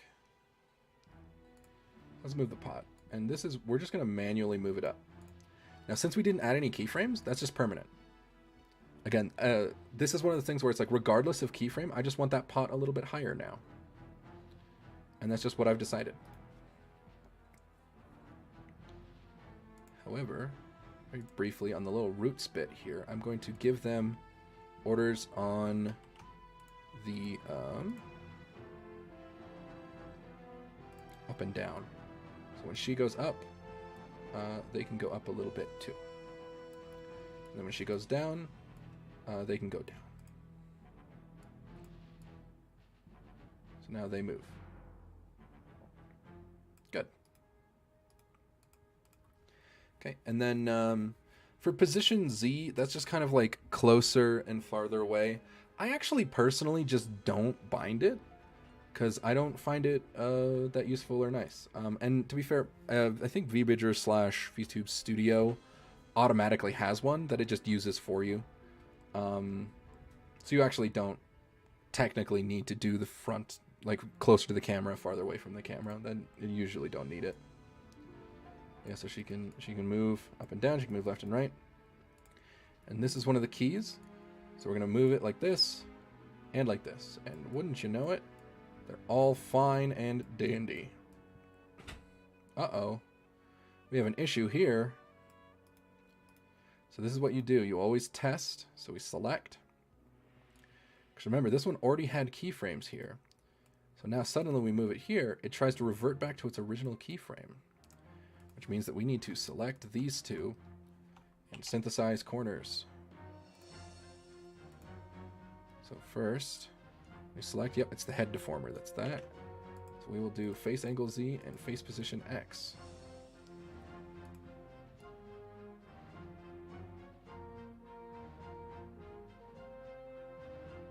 Should be up, up, tilt, tilt. And then, yeah, it should synthesize the corners. Face angle Z, face position X. Yeah. Yeah, so she can turn that way, turn her head, turn that way, turn her head, move her head like that. So that fixes that one. And then do we have the same problem here? We do. So we will also be synthesizing these corners.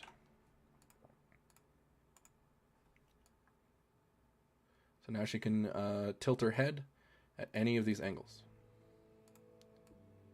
So now, let's test it all again. So she's down here, down here. Uh-oh. What's happening now? Okay, so she's looking down, down. Head tilt. Uh-oh.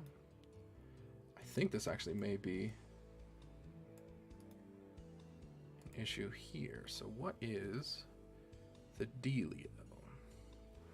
Because there's a good chance I messed this up somewhere. Uh-huh.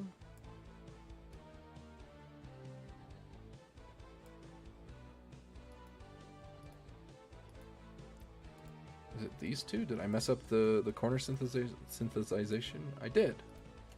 I swear I did this. So, face angle Z, position Y, yeah.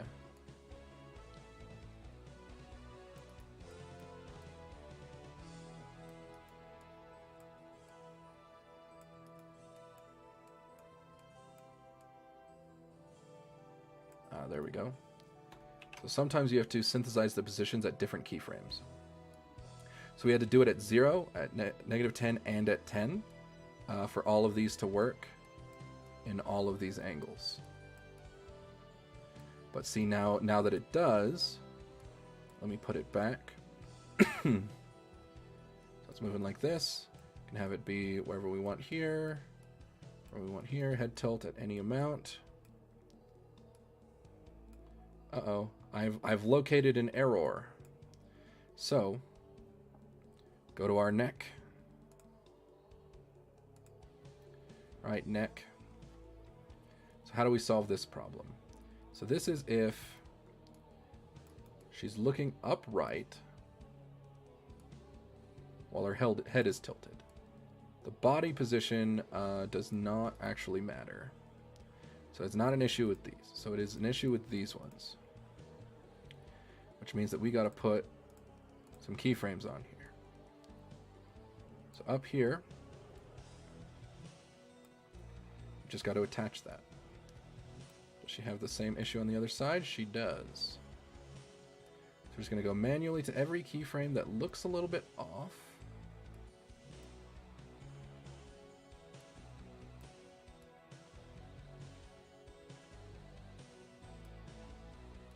And we're just going to fix it.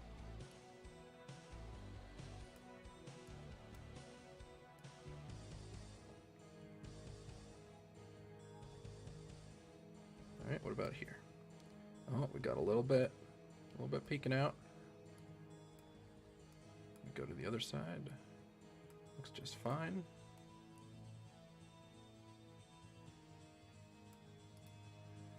Well, we got to do the thing where we take the neck deformer and we synthesize the corners. And I'm just going to mass synthesize these corners. I'm just going to do it over and over until the problem goes away.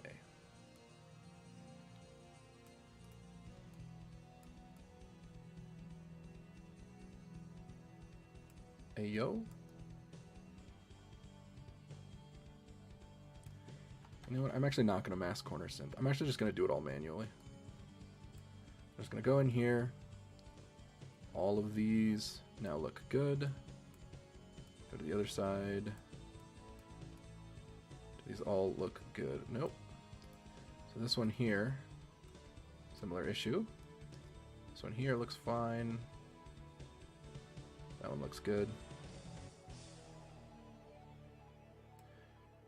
We're gonna be doing this anyway. We might as well make it a little bit nicer.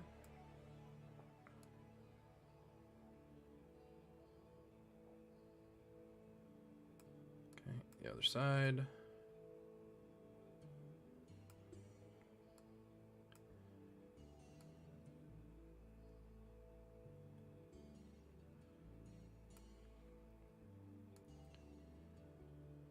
Everything looks good there.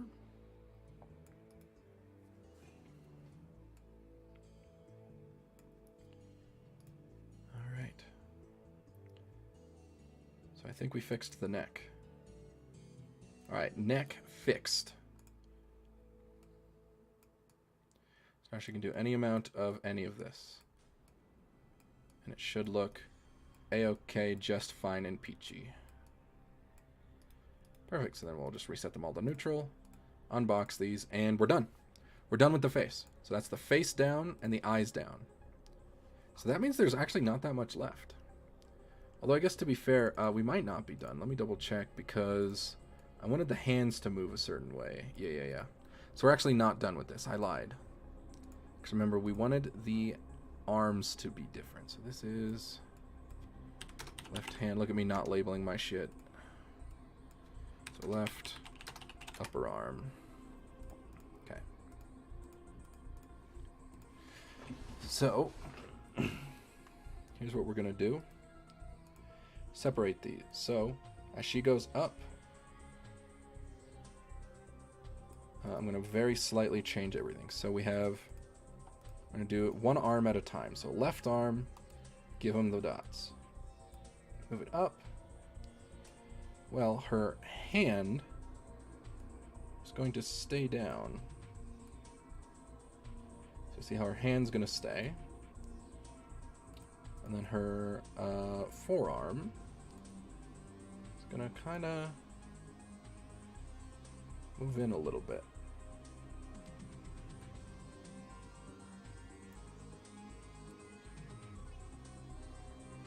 Which is also going to make her upper arm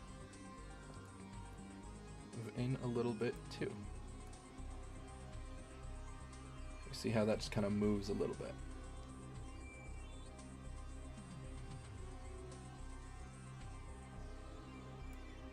Actually, I'm going to rotate the hand a little. Just a little bit of subtlety.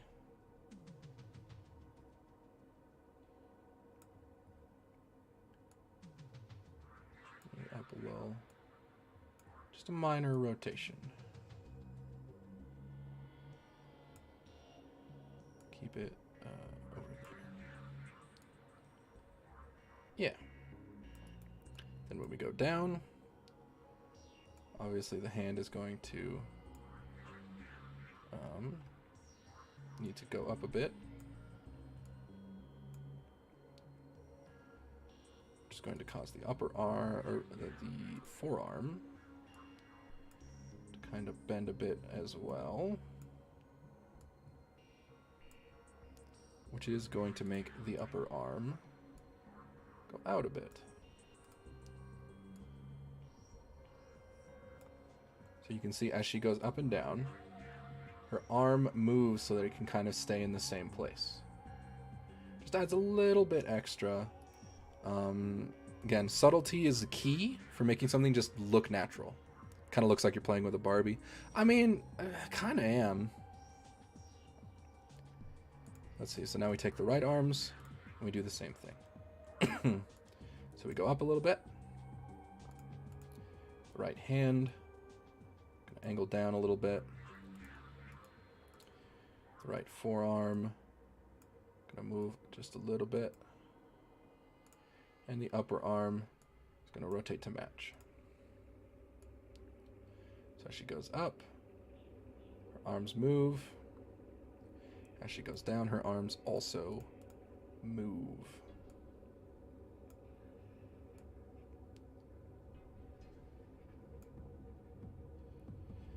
So this one's going to be the most drastic one, is this arm here.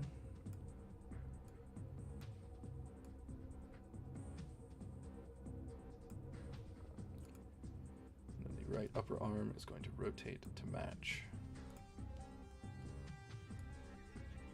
So now she can move, and her arms kind of move a little bit too with it. Perfect. And what about this? Do her arms need to move at all with this?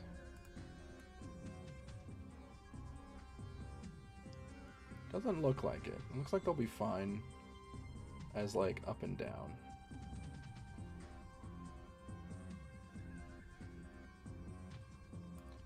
Maybe the most I would do is the hands.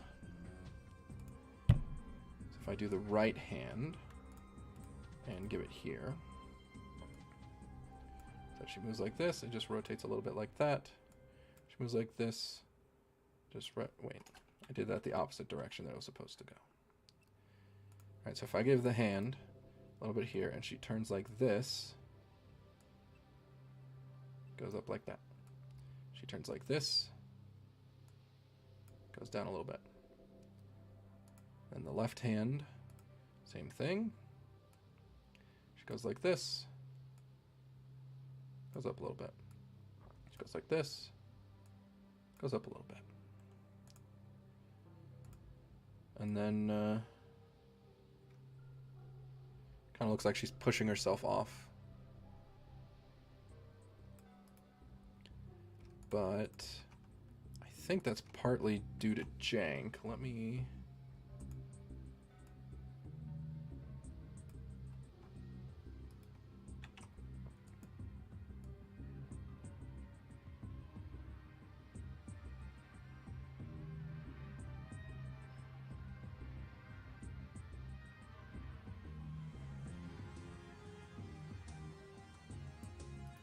like that.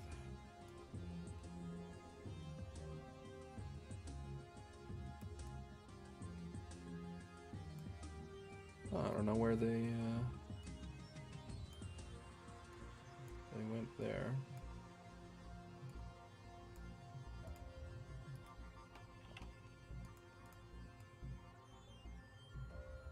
Yes, it looks pretty alright.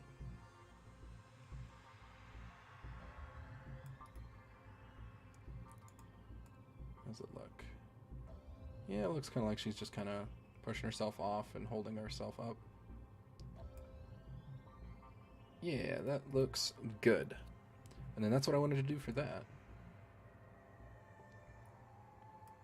Do I want, when she moves up and down, for the tail to change at all? Let me give a look. So I think if she's moving up and down, her tail should probably rotate a bit.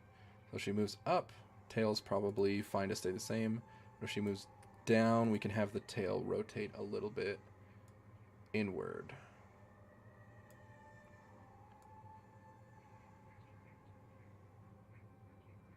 Oh, although I moved the pot up, so I need to move the tail anyway.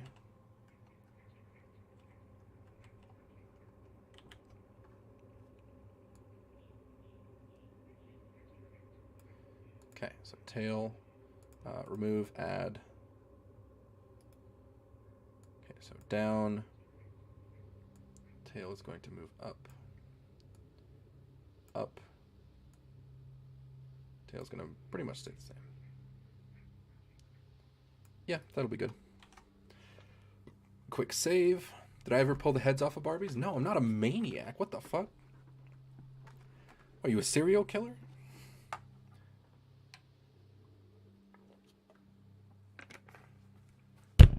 Oh, excuse me. Damn, you just ripping apart things limb from limb? That's crazy. Couldn't be me. Excuse me. Okay. But yeah, so that's all these parts done. Which means that it's pretty much just down to the mouth now. Now for the VBridger mouth, I actually made myself little cheat sheets. Because I could not understand... Here, let me show you... So the diagram that comes with VBridger is this. Right, this is the diagram that it comes with. And it's like what the fuck does this mean?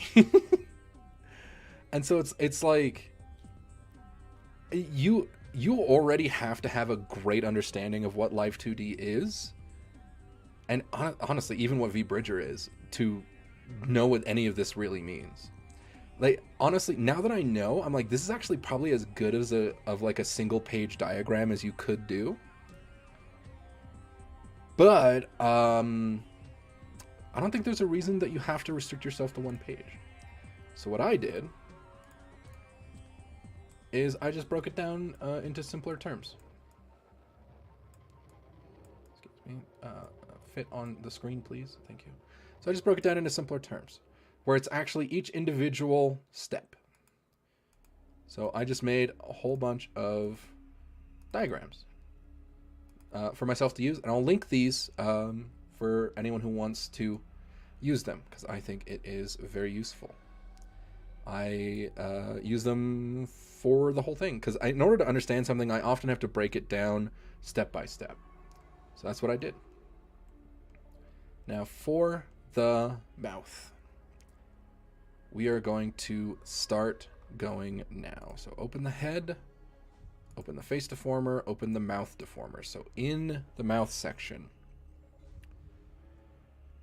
Okay, so we have all of our parameters good. Let me double check, because I know we're going to need some of these deformers. We're going to need some extra deformers on a lot of these. So mouth bag, we'll actually put a mouth bag deformer. So we're going to actually give each and every single one of these their own deformer.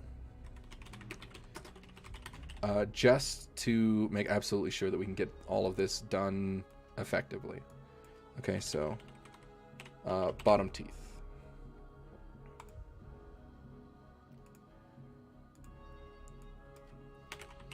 Top teeth, because there's completely a chance that this could be screwed up in some way if I mess it up. Okay. Tongue deformer. And then top lip and bottom lip. Oh, these actually need way better meshes as well. You're right, yeah, because I totally forgot. We're going to do all of the mouth at the same time, because we're going to be doing the VBridger mouth style.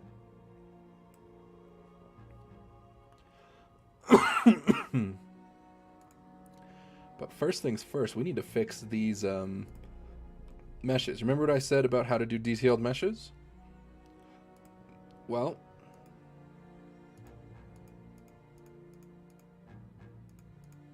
whoop.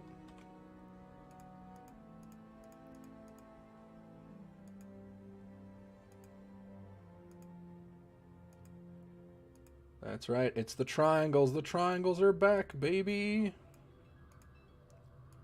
Hope you all are hyped to see the triangles again. May they never leave. May they stay with us for all eternity. And again, just doing more dots in between each other dots so that we end up with a bunch of triangles at the end. Yeah. All right, auto connect. Then again, we're just going to do all of these up top.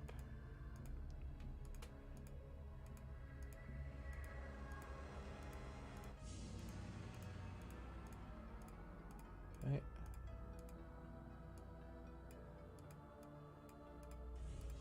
Perfect, perfect, perfect.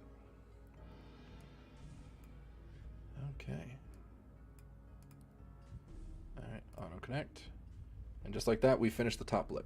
Now we got to do the bottom lip, which also needs the same amount of detail in the mesh, because we are going to be moving these lips so damn much.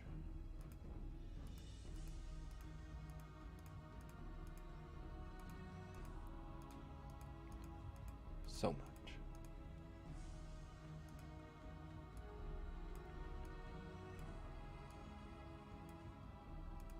Okay. Oh, that was a line I created. Let me deselect.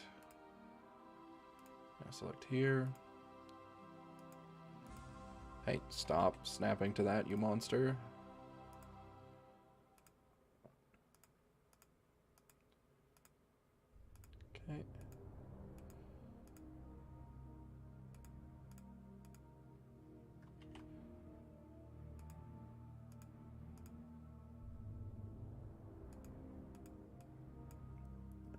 body.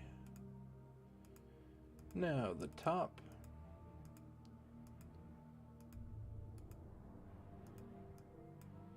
Just make that a little bit more middled. Finish our triangle. Okay.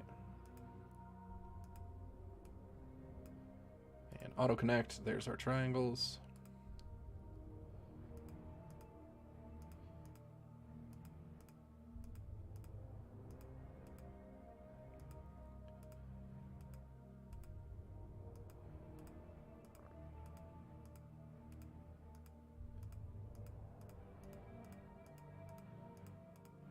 Bada bing, bada boom.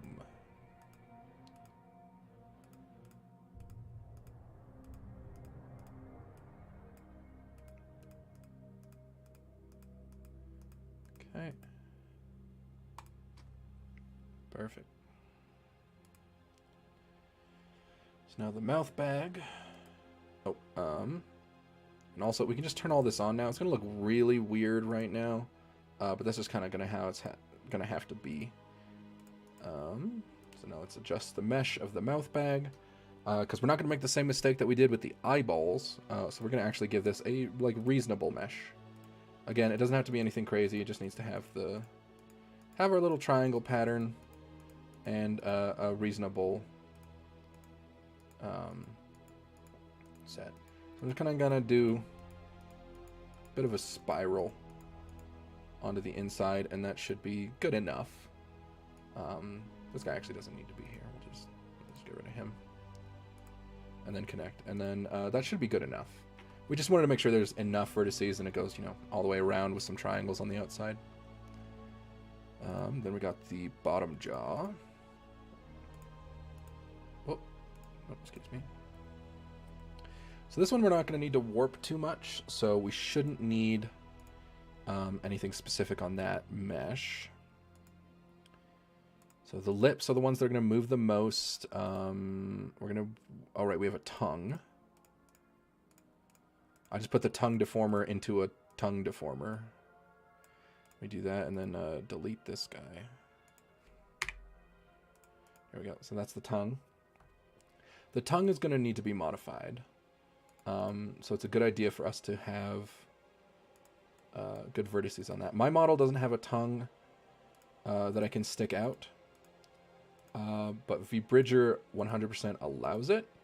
So there's no real reason not to. Try to keep some amount of symmetry here. And then once again, we're just gonna triangle inside. So for the VBridger mouth, I think it looks better if you go lineless, just because there's certain things that, and the way that things are gonna overlap, that I think they should just be colored shapes with no lines on the edges, by the way. I think I mentioned that briefly during the illustration portion, but I think that is definitely something you want to do when you're doing the VBridger mouth style.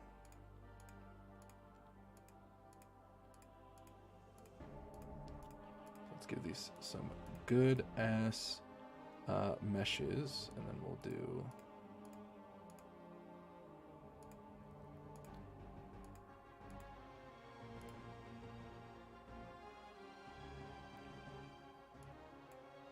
connect to what?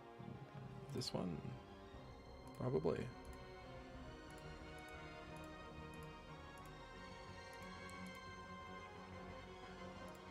And we'll just put a triangle in the middle.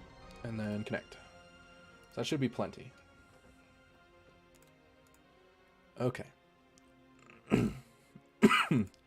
Now, the reason the VBridger mouth is so distinct, as far as what you need to actually make sure to do and follow these diagrams, for example, that I've made, is because the exact order in which you do the keyframes actually really matters.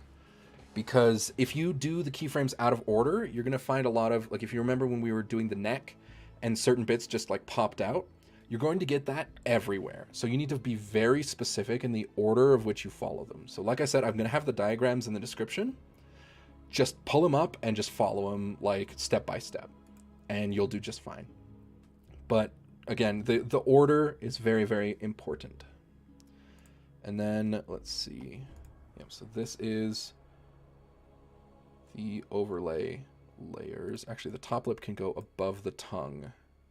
Where? The top lip can go up.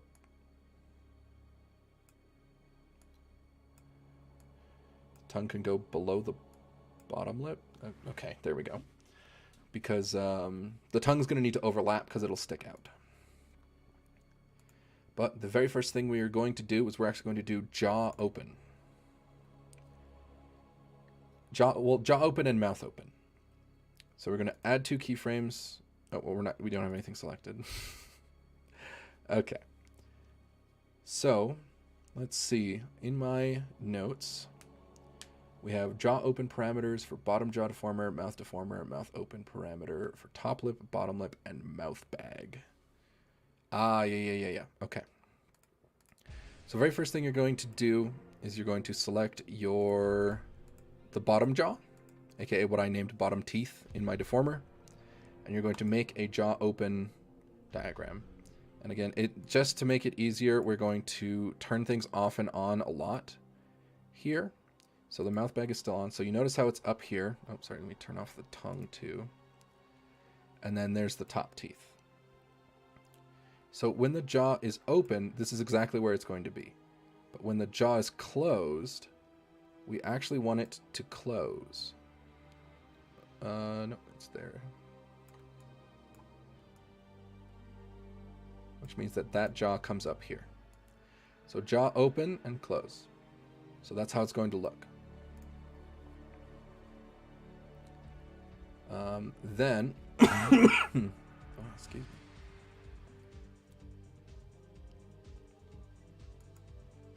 You're also going to take the mouth deformer in general. When your jaw opens but your lips are closed, your mouth still moves. So you're also going to add keys here. So when your jaw opens, or actually, sorry.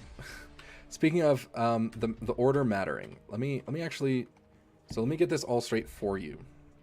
So we will select our mouth bag deformer.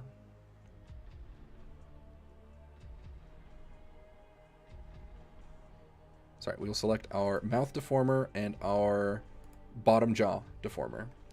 We will select jaw open, and we will make 2 parameters. Okay? Then we will select our top lip, our bottom lip, and our mouth bag deformer. And we will select mouth open, and we will select the triplicate. Okay? So now we will go back to our bottom jaw, and we will do what I just showed you, which is that when it's open, it's like that, and then when it's closed, remember 0 is always off or closed. And then it's going to close like that. So that's the jaw.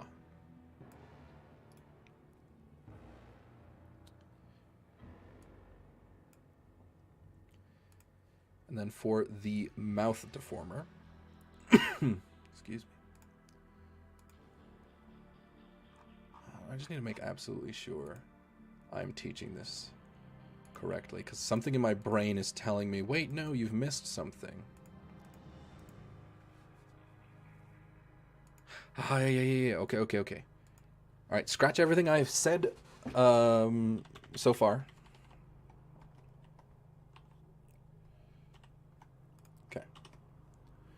Save. So here is the order of your deformers. That's what I was forgetting. Oops. Because I was like, there's something else that I need to mention.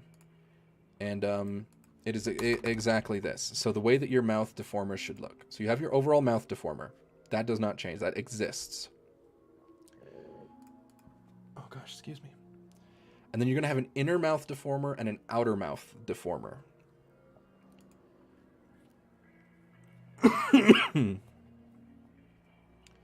Okay, so the inner mouth deformer is going to be your mouth bag or sorry, no, sorry.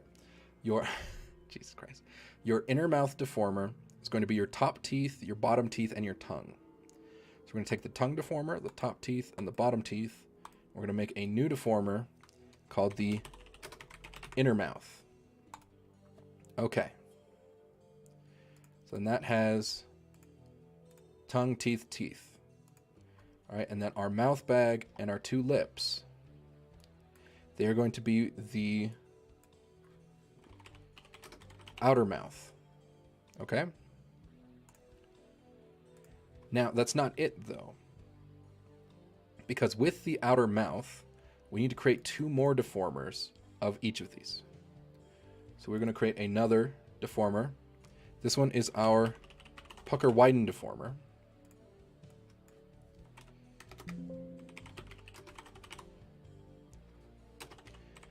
Because remember how I said if something is on a different deformer, it is allowed to interact with everything else in a reasonable way.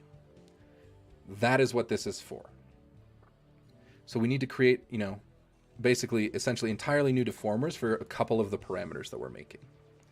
All right, and then so we need another one for the shrug deformer, which is also known as pout. So we will do the shrug slash pout deformer. All right.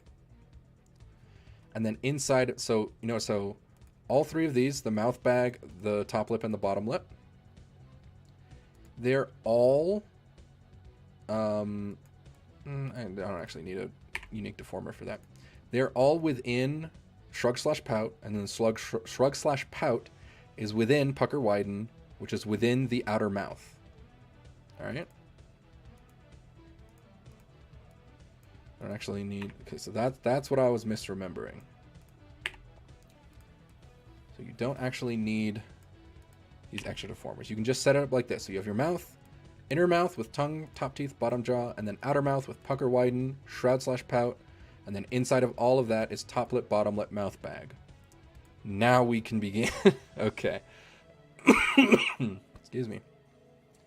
I confused the shit out of myself because I was jumping ahead of my own diagrams. Okay. Now we're good to go, and we can just select our bottom jaw and our mouth. So mouth deformer and bottom jaw, they can have you know, jaw open keyframes. That's all still there. And then top lip, bottom lip, and mouth bag are all going to have mouth open parameters as well.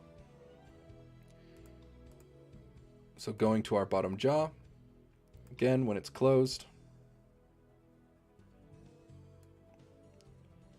it'll be up like this.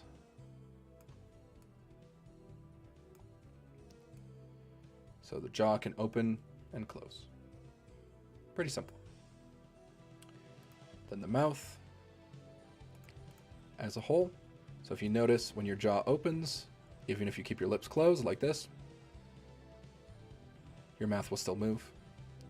So when the jaw opens, the entire, oh, sorry. The mouth deformer also needs keys on mouth open. So when this happens and the mouth is closed, so make sure the mouth is closed and the jaw is open, move it down a little bit.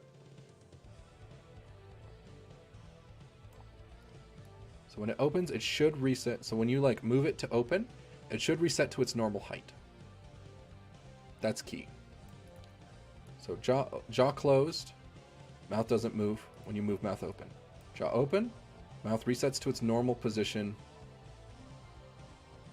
when it opens. Okay.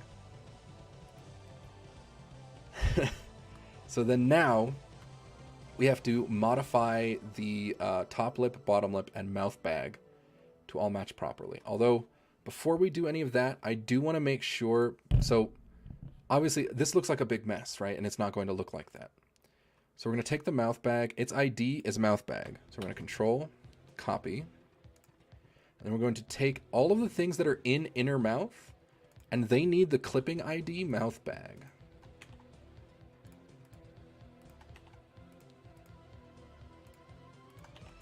All right, this means that none of the the teeth isn't just going to show up randomly, like behind your, like in front of your lips or behind them or anything. Like they'll only when your like mouth inside is visible, then they can do that. So put your tongue.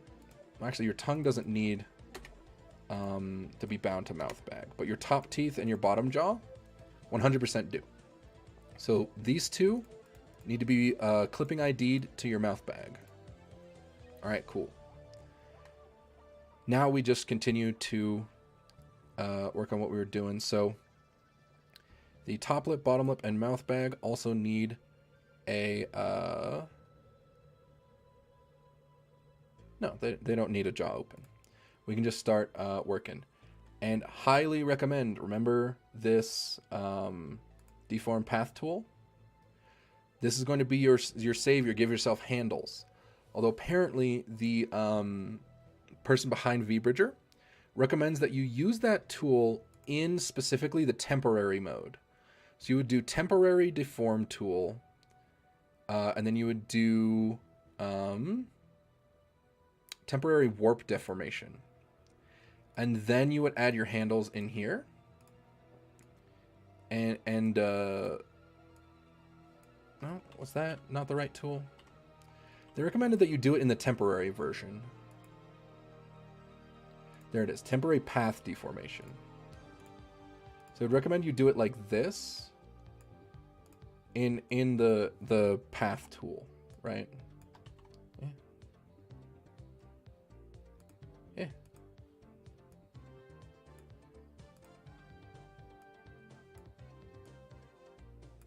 Okay, now I'm confused. Is this not how I did it? Because I did it that same way.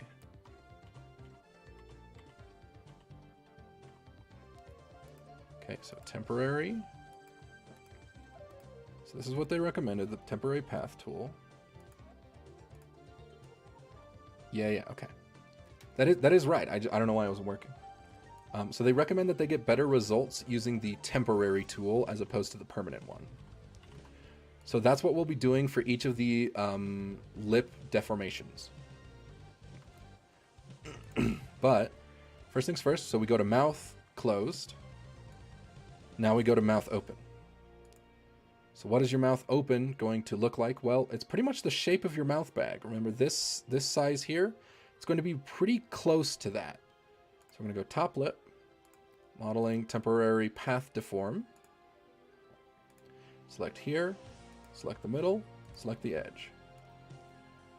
All right, so it's going to kind of come up. And you can always add a bit more if that shape is not quite getting what you want.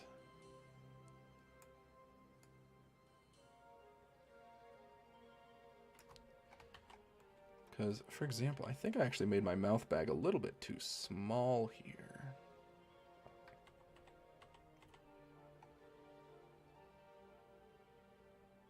Well, we will find out shortly.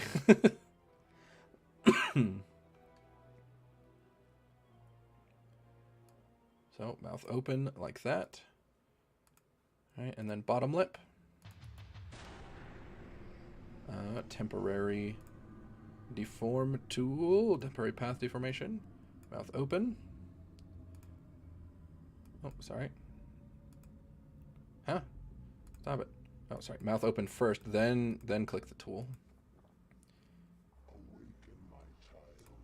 Radio Free Zerg really wants to come on today, but I am talking over mine. You will wait your turn.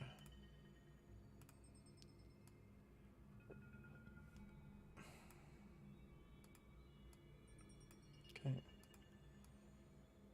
So mouth open. So I think you want your mouth open to be a little bit more neutral than this. This looks a little bit too happy. So we're going to move it down like this. Yeah, and then we're going to take the top lip back. We are going to revert it to its original state. So we can do it again and match it this time. Temporary deform tool, temporary path deformation. Alright, move that down to there, and up to be open.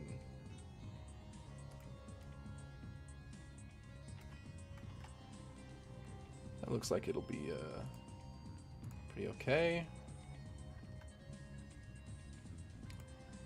So I think I did move it a little bit too low.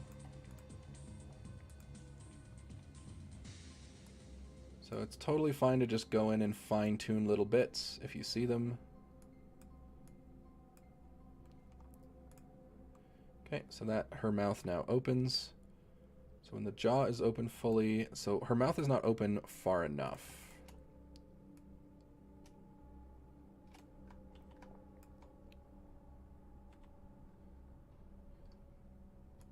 So when her jaw is open.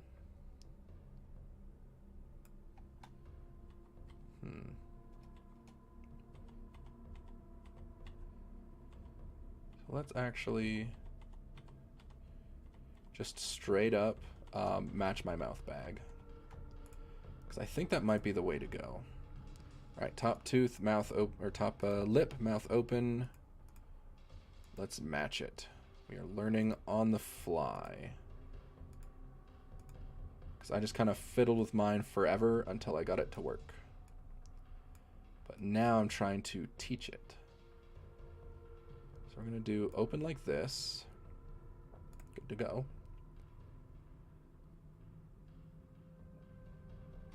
That was not good to go. What am I high?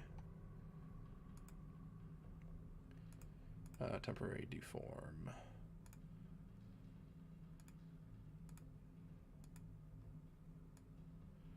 Again, match with the size of the mouth bag.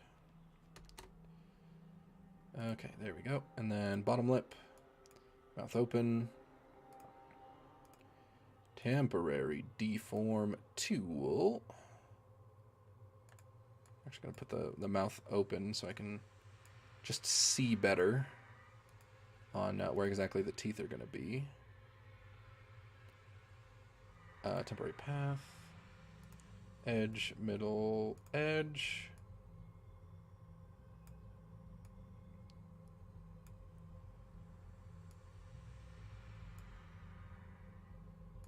Okay, so I'm gonna actually want this to be a little bit rounder. Yeah, so something maybe more like this.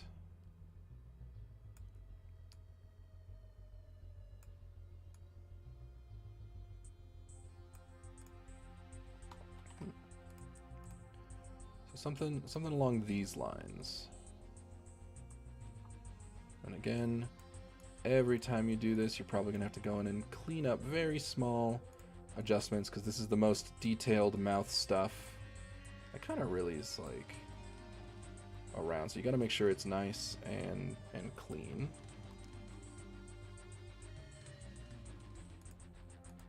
See, like for example, I kind of messed up. It's not exactly symmetrical here. Okay, so I think that's a little bit better. All right, and then the mouth bag. So when the mouth is open, it's going to look like this, which means I need to make sure it is completely hiding inside and underneath the lips. So as long as it's completely hidden there, should be good.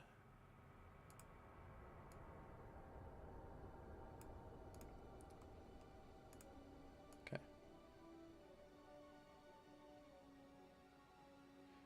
So she can now open her mouth. Her mouth open and her jaw closed is just not possible, so it doesn't matter if that looks weird. Now, mouth bag. When the mouth is closed, the mouth bag needs to be hidden. So in the same way that we just made sure it was all within the lips, it is the exact same thing here.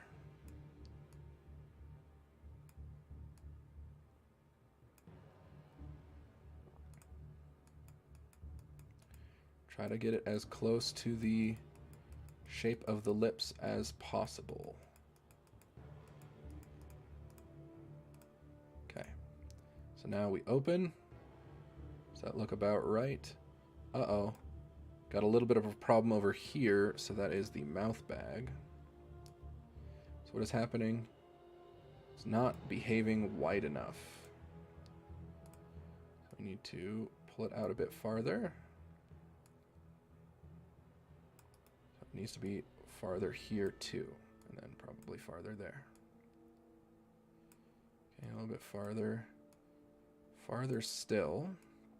Then open a little bit farther as well, just a little bit down there. All right, so that looks pretty reasonable. Jaw open again. Okay. Oh, and so for this -1, we do want the mouth bag to be closed because it's as if the mouth were closed. So let us actually go to mouth closed. We'll go to the mouth bag. If we select all of these and we hit Control-Shift-C, we can go back over here and then hit Control-Shift. Sorry, I hit Control-Shift-C again. So let's go back here. Control-Shift-C and then Control-Shift-V to paste. And it should paste those vertices into the exact position. So Control-Shift-C and V for copy and paste, and it should work just like that.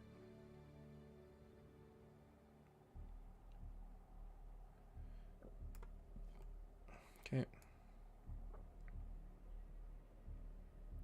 So that looks reasonable.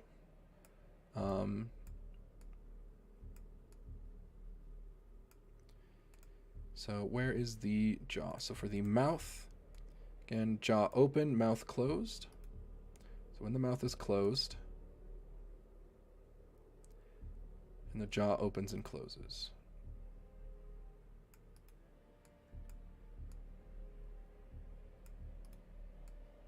Okay. So that part is done. So next, we're going to select top lip, bottom lip, and mouth bag. All right, and then we're going to set keyframes for mouth open again, but this time we're actually going to go a little bit more in depth. So we're going to select mouth open, and then we're going to, where's the little button? There it is. Sometimes it doesn't always pop up. Maybe that's not the right one. Okay, well, I'm going to select that. We're going to go to mouth open, and it's this one here.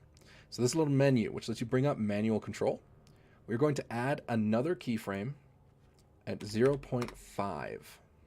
Okay?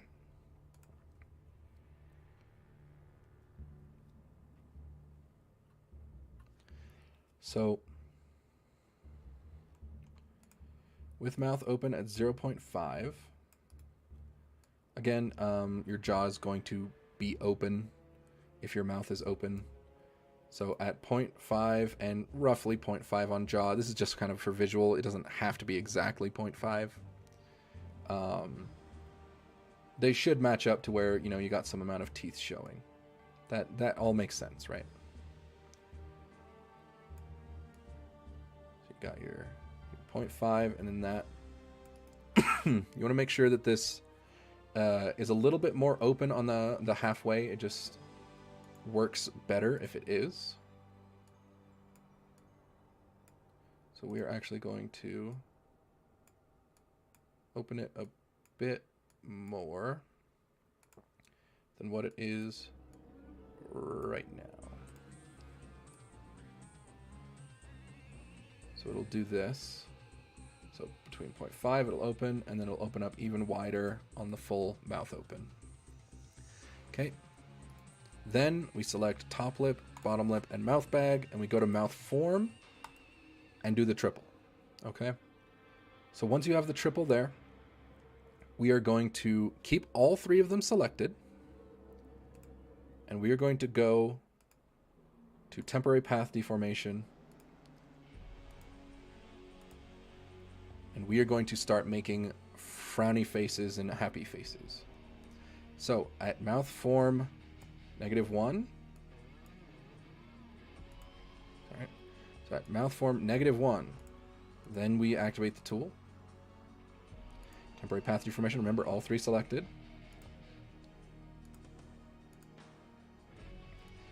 So at -1, we're frowning. Okay. So when you're frowning, it's just the corners of your lips, pretty much, that go down. The top of your mouth is not really going to change that much. See, like, it might go up, like, a little bit. But in general, it's just going to be your corners coming down. Right? And it's like that. And then smiling. So now we switch to smiling. And then we make her smile. Temporary path deformation. So your corners of your lips are going to go up. And honestly, a little bit out. So it should do something like this.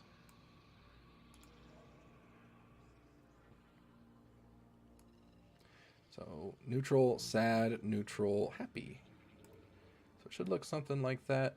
It's okay if it's not perfectly even. You can fix things as you go. So smiley, frowny, smiley, frowny. Okay, seems pretty simple.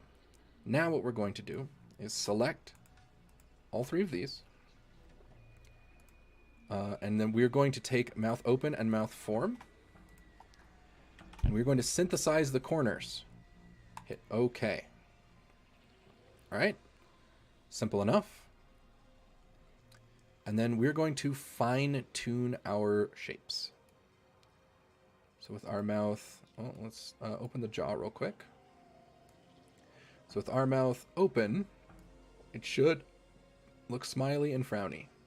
Oh, the smile's not nearly wide enough. So what we do is while we're on this keyframe, we're actually going to widen the smile so that she smiles a lot wider. Alright, so mouth is fully open, smile, frown. Smiley, frowny, smiley, frowny. Okay. Mouth is halfway open. Uh-oh, nothing. So we have to do the same thing with all of them selected, with mouth half open.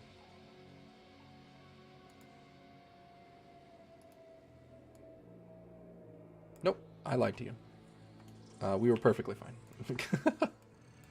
As long as it's where you want it. It doesn't actually matter about the half one yet. Because that's in the next step. Once again, I'm jumping ahead of myself.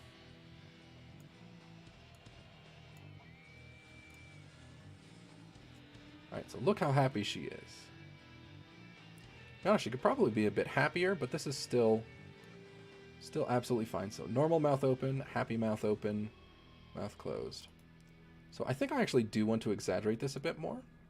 So I'm going to select these. And I'm going to grab this brush tool, and I'm just gonna pull these lips up, and then that will be perfectly fine. So then if we take a look, oh, she looks a lot happier. But, uh-oh, our teeth ran out. Well, I guess she wasn't designed to smile this wide. We're just going to widen the teeth so that they're more visually there. Yeah, pretty simple. So actually for top teeth, I think we'll go a little bit round them out.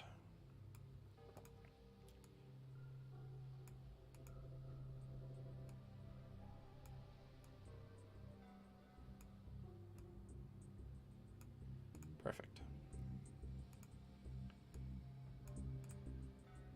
Bum bum. Our teeth ran out. Yes. We ran out of teeth. Okay, so there you go. Now she's, big happy. Oh, big no. Yeah, no. Yeah, no. And that's what you're looking for. And then on mouth closed, you, of course, you still want your smile and your frown. Smile, frown. Smile, frown. Okay. So that's the first round of keyframes. Next, we need top lip, bottom lip, and mouth bag all selected. And then we select mouth funnel. Okay. I'll actually move it up to the next one just to make sure. And let's see. Yeah. So now we do the 3. Make the 3 keyframes. So mouth funnel at 1 at mouth funnel, and at 0 at mouth and yeah, so a mouth funnel at 1 and mouth 0 or mouth open at 0. We're going to go in here, take the top lip, and we're going to open it a bit. Just the middle part.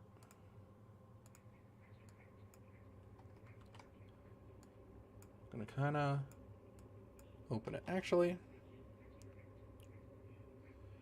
easiest way to do this. So I'm actually going to go 0.5 first. So at 0.5, what we're going to do, so our mouth is open 0.5 of the way, and funnel is at max. We're going to pinch the lips.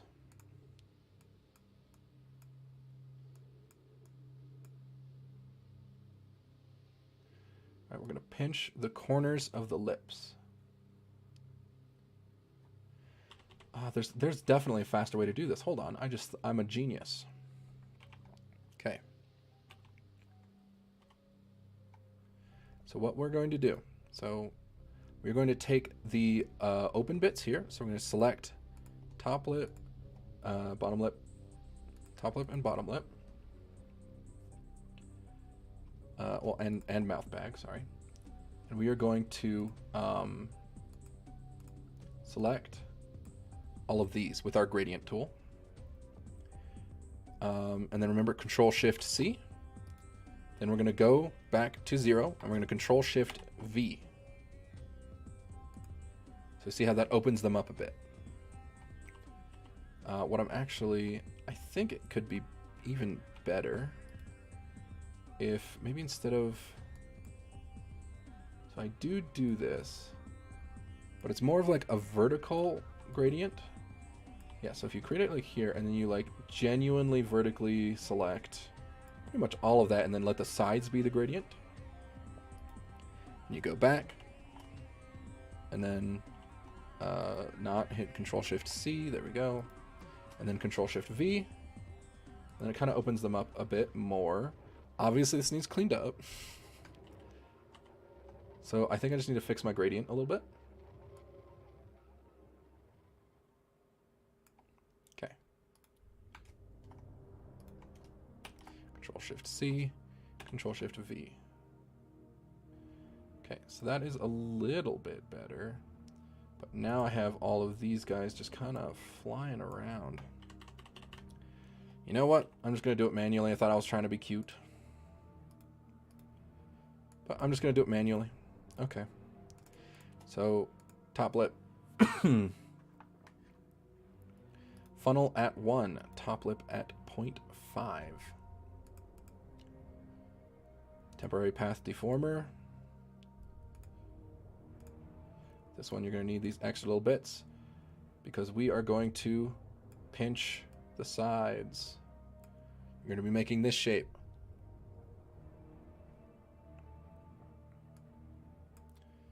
Okay, so done with that. The bottom lip now, same deal.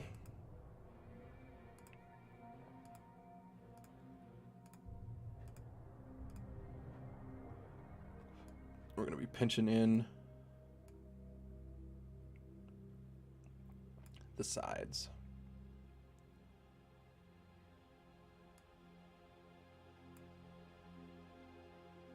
Okay. And then obviously mouth bag at this range, we are going to make sure it also complies with what we're doing. Now, to make this a little bit better, I am going to actually affix the outsides of these with Control-Shift-C, with the outsides here, Control-Shift-V. Just to make them a little bit straighter. Wait, what the fuck? Open. No, I guess I'll just keep doing it manually. So that's the shape we're looking for.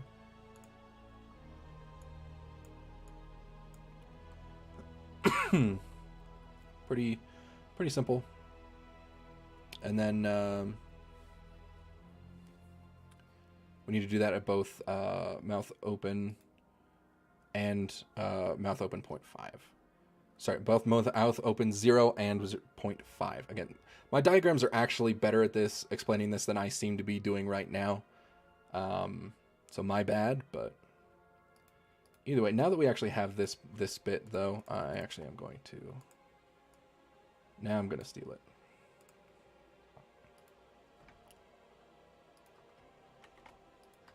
Control-Shift-V. Oh, was that too much? Why was that too much? I swear I did the gradient right. Okay.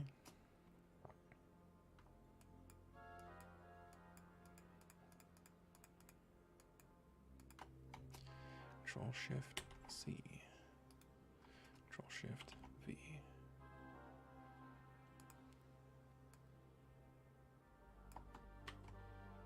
Oh, I keep getting like little stray guys as well, apparently. No fucking wonder. Yeah, I'm just gonna have to stop being cute. I'm just gonna have to do it manually. I keep trying to shortcut. Alrighty. Deform. Again, the temporary one apparently works better. At least for this. So this one, we're kind of just opening the mouth. This is kind of like a pucker.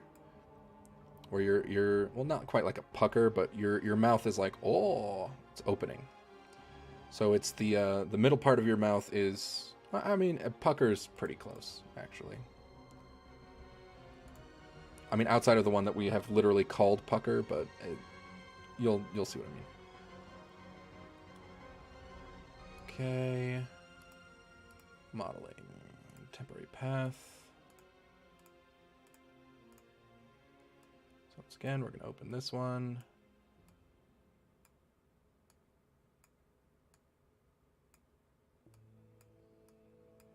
Because the mouth funnel is kind of mostly here to close the sides of your lips.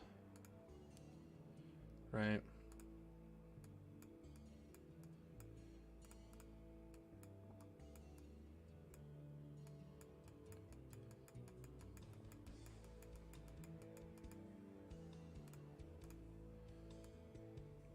So funnel. 0.5 funnel. Yeah, that looks about right. Well, we got a little bit of that mouth bag, baby.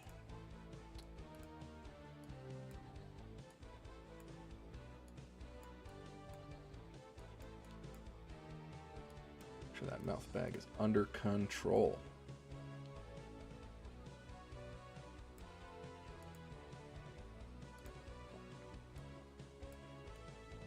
Okay.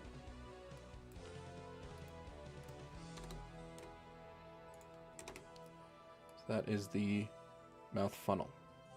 Should be look like this when you turn it on and off, on 0.5 and on 0.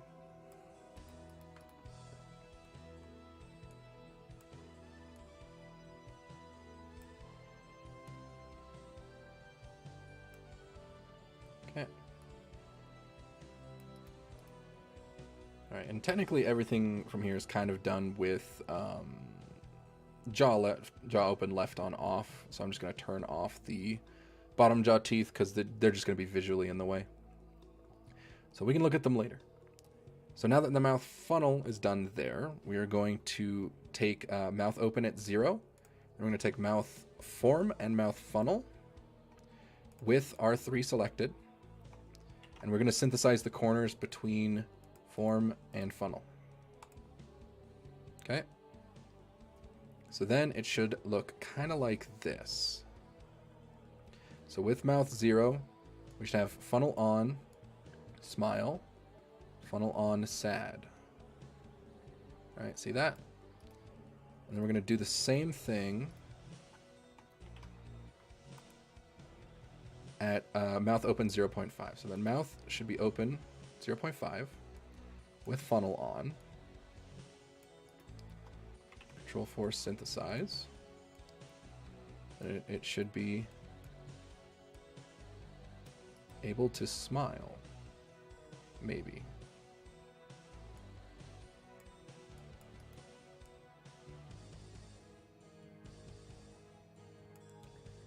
Okay.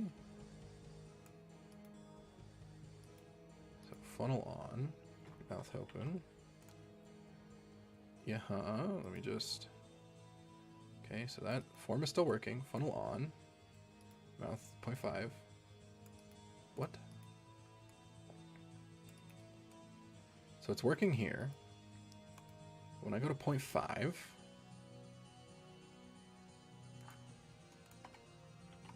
and then I do form and funnel, yeah. There it goes. No, it doesn't. What the fuck? Hold on. Normally that works just fine. Now I'm confused. What's happening? Oh god.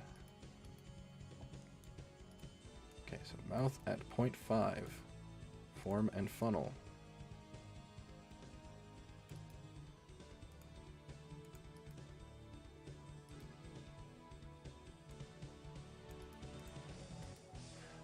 Oh. There's no mouth form at mouth open 0.5. What the fuck? Well, why not? What happened? Where'd it go? That's why it's not working. There's just at mouth point, yeah, because about like that, it's like that. And like this, it's like that. But at 0.5, there is no mouth form. What the fuck? All right, hold on. Let me synthesize open and form now. Well, I don't know where it went, but I guess I'm doing it manually. Fuck, dude, what the hell? Either way. So we're going to go to 0.5, we're going to go to form. I'm going to do it manually just because I guess I messed it up somewhere. So we're just going to do corner, middle, corner. Oh, sorry, I forgot before the temporary, so we have to select. Okay, now we're smiling. Temporary. Path. Corner, mouth, corner. Well, when we're smiling, it goes up. Good. All right, now we do frowning. When it's frown, it's sad and bad. Oh no. Boop, boop, boop. And then it's oh no. Sad. So when our mouth is halfway open, this is what our mouth looked like. Okay. So here it is here, and then form.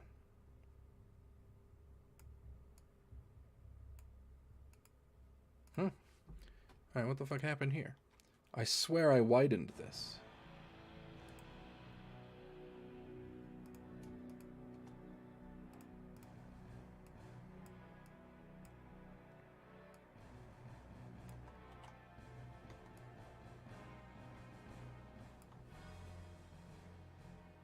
Yeah, I like widened and raised this.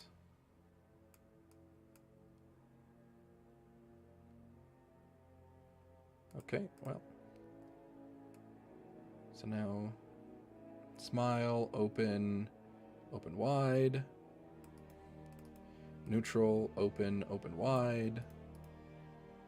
And then sad, open, open wide. What the fuck happened here? I don't know what is happening, but as long as I just have to manually fix everything. I don't know why suddenly now that I'm trying to show everyone, everything starts going wrong.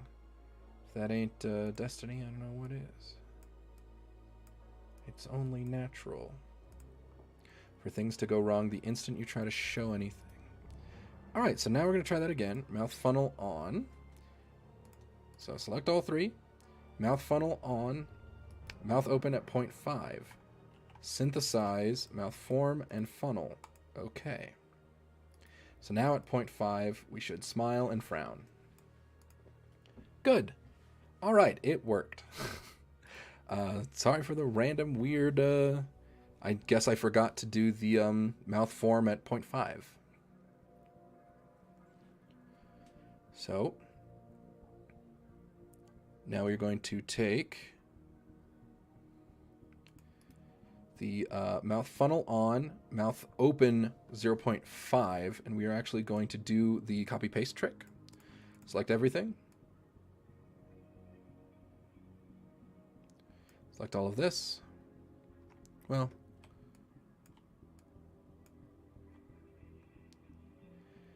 all right, select all of this.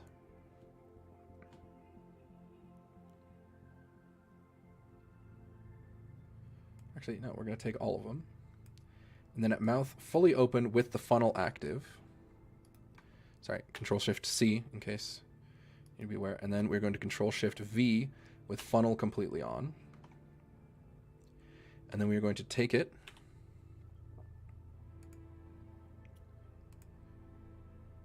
We're going to make it much taller. And we're going to pull out the corners for mouth fully open with funnel on.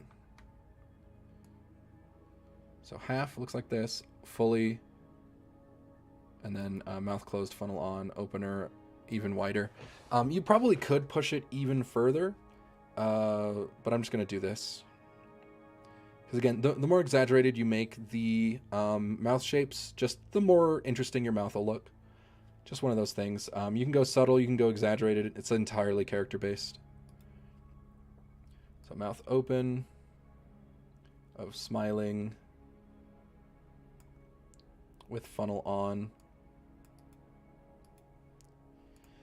All right. Now.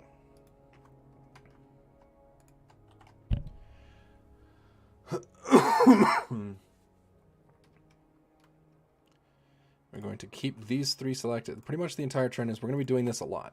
So with all three selected, now we start entering the next keyframes. We're going to go to lip press open. We're going to make the keyframes.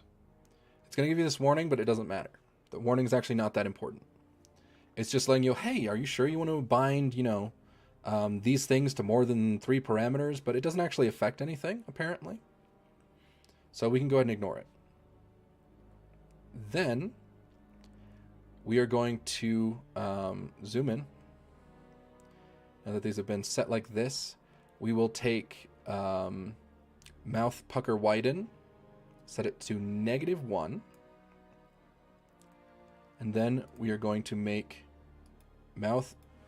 3 mouth shapes. At mouth 0, we are just going to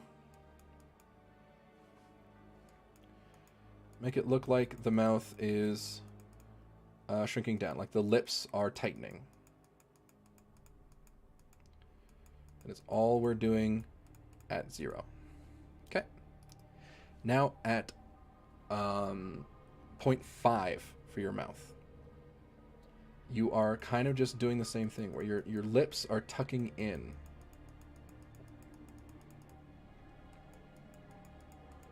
Okay, so the lips are tucking in, while the rest pretty much stays the same. Because this is just about how tight your lips are. So, you're tightening your lips. That's all this means. You can see. What happened to all the shit I just did? What the fuck? Wait. Oh, sorry, -1. Jesus.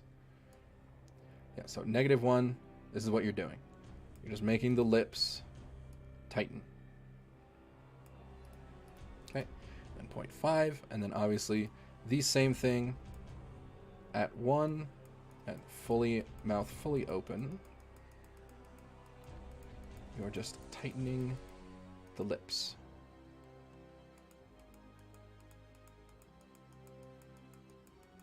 Just tighten them lips. Okay. Perfect. And then so that is all of these with tight lips. So you can see lip tighten, lip tighten, lip tighten. Okay. So now we go back to 0 and we set it to 1 instead of -1. And we leave 0 empty. Or sorry, no, yeah, no, that is wrong. So we're going to leave 1 as it is. So that's just going to be normal. So I'm going to go to 0.5, and we are going to pull the lips out. So this is a proper pucker. So this is, pull up, give your best pucker lips. Okay.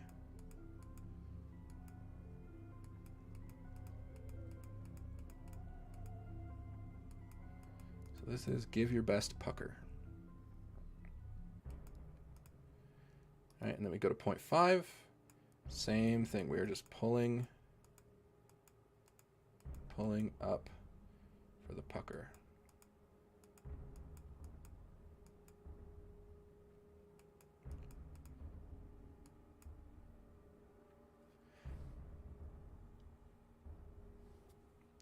Wait a minute. I mislabeled this. That's okay. I can just change the name after, but this is actually the lip open parameter. My bad. The one we're doing right now is the lip open parameter. That's why the lip is either pressed or it's open. Remember how I said it's lip press, lip open? So that's my bad. It still works the same. Just make it maybe a little bit less kissy. In particular because the pucker a little bit later, but you're pretty much just pulling the lips out a little. For this one, I actually have to separate the lips.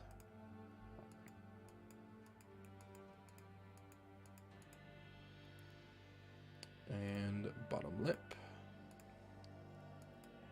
I have to actually pull the lips apart. All right, and then mouth bag, obviously gotta always pull the mouth bag open so you have the inside of your mouth visible. Inside of your mouth exists. Okay. So then when your lips are pulling open, it should look like this. And then your mouth is fully open here, so it shouldn't do anything there. And let me completely rename this from the mistake I made. So, because this one is mouth pucker widen.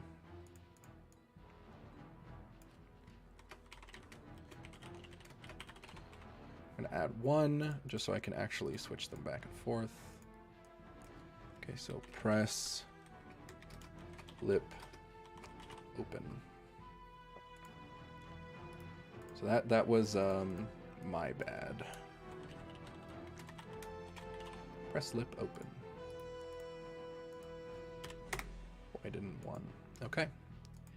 So my bad. We did press lip open next. I was correct. I just didn't. I grabbed the wrong parameter. So that's what we do. And then now we will set mouth open to 0. And we will synthesize the corners between lip press open and mouth form. Okay. So with all of these selected, go to press lip open and mouth form. And then synthesize those corners. Go to 0.5 on your mouth and do the exact same thing. And go to 1 and do the exact same thing. So, now, with your mouth form at sad, this is how it should look when you have your lips pressed. So it should look sad lips pressed, mouth kind of open, sad lips pressed, mouth very open. Okay? And then, with the lips pressed, our mouth bag's peeking through a little bit, so now we got to go in and fine-tune it a little bit. Oh, not you. Because you don't want that peeking out. So, there's that. And we take... Alright, and then how was the half open? The mouth bag could probably use a little bit of a tuner here too. Okay. Again, just go through each round and fine tune what could be needed. Looks fine here. All right, and then with lip press open, we'll keep lips pressed but smiling. So this is what it is here. Here's what it is with open mouth. Mouth bag needs a little bit of help up here. And then a little bit hiding away down there. Okay. And then when it's fully open with the lips pressed, looks like this. Looks like the mouth bag is behaving fairly well on that one. Okay. So now, with smiling, we're going to put the with lips open, we're going to look at sad. Mouth open sad. And mouth fully open sad. So the mouth bag, once again, just needs to be pushed in a little bit due to what we were doing to it. Okay. And then now that looks perfectly fine. All right. And then smiling with the lips open. Okay, so we got to fix a little bit of that. Again, you just got to go through all the variations and fine-tune them. Then fully open.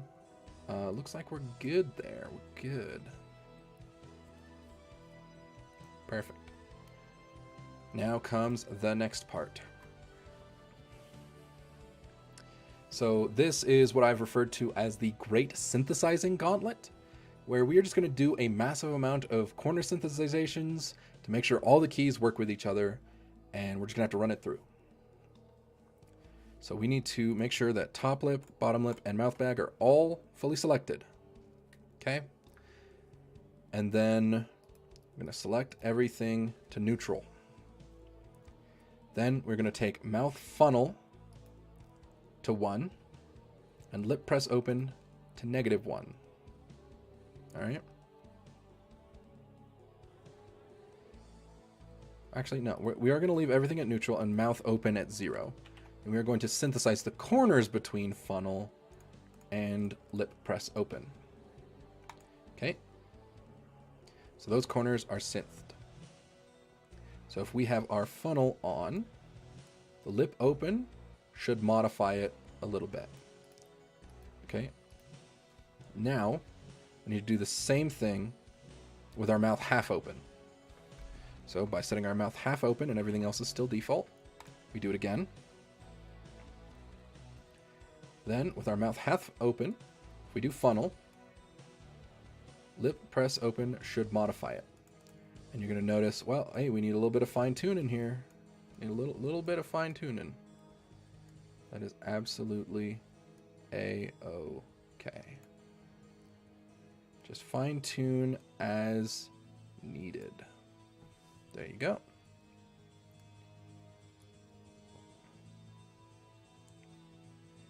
So then that should modify it there. And then you guessed it, we're setting everything back to neutral again. Then mouth at 1, synthesize the corners.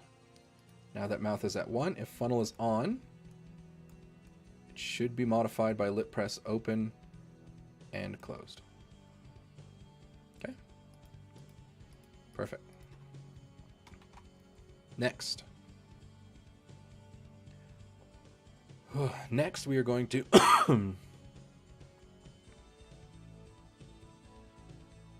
Excuse me, let me double check.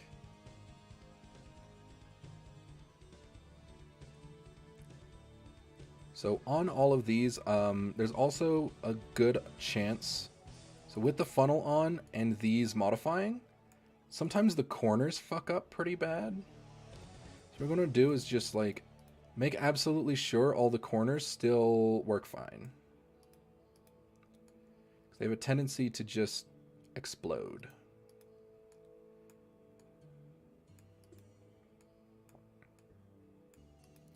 And of course, funnel doesn't interact with form really all that much with all of this here. But we move on to the next.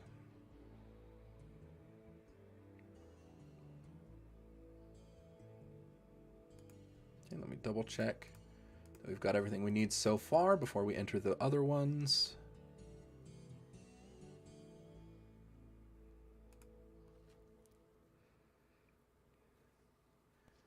Yep, okay.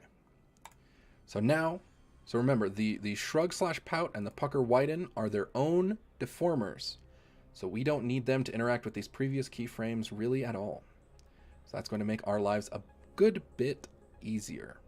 So next we will select the, should we do pucker widen first or should we do, let me double check if it matters. So synth everything.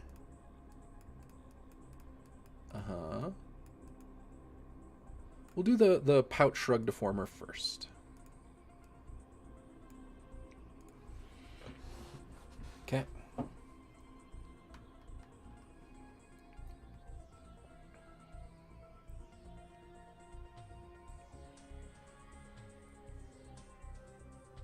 Okay. Now for the pout, this is something that will actually only affect the mouth closed, right? Because you can't pout with your mouth open. That's just not how that works. So what we're going to do is we're just going to take the shrug slash pack. Again, this is a deformer now, so we're now on this warping tool. All you're going to do with pout is you're going to take the pen tool, you're going to select and raise your center columns of your deformer. So it's going to look like this. So you're going to select the middle ones. Well, let me actually put the keyframes in. So not pouting and then pouting. You're just kind of going to push up the top. And that's pretty much it. Although, actually, you do want to put keys on mouth open, just so that it doesn't affect the rest of it. See how it's doing this? So I'm actually going to back out. So before you modify anything, you need to put on shrug and pout, and then some on mouth open. And then while mouth is closed, because you don't want it to affect when the mouth is open. So you're pouting.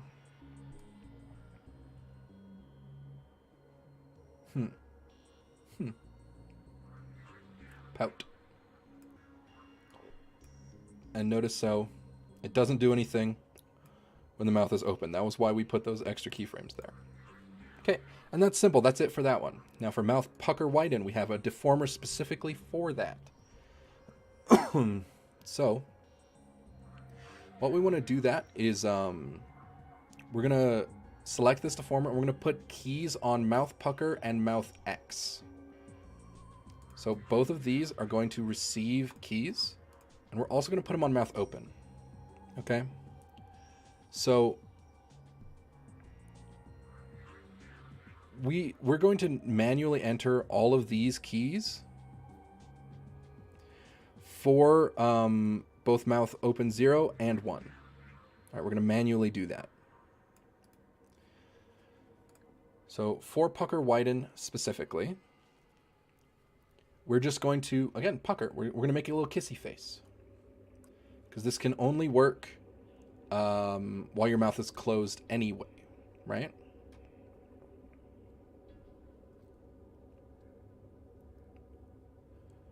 And then, where is it? We'll use this.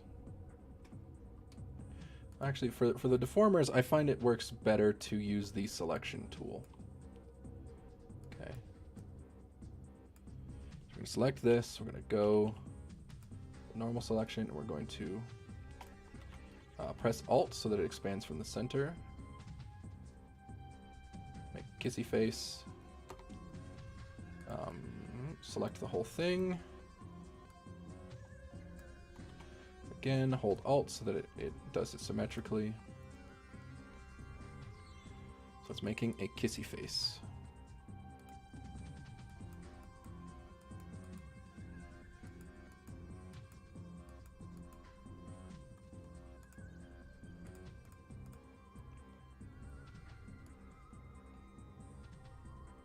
Well, I once again have placed it in the wrong area. So on the negative one is where you do the pucker. So let me just do the classic rearrange that I'm very versed in doing because I make lots of mistakes. So you pucker.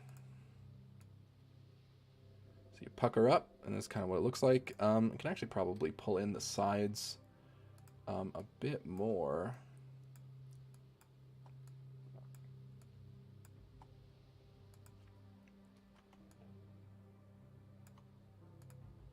Yeah. So a bit more. And then when your mouth is open, so that's how it's going to look on there. And then you're not going to actually do anything on pucker widen when it's open. Sorry, you're not going to do anything on +1 with pucker widen while your mouth is closed. You're going to move it to open, and then you're going to do this, where all you're going to do is you're just going to widen your lips. So let me select it like this, then Alt and Shift so that it opens pretty regularly. And then that should, let me double check. And then that should be it for that. And then we can do mouth X here in a second.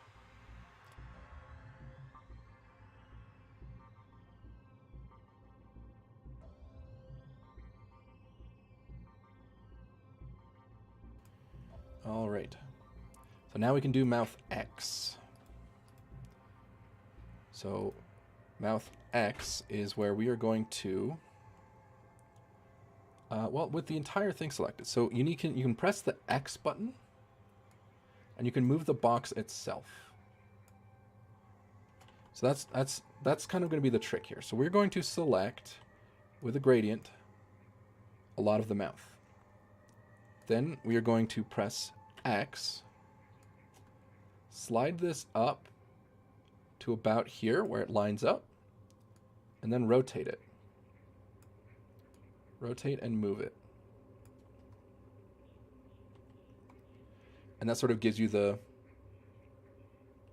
your mouth is moving to one side of your face. Sort of a look.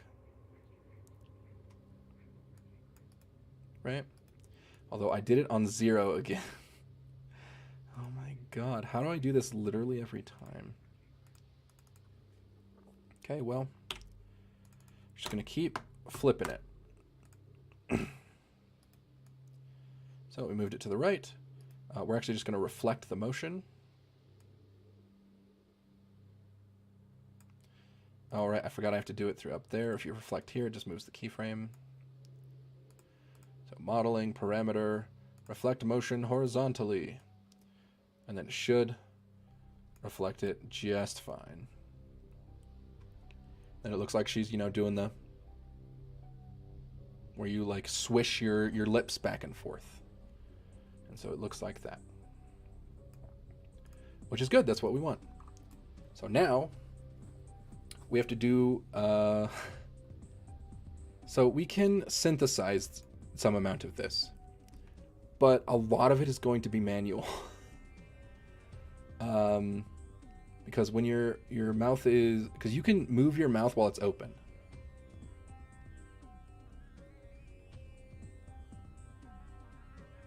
Right? See? That's just something that you can do. So technically the model should be able to do that as well. Which means that you need to also do mouth X while it's open. So I'm going to try and synthesize, see if it works, because I don't remember if this was one I had trouble with synthesizing. So mouth open and mouth X. So if we synthesize this... Oh, it's actually... looks like it's behaving.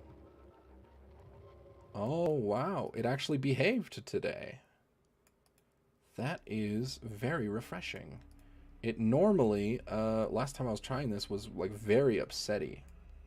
Although to be fair, it could be fine-tuned even more. Because, you know, your mouth would kind of do this sort of a thing, right?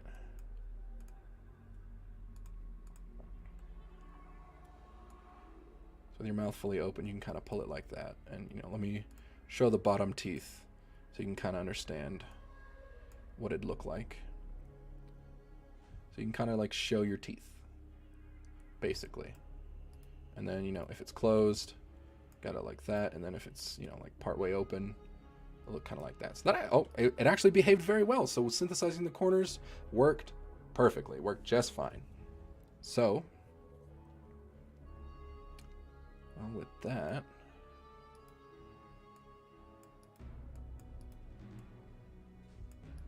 uh-oh, where's my shrug pout? There's the pucker widen. Uh-oh, what happened to my...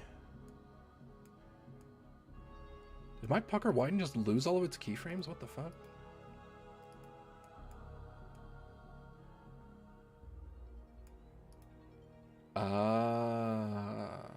I see what I did. So the pucker widen only exists on this keyframe right now.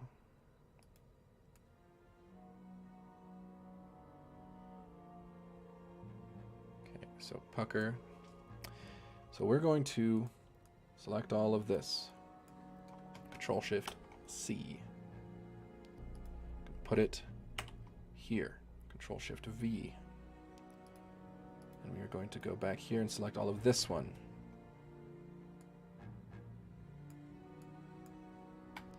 Control-Shift-C.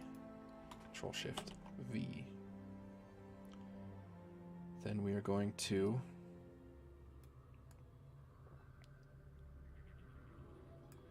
select all of the ones from this one and move it back over here. So this is just me fixing a little mistake I did. As long as you don't make the mistake, you shouldn't have to do this. You can ignore this part.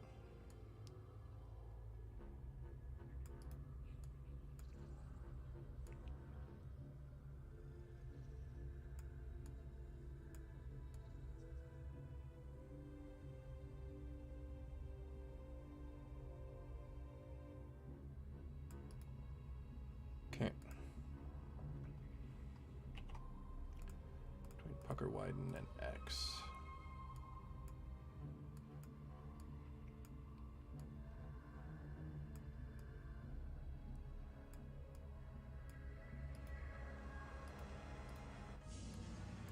Okay. So now mouth X isn't doing anything on pout. The fuck happened? All right, well, we will simply do it again. Because now it's still working here.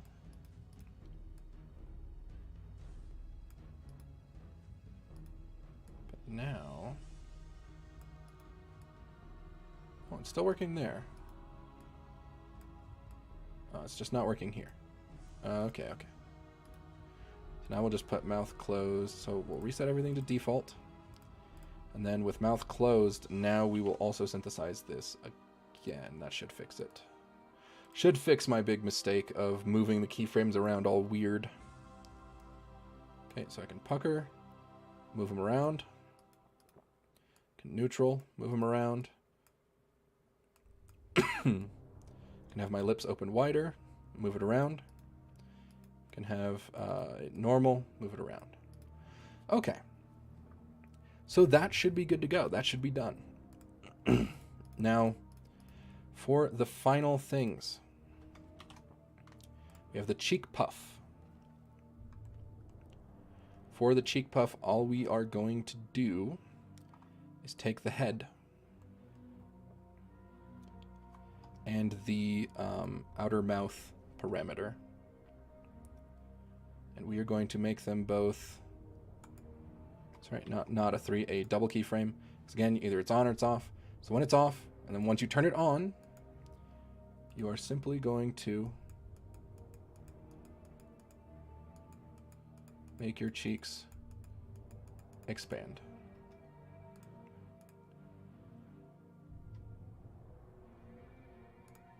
It's just that simple. Just gonna make your cheeks expand. And then you're gonna select the outer mouth one that you had, because you're gonna make your mouth go a little bit inward.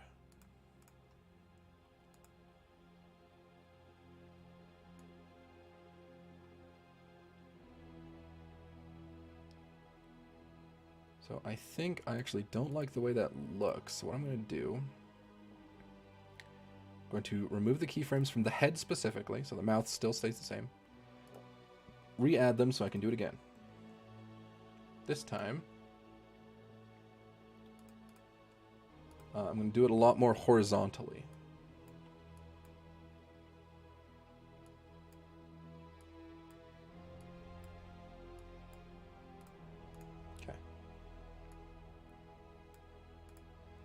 And I did the thing again. Oh my god. Okay. So, you're blowing up your cheeks. You're just like, burp, burp, burp. Alright, pretty simple. And then, also tongue. So, tongue out. I forgot to put this one in here. So, parameter, tongue out. Either your tongue is out or it is in. So it is a 1-0. So for this, we're going to take your tongue. You can only... that should be fine. Okay. So we're going to take our tongue and we're going to give it this. Now, when your tongue is closed, what's the best way to do this? Let's just make it small. Let's just make it small.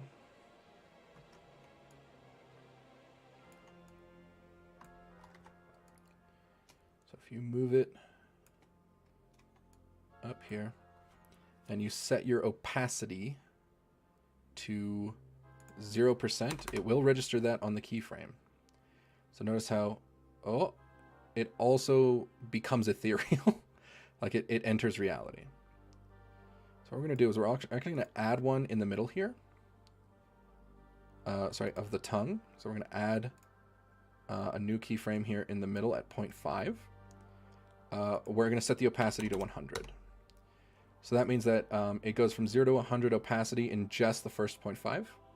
And then it's just the shape from there. Okay.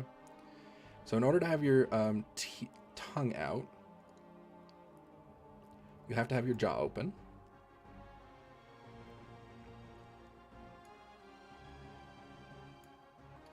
And most likely your lips are going to be open. So let's go with, so you're at absolute worst, it's maybe, what, like this? So if we stick the tongue like right there. So your mouth's open like this, you can Stick your tongue out. Now the question is, stick it like this.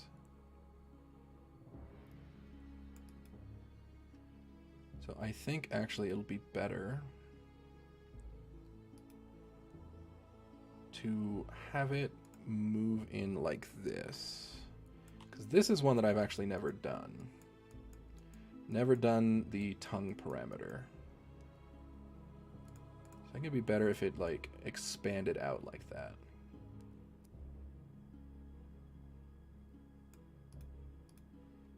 Yeah, so if it was like this. Tongue.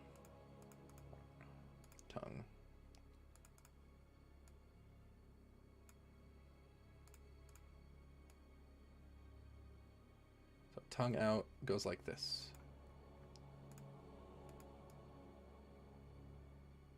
Yeah, that looks reasonable enough. And then with mouth fully open. So we'll actually put keys on the mouth open parameters. So at this and at 0.5, we'll add a new key. So at 0.5, it looks like this. At 0, it looks like this. So at 0, it will always look like this.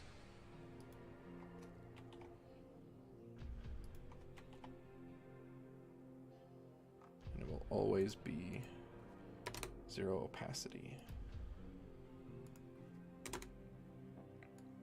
So the tongue should not appear at all while my mouth is at 0. While the mouth is at 0.5, it should be able to appear.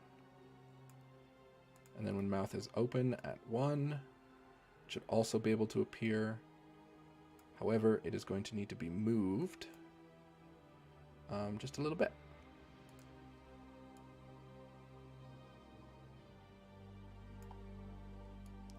To be like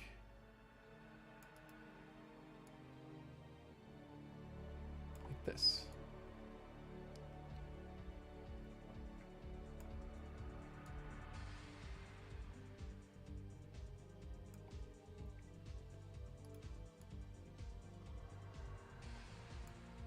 I'm going to move this even further down.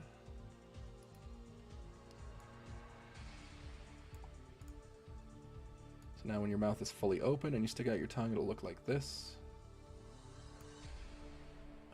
I think the shape could use a little work though, actually.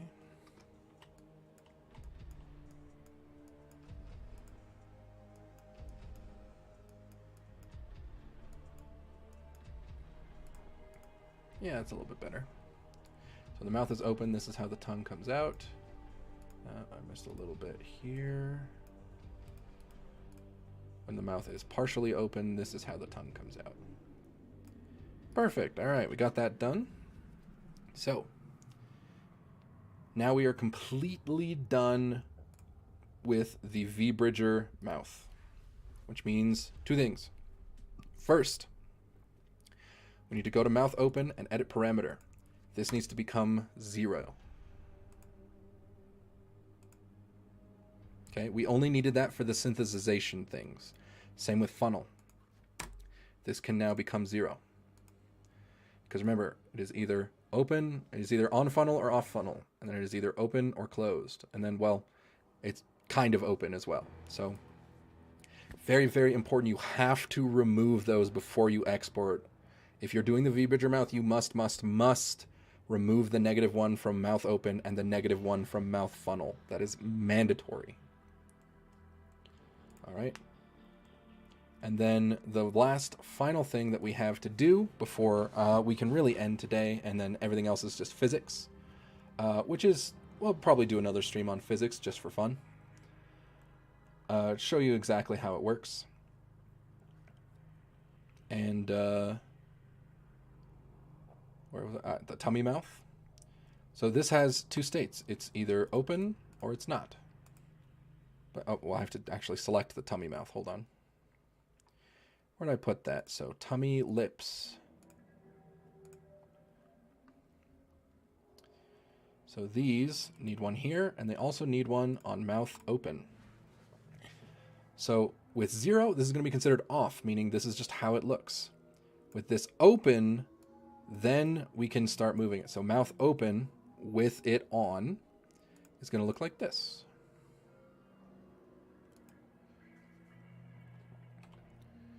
Okay.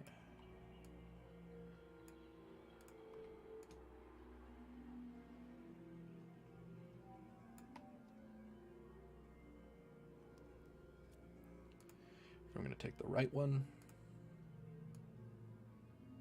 and do the same thing, where it's just kind of gonna open a little bit.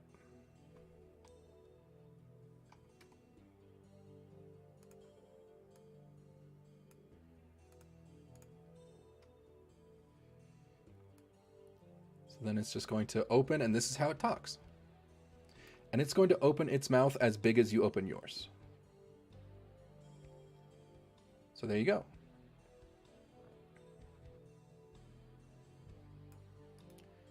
Although one real quick quirk, looks like on this side. I want to move that up a little bit. Yeah, so it looks like it's doing this. So it'll open its mouth as much as you do while it's on. And then while it's off, no matter how much you open your mouth, it'll just be how it do. All right. And then last thing I'll show before the end of this. So if you're not a fan of physics and like it lags your computer or anything like that, the one last thing I would have you do, other than physics, is a breathing animation. So for a breathing animation, you're going to take your body. So we put the body and everything. We're actually going to make yet another deformer, I think. Yep. Yet another. This one's a warp deformer on top of body. So the body was the rotation and positional one we used for the X and Y position. This one's just going to be simple. It's just going to be call it breathing. So it's just one above body called breathing. And then all we're going to do, why did it? All right, let me select all of it so that I can make one now called breathing. Why is it behaving this way? All right, let me close all of this, and then I'll do it this way. So I'll make one called breathing. I'll create it. So it'll be under body then, instead of over body. I guess it doesn't like it that way. So all you're going to do is select the center points. You're going to hold Alt so they expand symmetrically. You're going to expand them up a little bit, move them up. And then you're also just going to take this point here, move it up a little bit, take this point here, move it up a little bit. And you're going to do all of that after you have put keyframes on breathing. So 0 is the normal one. Now that you have a keyframe on breathing, what you're going to do, you're going to select all the middle ones. Make sure you got the top. Nice. You're going to expand and move up a little bit. You're going to take this corner, you're going to move it up a little bit. You're going to take this corner, and you're going to move it up a little bit. And then it should look relatively like your character is breathing. I'm actually going to remove the neck and neck pedals from this group. So they're still going to be in body, but they're not going to be in breathing.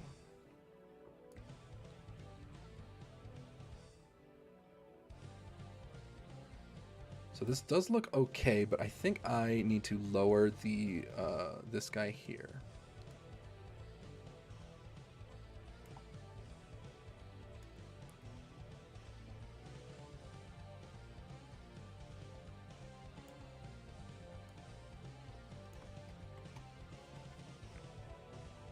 Okay.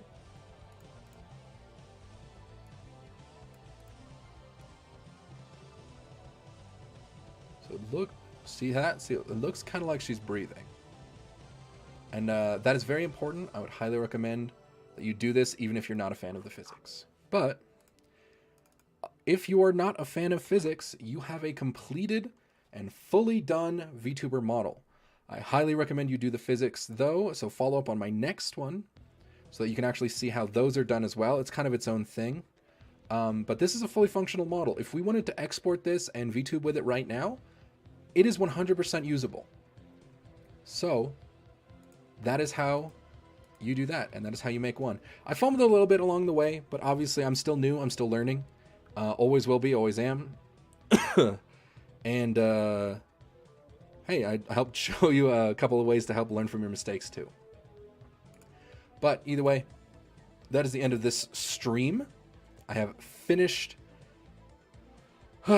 doing this model, and next time we'll just make sure the physics are there so she's a little bit more bouncy, and we'll, you know, make her titties go. Show the breathing again.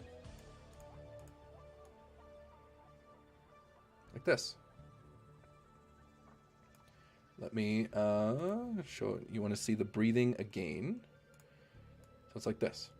It's very subtle and very soft. It's just kind of like your chest is heaving and moving as you go. So this is the breathing. It's very subtle, but you'll notice it if it's not there. It's one of those things where it's like, oh, that's not going to matter. But then like suddenly it's gone and you notice it, right?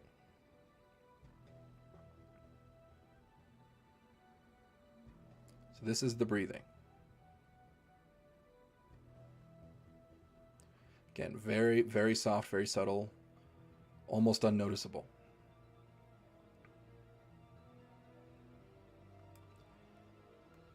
But yeah, so that is it. And this is a fully functional VTuber model. I enjoy a lot of the physics. I think, again, the sympathetic motion really helps sell that, like, you're alive. It's the same thing you would do with a puppet. Like, you'd want your puppet to feel alive. But yeah, with that, we're done for today. We have completely rigged this model. I'll do a little bit of physics, probably just a small physics stream, probably on Monday. On Monday, I'll just boot up, do a couple hours of physics, and honestly, it probably won't even take me a couple of hours. It should be pretty quick. The physics is probably the fastest part, and then I would give her my stamp of approval. Then this model is completely done. But thank you very much for watching this very long 6-hour stream where all we did was we actually spent like a third of this entire stream just organizing layers and deformers, but hey, you know how it be. It do be doing what it do be doing. See you later. Have a wonderful night.